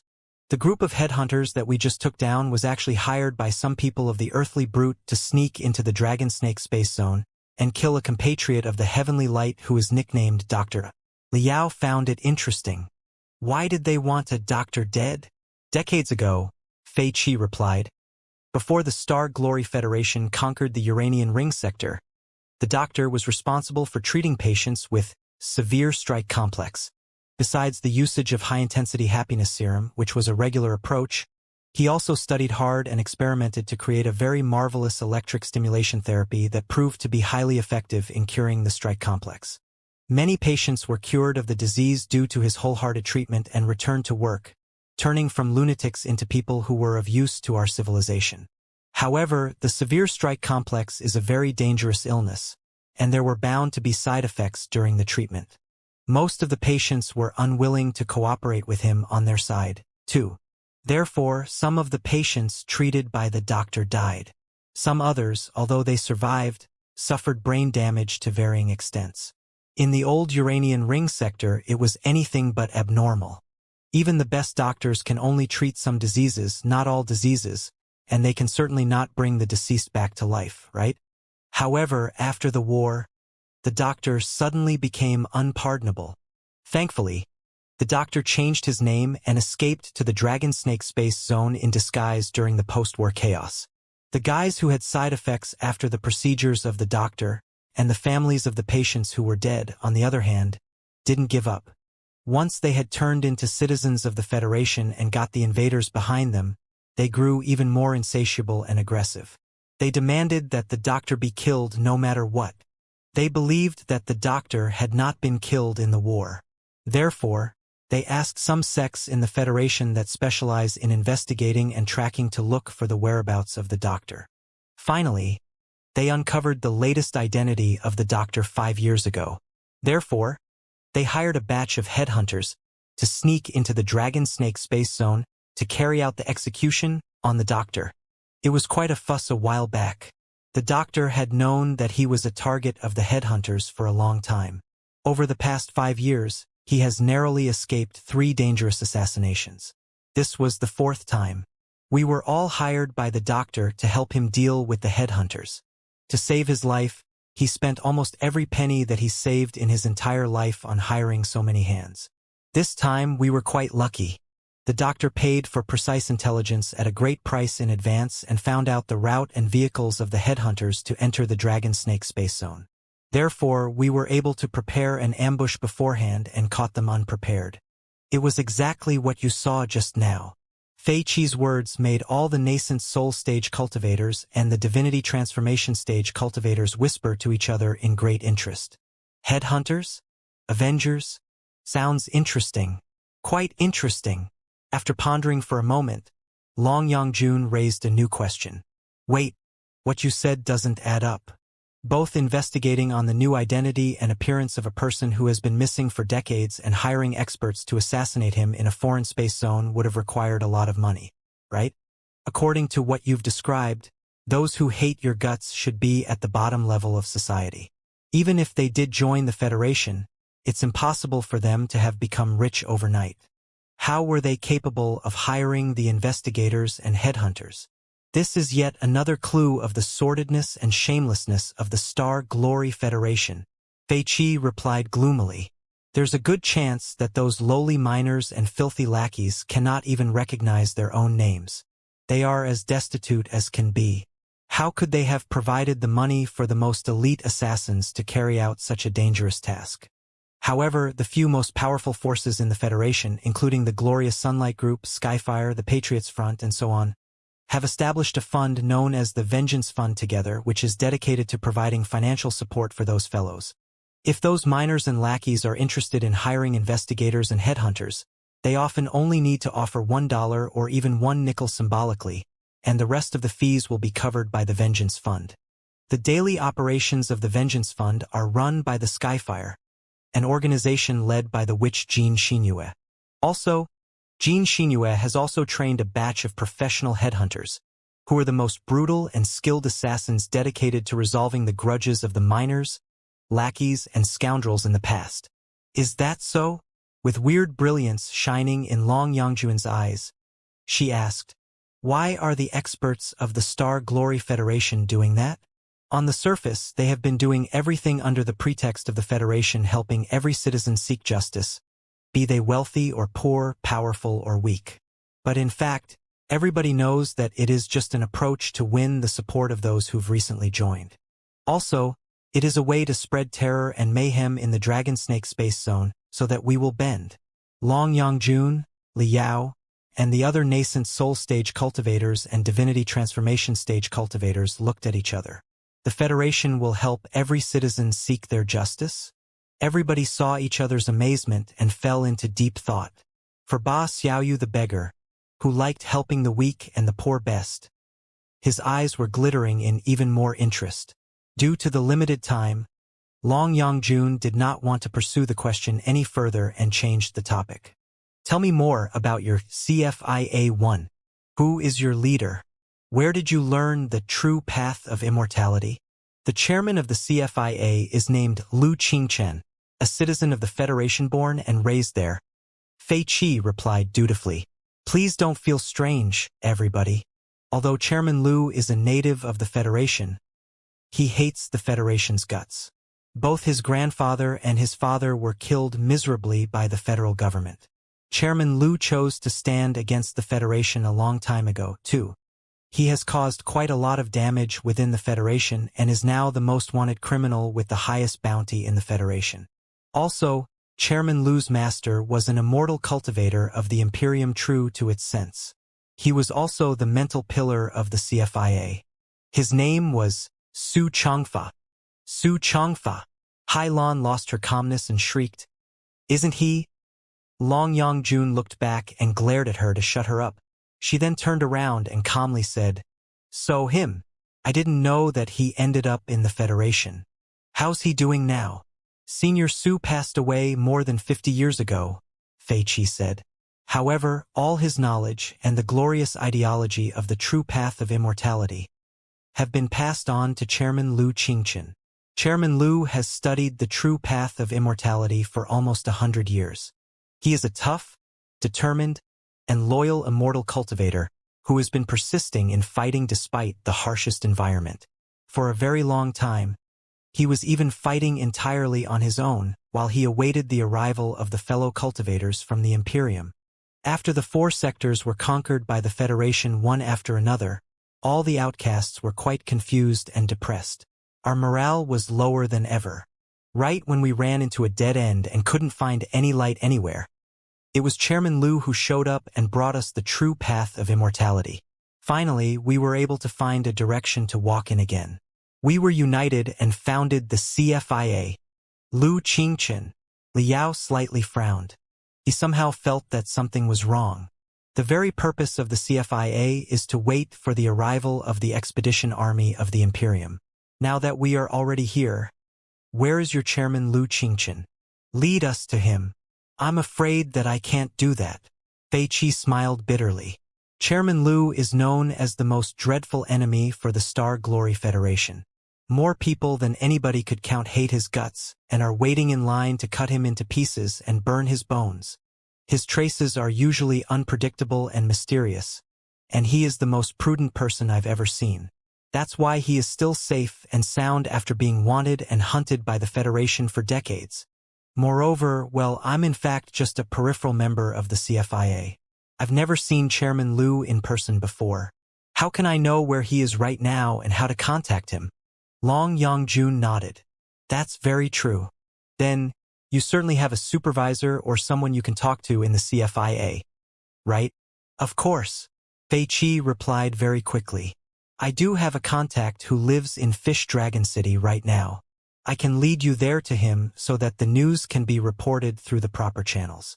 With such a great piece of news, I believe that Chairman Lu will show up very soon to meet you.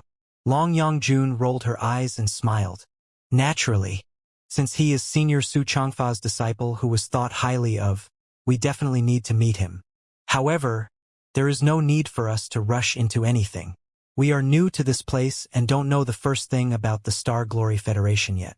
How about this, fellow cultivator Fei? From what I have heard, I can tell that you hate the Federation's guts. So, you must have been spent a lot of time thinking hard on how to cope with the Star Glory Federation, mustn't you? From your perspective, which important people in the Star Glory Federation are most dangerous and call for the most attention from us? Or rather, if we are to attack them for real, which critical people should we take care of first? Delighted, Fei Qi thought for a while and replied, The first two that come to my mind are definitely the two she-devils, Ding Lingdang and Jean Xinhua. The two of them are indispensable, critical figures in the Star Glory Federation and of paramount importance. As long as they are taken care of first, it will be of great help to strike the morale of the Federation and paralyze the pivot of the government. Other than the two she-devils, they also have Guo Chunfeng, who is the director of the Secret Sword Bureau, an intelligence and espionage agency in the Federation, Wu Mian, who is the head of the Glorious Sunlight Group, Jiang Xiaoyang the Solar Eclipse, who is the best refiner in the Federation, Mo Xian, the leader of the Federal Spirit Photon Research Institute, Fiendblade Peng Hai, Fire Ant King Wuxia, and by Xingjian, Lei Dalu, and some other people in the Federal Fleet. They are also experts that are worth mentioning. All right, Long Yangjun said. You'll write down the files of those experts soon. Just write down whatever comes to mind. Don't worry that the content will be long-winded or repetitive. We will certainly find an opportunity to get rid of them after we have grasped the detailed information about them. Also, you seem to think very highly of the two she-devils, Ding Lingdang and Jean Xinhua. Why don't you tell us about them first? Make it simple and to the point. Fei Qi nodded. While he was thinking, a hint of fear beamed out of his eyes again. However, the thought that a majestic army from the Imperium was right behind him to provide support made him stand straight again. Ding Lingdang is one of the best fighters in the Star Glory Federation, known as the Blazing Tyrannosaur, the God of War, and many other nicknames. She is sort of the heart of the Star Glory Federation and a walking slogan. She is already quite popular among the three core sectors of the Federation. In the worlds that she has personally conquered, the idiotic, illiterate mobs among the bottom class even consider her a legend. 100 years ago, before the new Star Glory Federation was officially established, it had already extended the claws of invasion to the surroundings impatiently. The Heavens Origin Sector, the Flying Star Sector, and the Blood Demon Sector co-implemented the Heavenly Path Plan, a project whose aim was to swallow space. They were hoping to explore and conquer the worlds near the three sectors by means of cruising in hibernation and continuous jumps. Ding Lingdang was the first and the most important operative of the Heavenly Path Plan. In the most advanced hibernation exploration starship of the Federation, she wandered in the universe by herself like a sleeping devil who searched for prey that she could devour ravenously. In the past 100 years, she has been in such a state, hibernating in the sea of stars, most of the time, and only woke up 3 times in total. Although she only woke up 3 times, she brought incessant slaughter, damage, and destruction every time she did. She was the bane of the weak sectors. The first time she woke up was 72 years ago, when she snuck into the Netherworld sector all by herself. She stayed there for quite a few years, instigating the internal strife of the major forces inside the Netherworld sector. She also gathered a batch of subordinates of her own and established an independent force. Rising from the chaos, she united the world in the end. All in all, according to the official publications of the federal government, which bragged about her brilliant achievements, it seems she completely suppressed the Netherworld sector entirely on her own, however unbelievable and ridiculous it sounds. But such a narrative is shameless demagogy and propaganda that I'm sure can't fool you. In general, the result is that Ding Lingdang helped the Star Glory Federation swallow the Netherworld sector. The Netherworld sector? It sounds like rather a horrible world, Liao remarked. For your information, senior, it is not exactly horrible, Fei Qi explained. The Netherworld sector is a world that belongs to the deceased. Most of the residents of the world are ghosts. It seems that a destructive superwar once broke out in their world. The parties involved in the war all resorted to the calamitic magical equipment. The fatal mystic rays swept across the surface of the entire planet. Not only were most people killed at once, they were also transformed into ghosts. It is a world of the angry wraths and apparitions. Although they had already become ghosts, they never let go of their hatred for each other, continuing to fight as ghosts. There was nothing but gloomy wind and sorrowful cries in the entire world. Wouldn't a she-devil as brutal as Ding Lingdang feel that she was a fish in the water once she had arrived in such a world? All in all, after the she-devil woke up for the first time, the poor Netherworld sector ended up as her prey. Soon after the Netherworld sector was conquered, she set off again and traversed deeper into space, looking for fatter prey. She didn't wake up again until approximately 40 years ago. This time, the Uranian ring sector got devoured as a whole and turned into scrumptious food in her belly. Swallowing 2 sectors in a row in only decades, the she-devil, the she-tyrannosaur, was still not satisfied.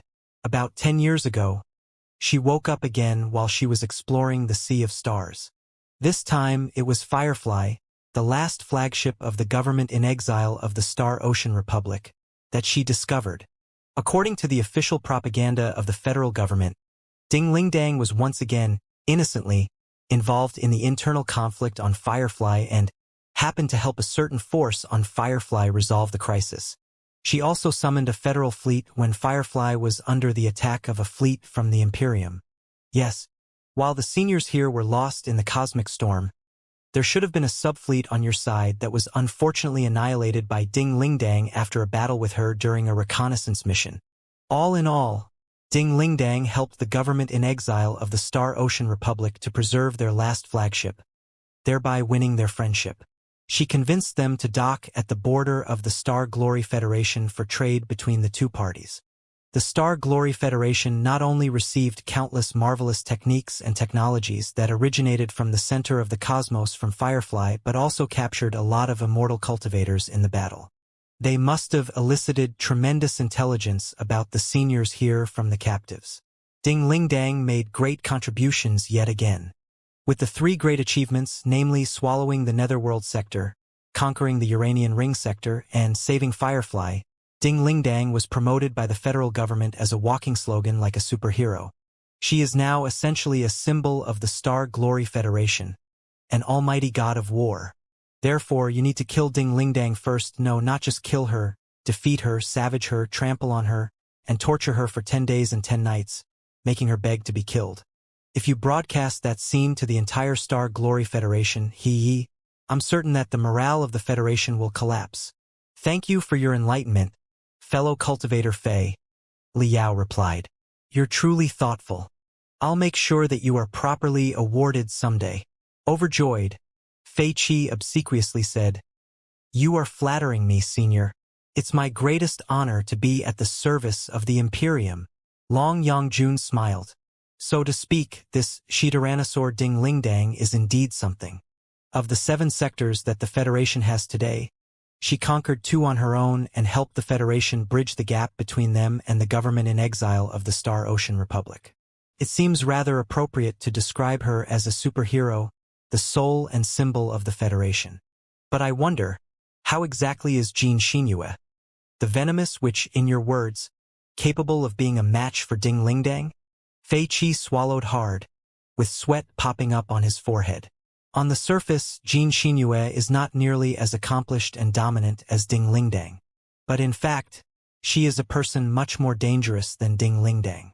Viper and Scorpion are not enough to describe 1/1,000,000th of her cruelty and cunningness. That's because Ding Lingdang is a simple warrior who has more brawn than brains, and all her terrorism, slaughter, and destruction are open to the public. Whereas Xianxia is best known for her treachery and her iron hand in the velvet glove. All in all, everybody in the Dragon Snake Space Zone knows that if you piss off Ding Lingdang, she may punch you to a clean and painless death. But if Xianxia has got her eyes on you, she can come up with 100 ways in the blink of an eye to make your life as miserable as hell and force you to wonder why you were born into this world. Right? I don't think I've told you this just now, but this Xianxia was actually born a demon. A demon? Long Yangjun was slightly dazed. The demons had ruled over the Sea of Stars for 30,000 years, which were now known as the Great Dark Age. Hailan had told them the relevant intelligence before. Therefore, it was impossible for Long Yangjun to give herself away just because of that. After only a brief moment of hesitation, she simply went on and asked, Has the Star Glory Federation been conspiring with the demons? They are not just conspiring. They have been in the same gang since the very beginning. The Blood Demon Sector, one of the 3 founding sectors of the new Federation, is a world of demons. Xianxia was the queen of demons in the sector, known as the Dark Lady of the Nine Heavens. To think that a world of demons is now colluding with a world of human beings. Nothing can be more shameless and insane than that. Such a federation is already disgusting enough when you just look at it. How can anybody be interested in joining it? All in all, while the space patrollers like Ding Lingdang actively pushed the Heavenly Path plan forward and launched an invasion on the outside worlds, Xianxia the Venomous which stayed at home and suppressed the internal insurgencies. Yes, the cruel and brutal Xianxia is best at suppressing internal insurgencies and completely taming the sectors that have already been conquered. After pausing for a moment to catch his breath, Fei Qi went on. Xianxia was a queen of the demons in the beginning, but after the new federation was established, she joined the Secret Sword Bureau, the intelligence and espionage agency of the new federation, taking up the responsibility to suppress the demons that were discontent with the new federation. To pursue her own power, the woman never hesitated, never even batted an eye, when she massacred her fellow demons. This is the first clue of her cruelty, heartlessness, and brutality. Based on her accomplishments in slaughtering her compatriots and her expertise in eliminating the dissidents, the woman rose to power quickly in the Secret Sword Bureau. After little more than 20 years, she was already promoted to the deputy director of the Secret Sword Bureau and the chief execution supervisor. While Guo Chunfeng, director of the Secret Sword Bureau, stayed in the rear to command everything, Xianxia led the charge in the front, responsible for the capture, suppression, and interrogation missions on the front line. After the Star Glory Federation gradually conquered the 4 sectors, the Equality and Development Ministry was founded. Xianxia became the youngest minister of the Federation. The Equality and Development Ministry? Liao queried. By equality and development, they mean carving and swallowing, Fei Qi said. We all call it the Conquest Ministry. It is a bloody bureau that is specifically responsible for carrying out enslaving education in the 4 newly conquered worlds, colonizing the new territory, and exploiting, extorting, and suppressing the resistors such as ourselves. Under the leadership of the vicious Xianxia, the colonization that the Conquest Ministry implemented on the 4 new worlds went quite well. She is best at double-dealing, instigation, divide and conquer, and other diplomatic methods. After decades of enslaving education, most of the people in the 4 new worlds have already forgotten the pride and dignity of their respective civilizations of the past and really consider themselves federal citizens. The few resistors whose heads were clear enough and who were too determined to surrender have also been captured, tried, and executed at Xianxia's command. At this point, without the assistance of the fellow cultivators and seniors from the Imperium, it will be absolutely impossible for us to defeat the witch. Xianxia, the executioner whose hands are covered in blood, climbed upward on the ladder of power, stepping on the piles of bones of the resistors from the 4 new worlds. She continued expanding her influence in the federal government and collecting resources from the 4 new worlds to please the major sects and conglomerates in the Heaven's Origin sector, the Flying Star sector, and the Blood Demon sector. After a series of sordid, shameless, clandestine deals, she became one of the most important ministers in the federal government. She is now like the sun at midday, utterly unshakable. She is currently campaigning for the role of Supreme Speaker in Parliament right now. If the witch is truly elected as the Speaker of the Federation, the days of the 4 new worlds will only get worse. Nobody wants Xianxia to be elected as the Speaker. However, Sci-Fi, which is under Xianxia's control, is one of the most powerful forces in the Star Glory Federation. She is quite popular among the major sects in the 3 core sectors and has the support of the vast majority of the demons in the Federation.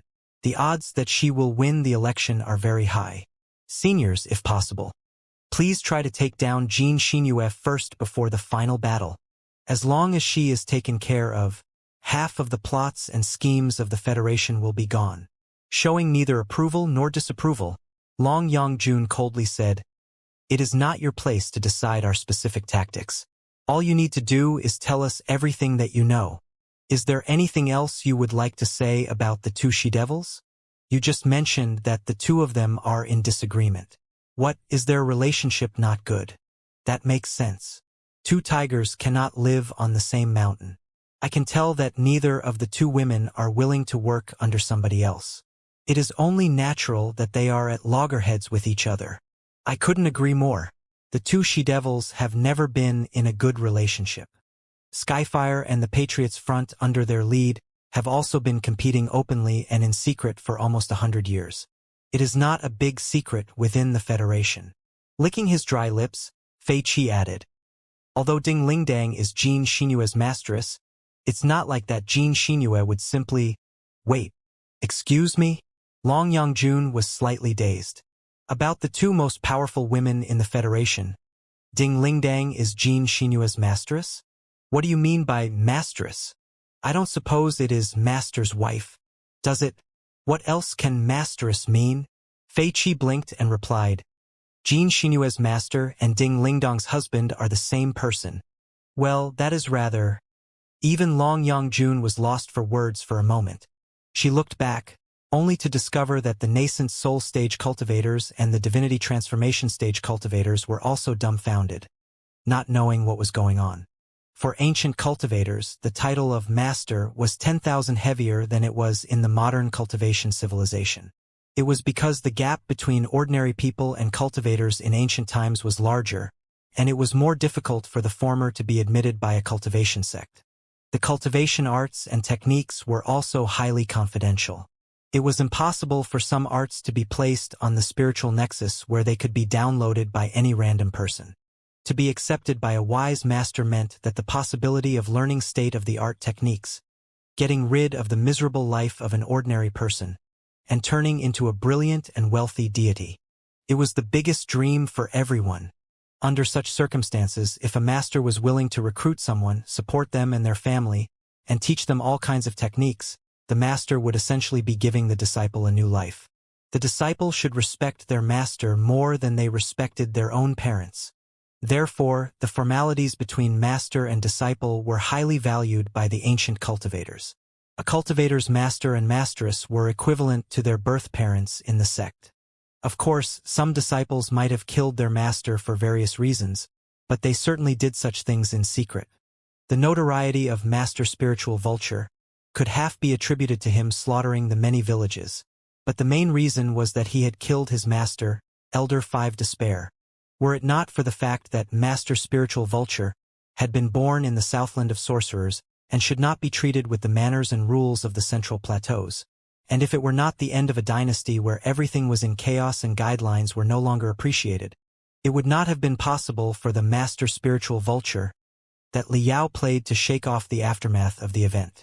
Ding Lingdang and Jean Xinyue, the two influential she-devils in the Star Glory Federation, turned out to be in the relationship of masteress and disciple, and yet they were at loggerheads in public, causing such a fuss that even someone like Fei Qi knew of their conflict. It was something utterly incomprehensible for the people from the ancient times. Should betraying one's master not be done in secret? How uncanny! Long Yangjun exclaimed in surprise. Ding Lingdang and Jean Xinyue are both critical figures in the Federation. If what you said is to be believed, they are strong, resolute, wealthy, and powerful. If they joined hands, it should be more than enough for them to control half of the Federation. Then, shouldn't Ding Lingdang's husband and Jean Xinyue's master be the king of the Federation? Why didn't you mention such a great man just now? He truly deserves to be called the king of the Federation, in the old Federation 100 years ago, Fei Qi said. Ding Lingdang's husband and Jean Xinyue's master was named Vulture Li Yao. He was an extraordinary person in the old Federation. It was said that Vulture Li Yao made unparalleled contributions to the unification of the Heavens Origin Sector, the Flying Star Sector, and the Blood Demon Sector in the era of the old Federation. Even the few major forces that support the new Federation, including Skyfire, the Glorious Sunlight Group, and so on, were actually founded by Vulture Li Yao. Even Ding Lingdang and Jean Xinyue's great power and influence in the new Federation have a lot to do with the enormous legacy of Vulture Li Yao that they inherited. Vulture Li Yao? Long Yangjun chewed on the name thoughtfully. The many nascent soul stage cultivators and divinity transformation stage cultivators behind her also frowned solemnly. He sounded like a real badass and must have been a ferocious, treacherous person that was difficult to deal with. However, it was all 100 years ago, Fei Qi said. Vulture Liao went on a mission 100 years ago.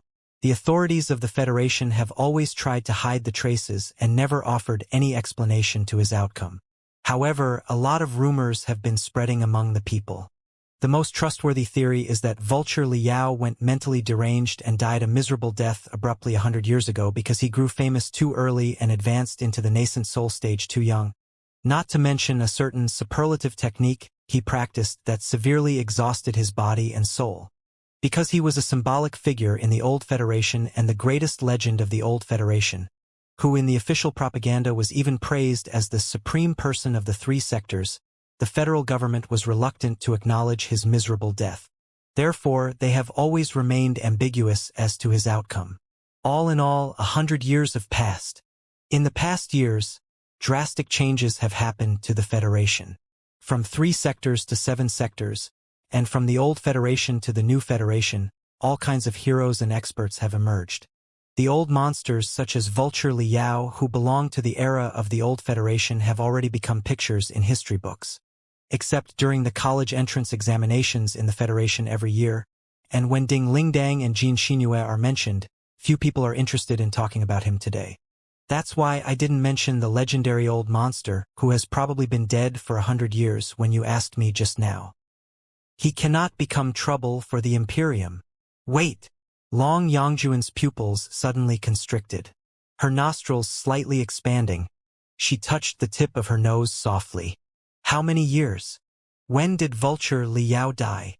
Fei Qi found Long Yangjuan's reactions queer, but he still confessed dutifully under the stimulation of her needles. Probably about 100 years ago. The specific timing is unverifiable now. However, the old monster has not been seen or heard from since the new Federation was founded. At first, Vulture Liao was said to be training in seclusion. Then he was claimed to have joined the space patrollers to explore the universe with his wife, Ding Lingdang. However, when Ding Lingdang reappeared in the Federation, there was no sign of Vulture Liao. All the departments of the federal government avoided the questions tacitly. According to our analysis, Vulture Liao must have died a long time ago. The training in seclusion and the exploration of the universe are just smoke grenades and fake news that the federal government released as buffers to ease the aftershock of the abrupt death of such a federal hero. That explains a lot, Long Yangjun mumbled to herself. A vague smile popped up on her face again as she glanced at Liao casually. Vulture Liao, the strongest monster in the old Federation, went missing 100 years ago, presumably dead. Liao stared back at her innocently and fearlessly.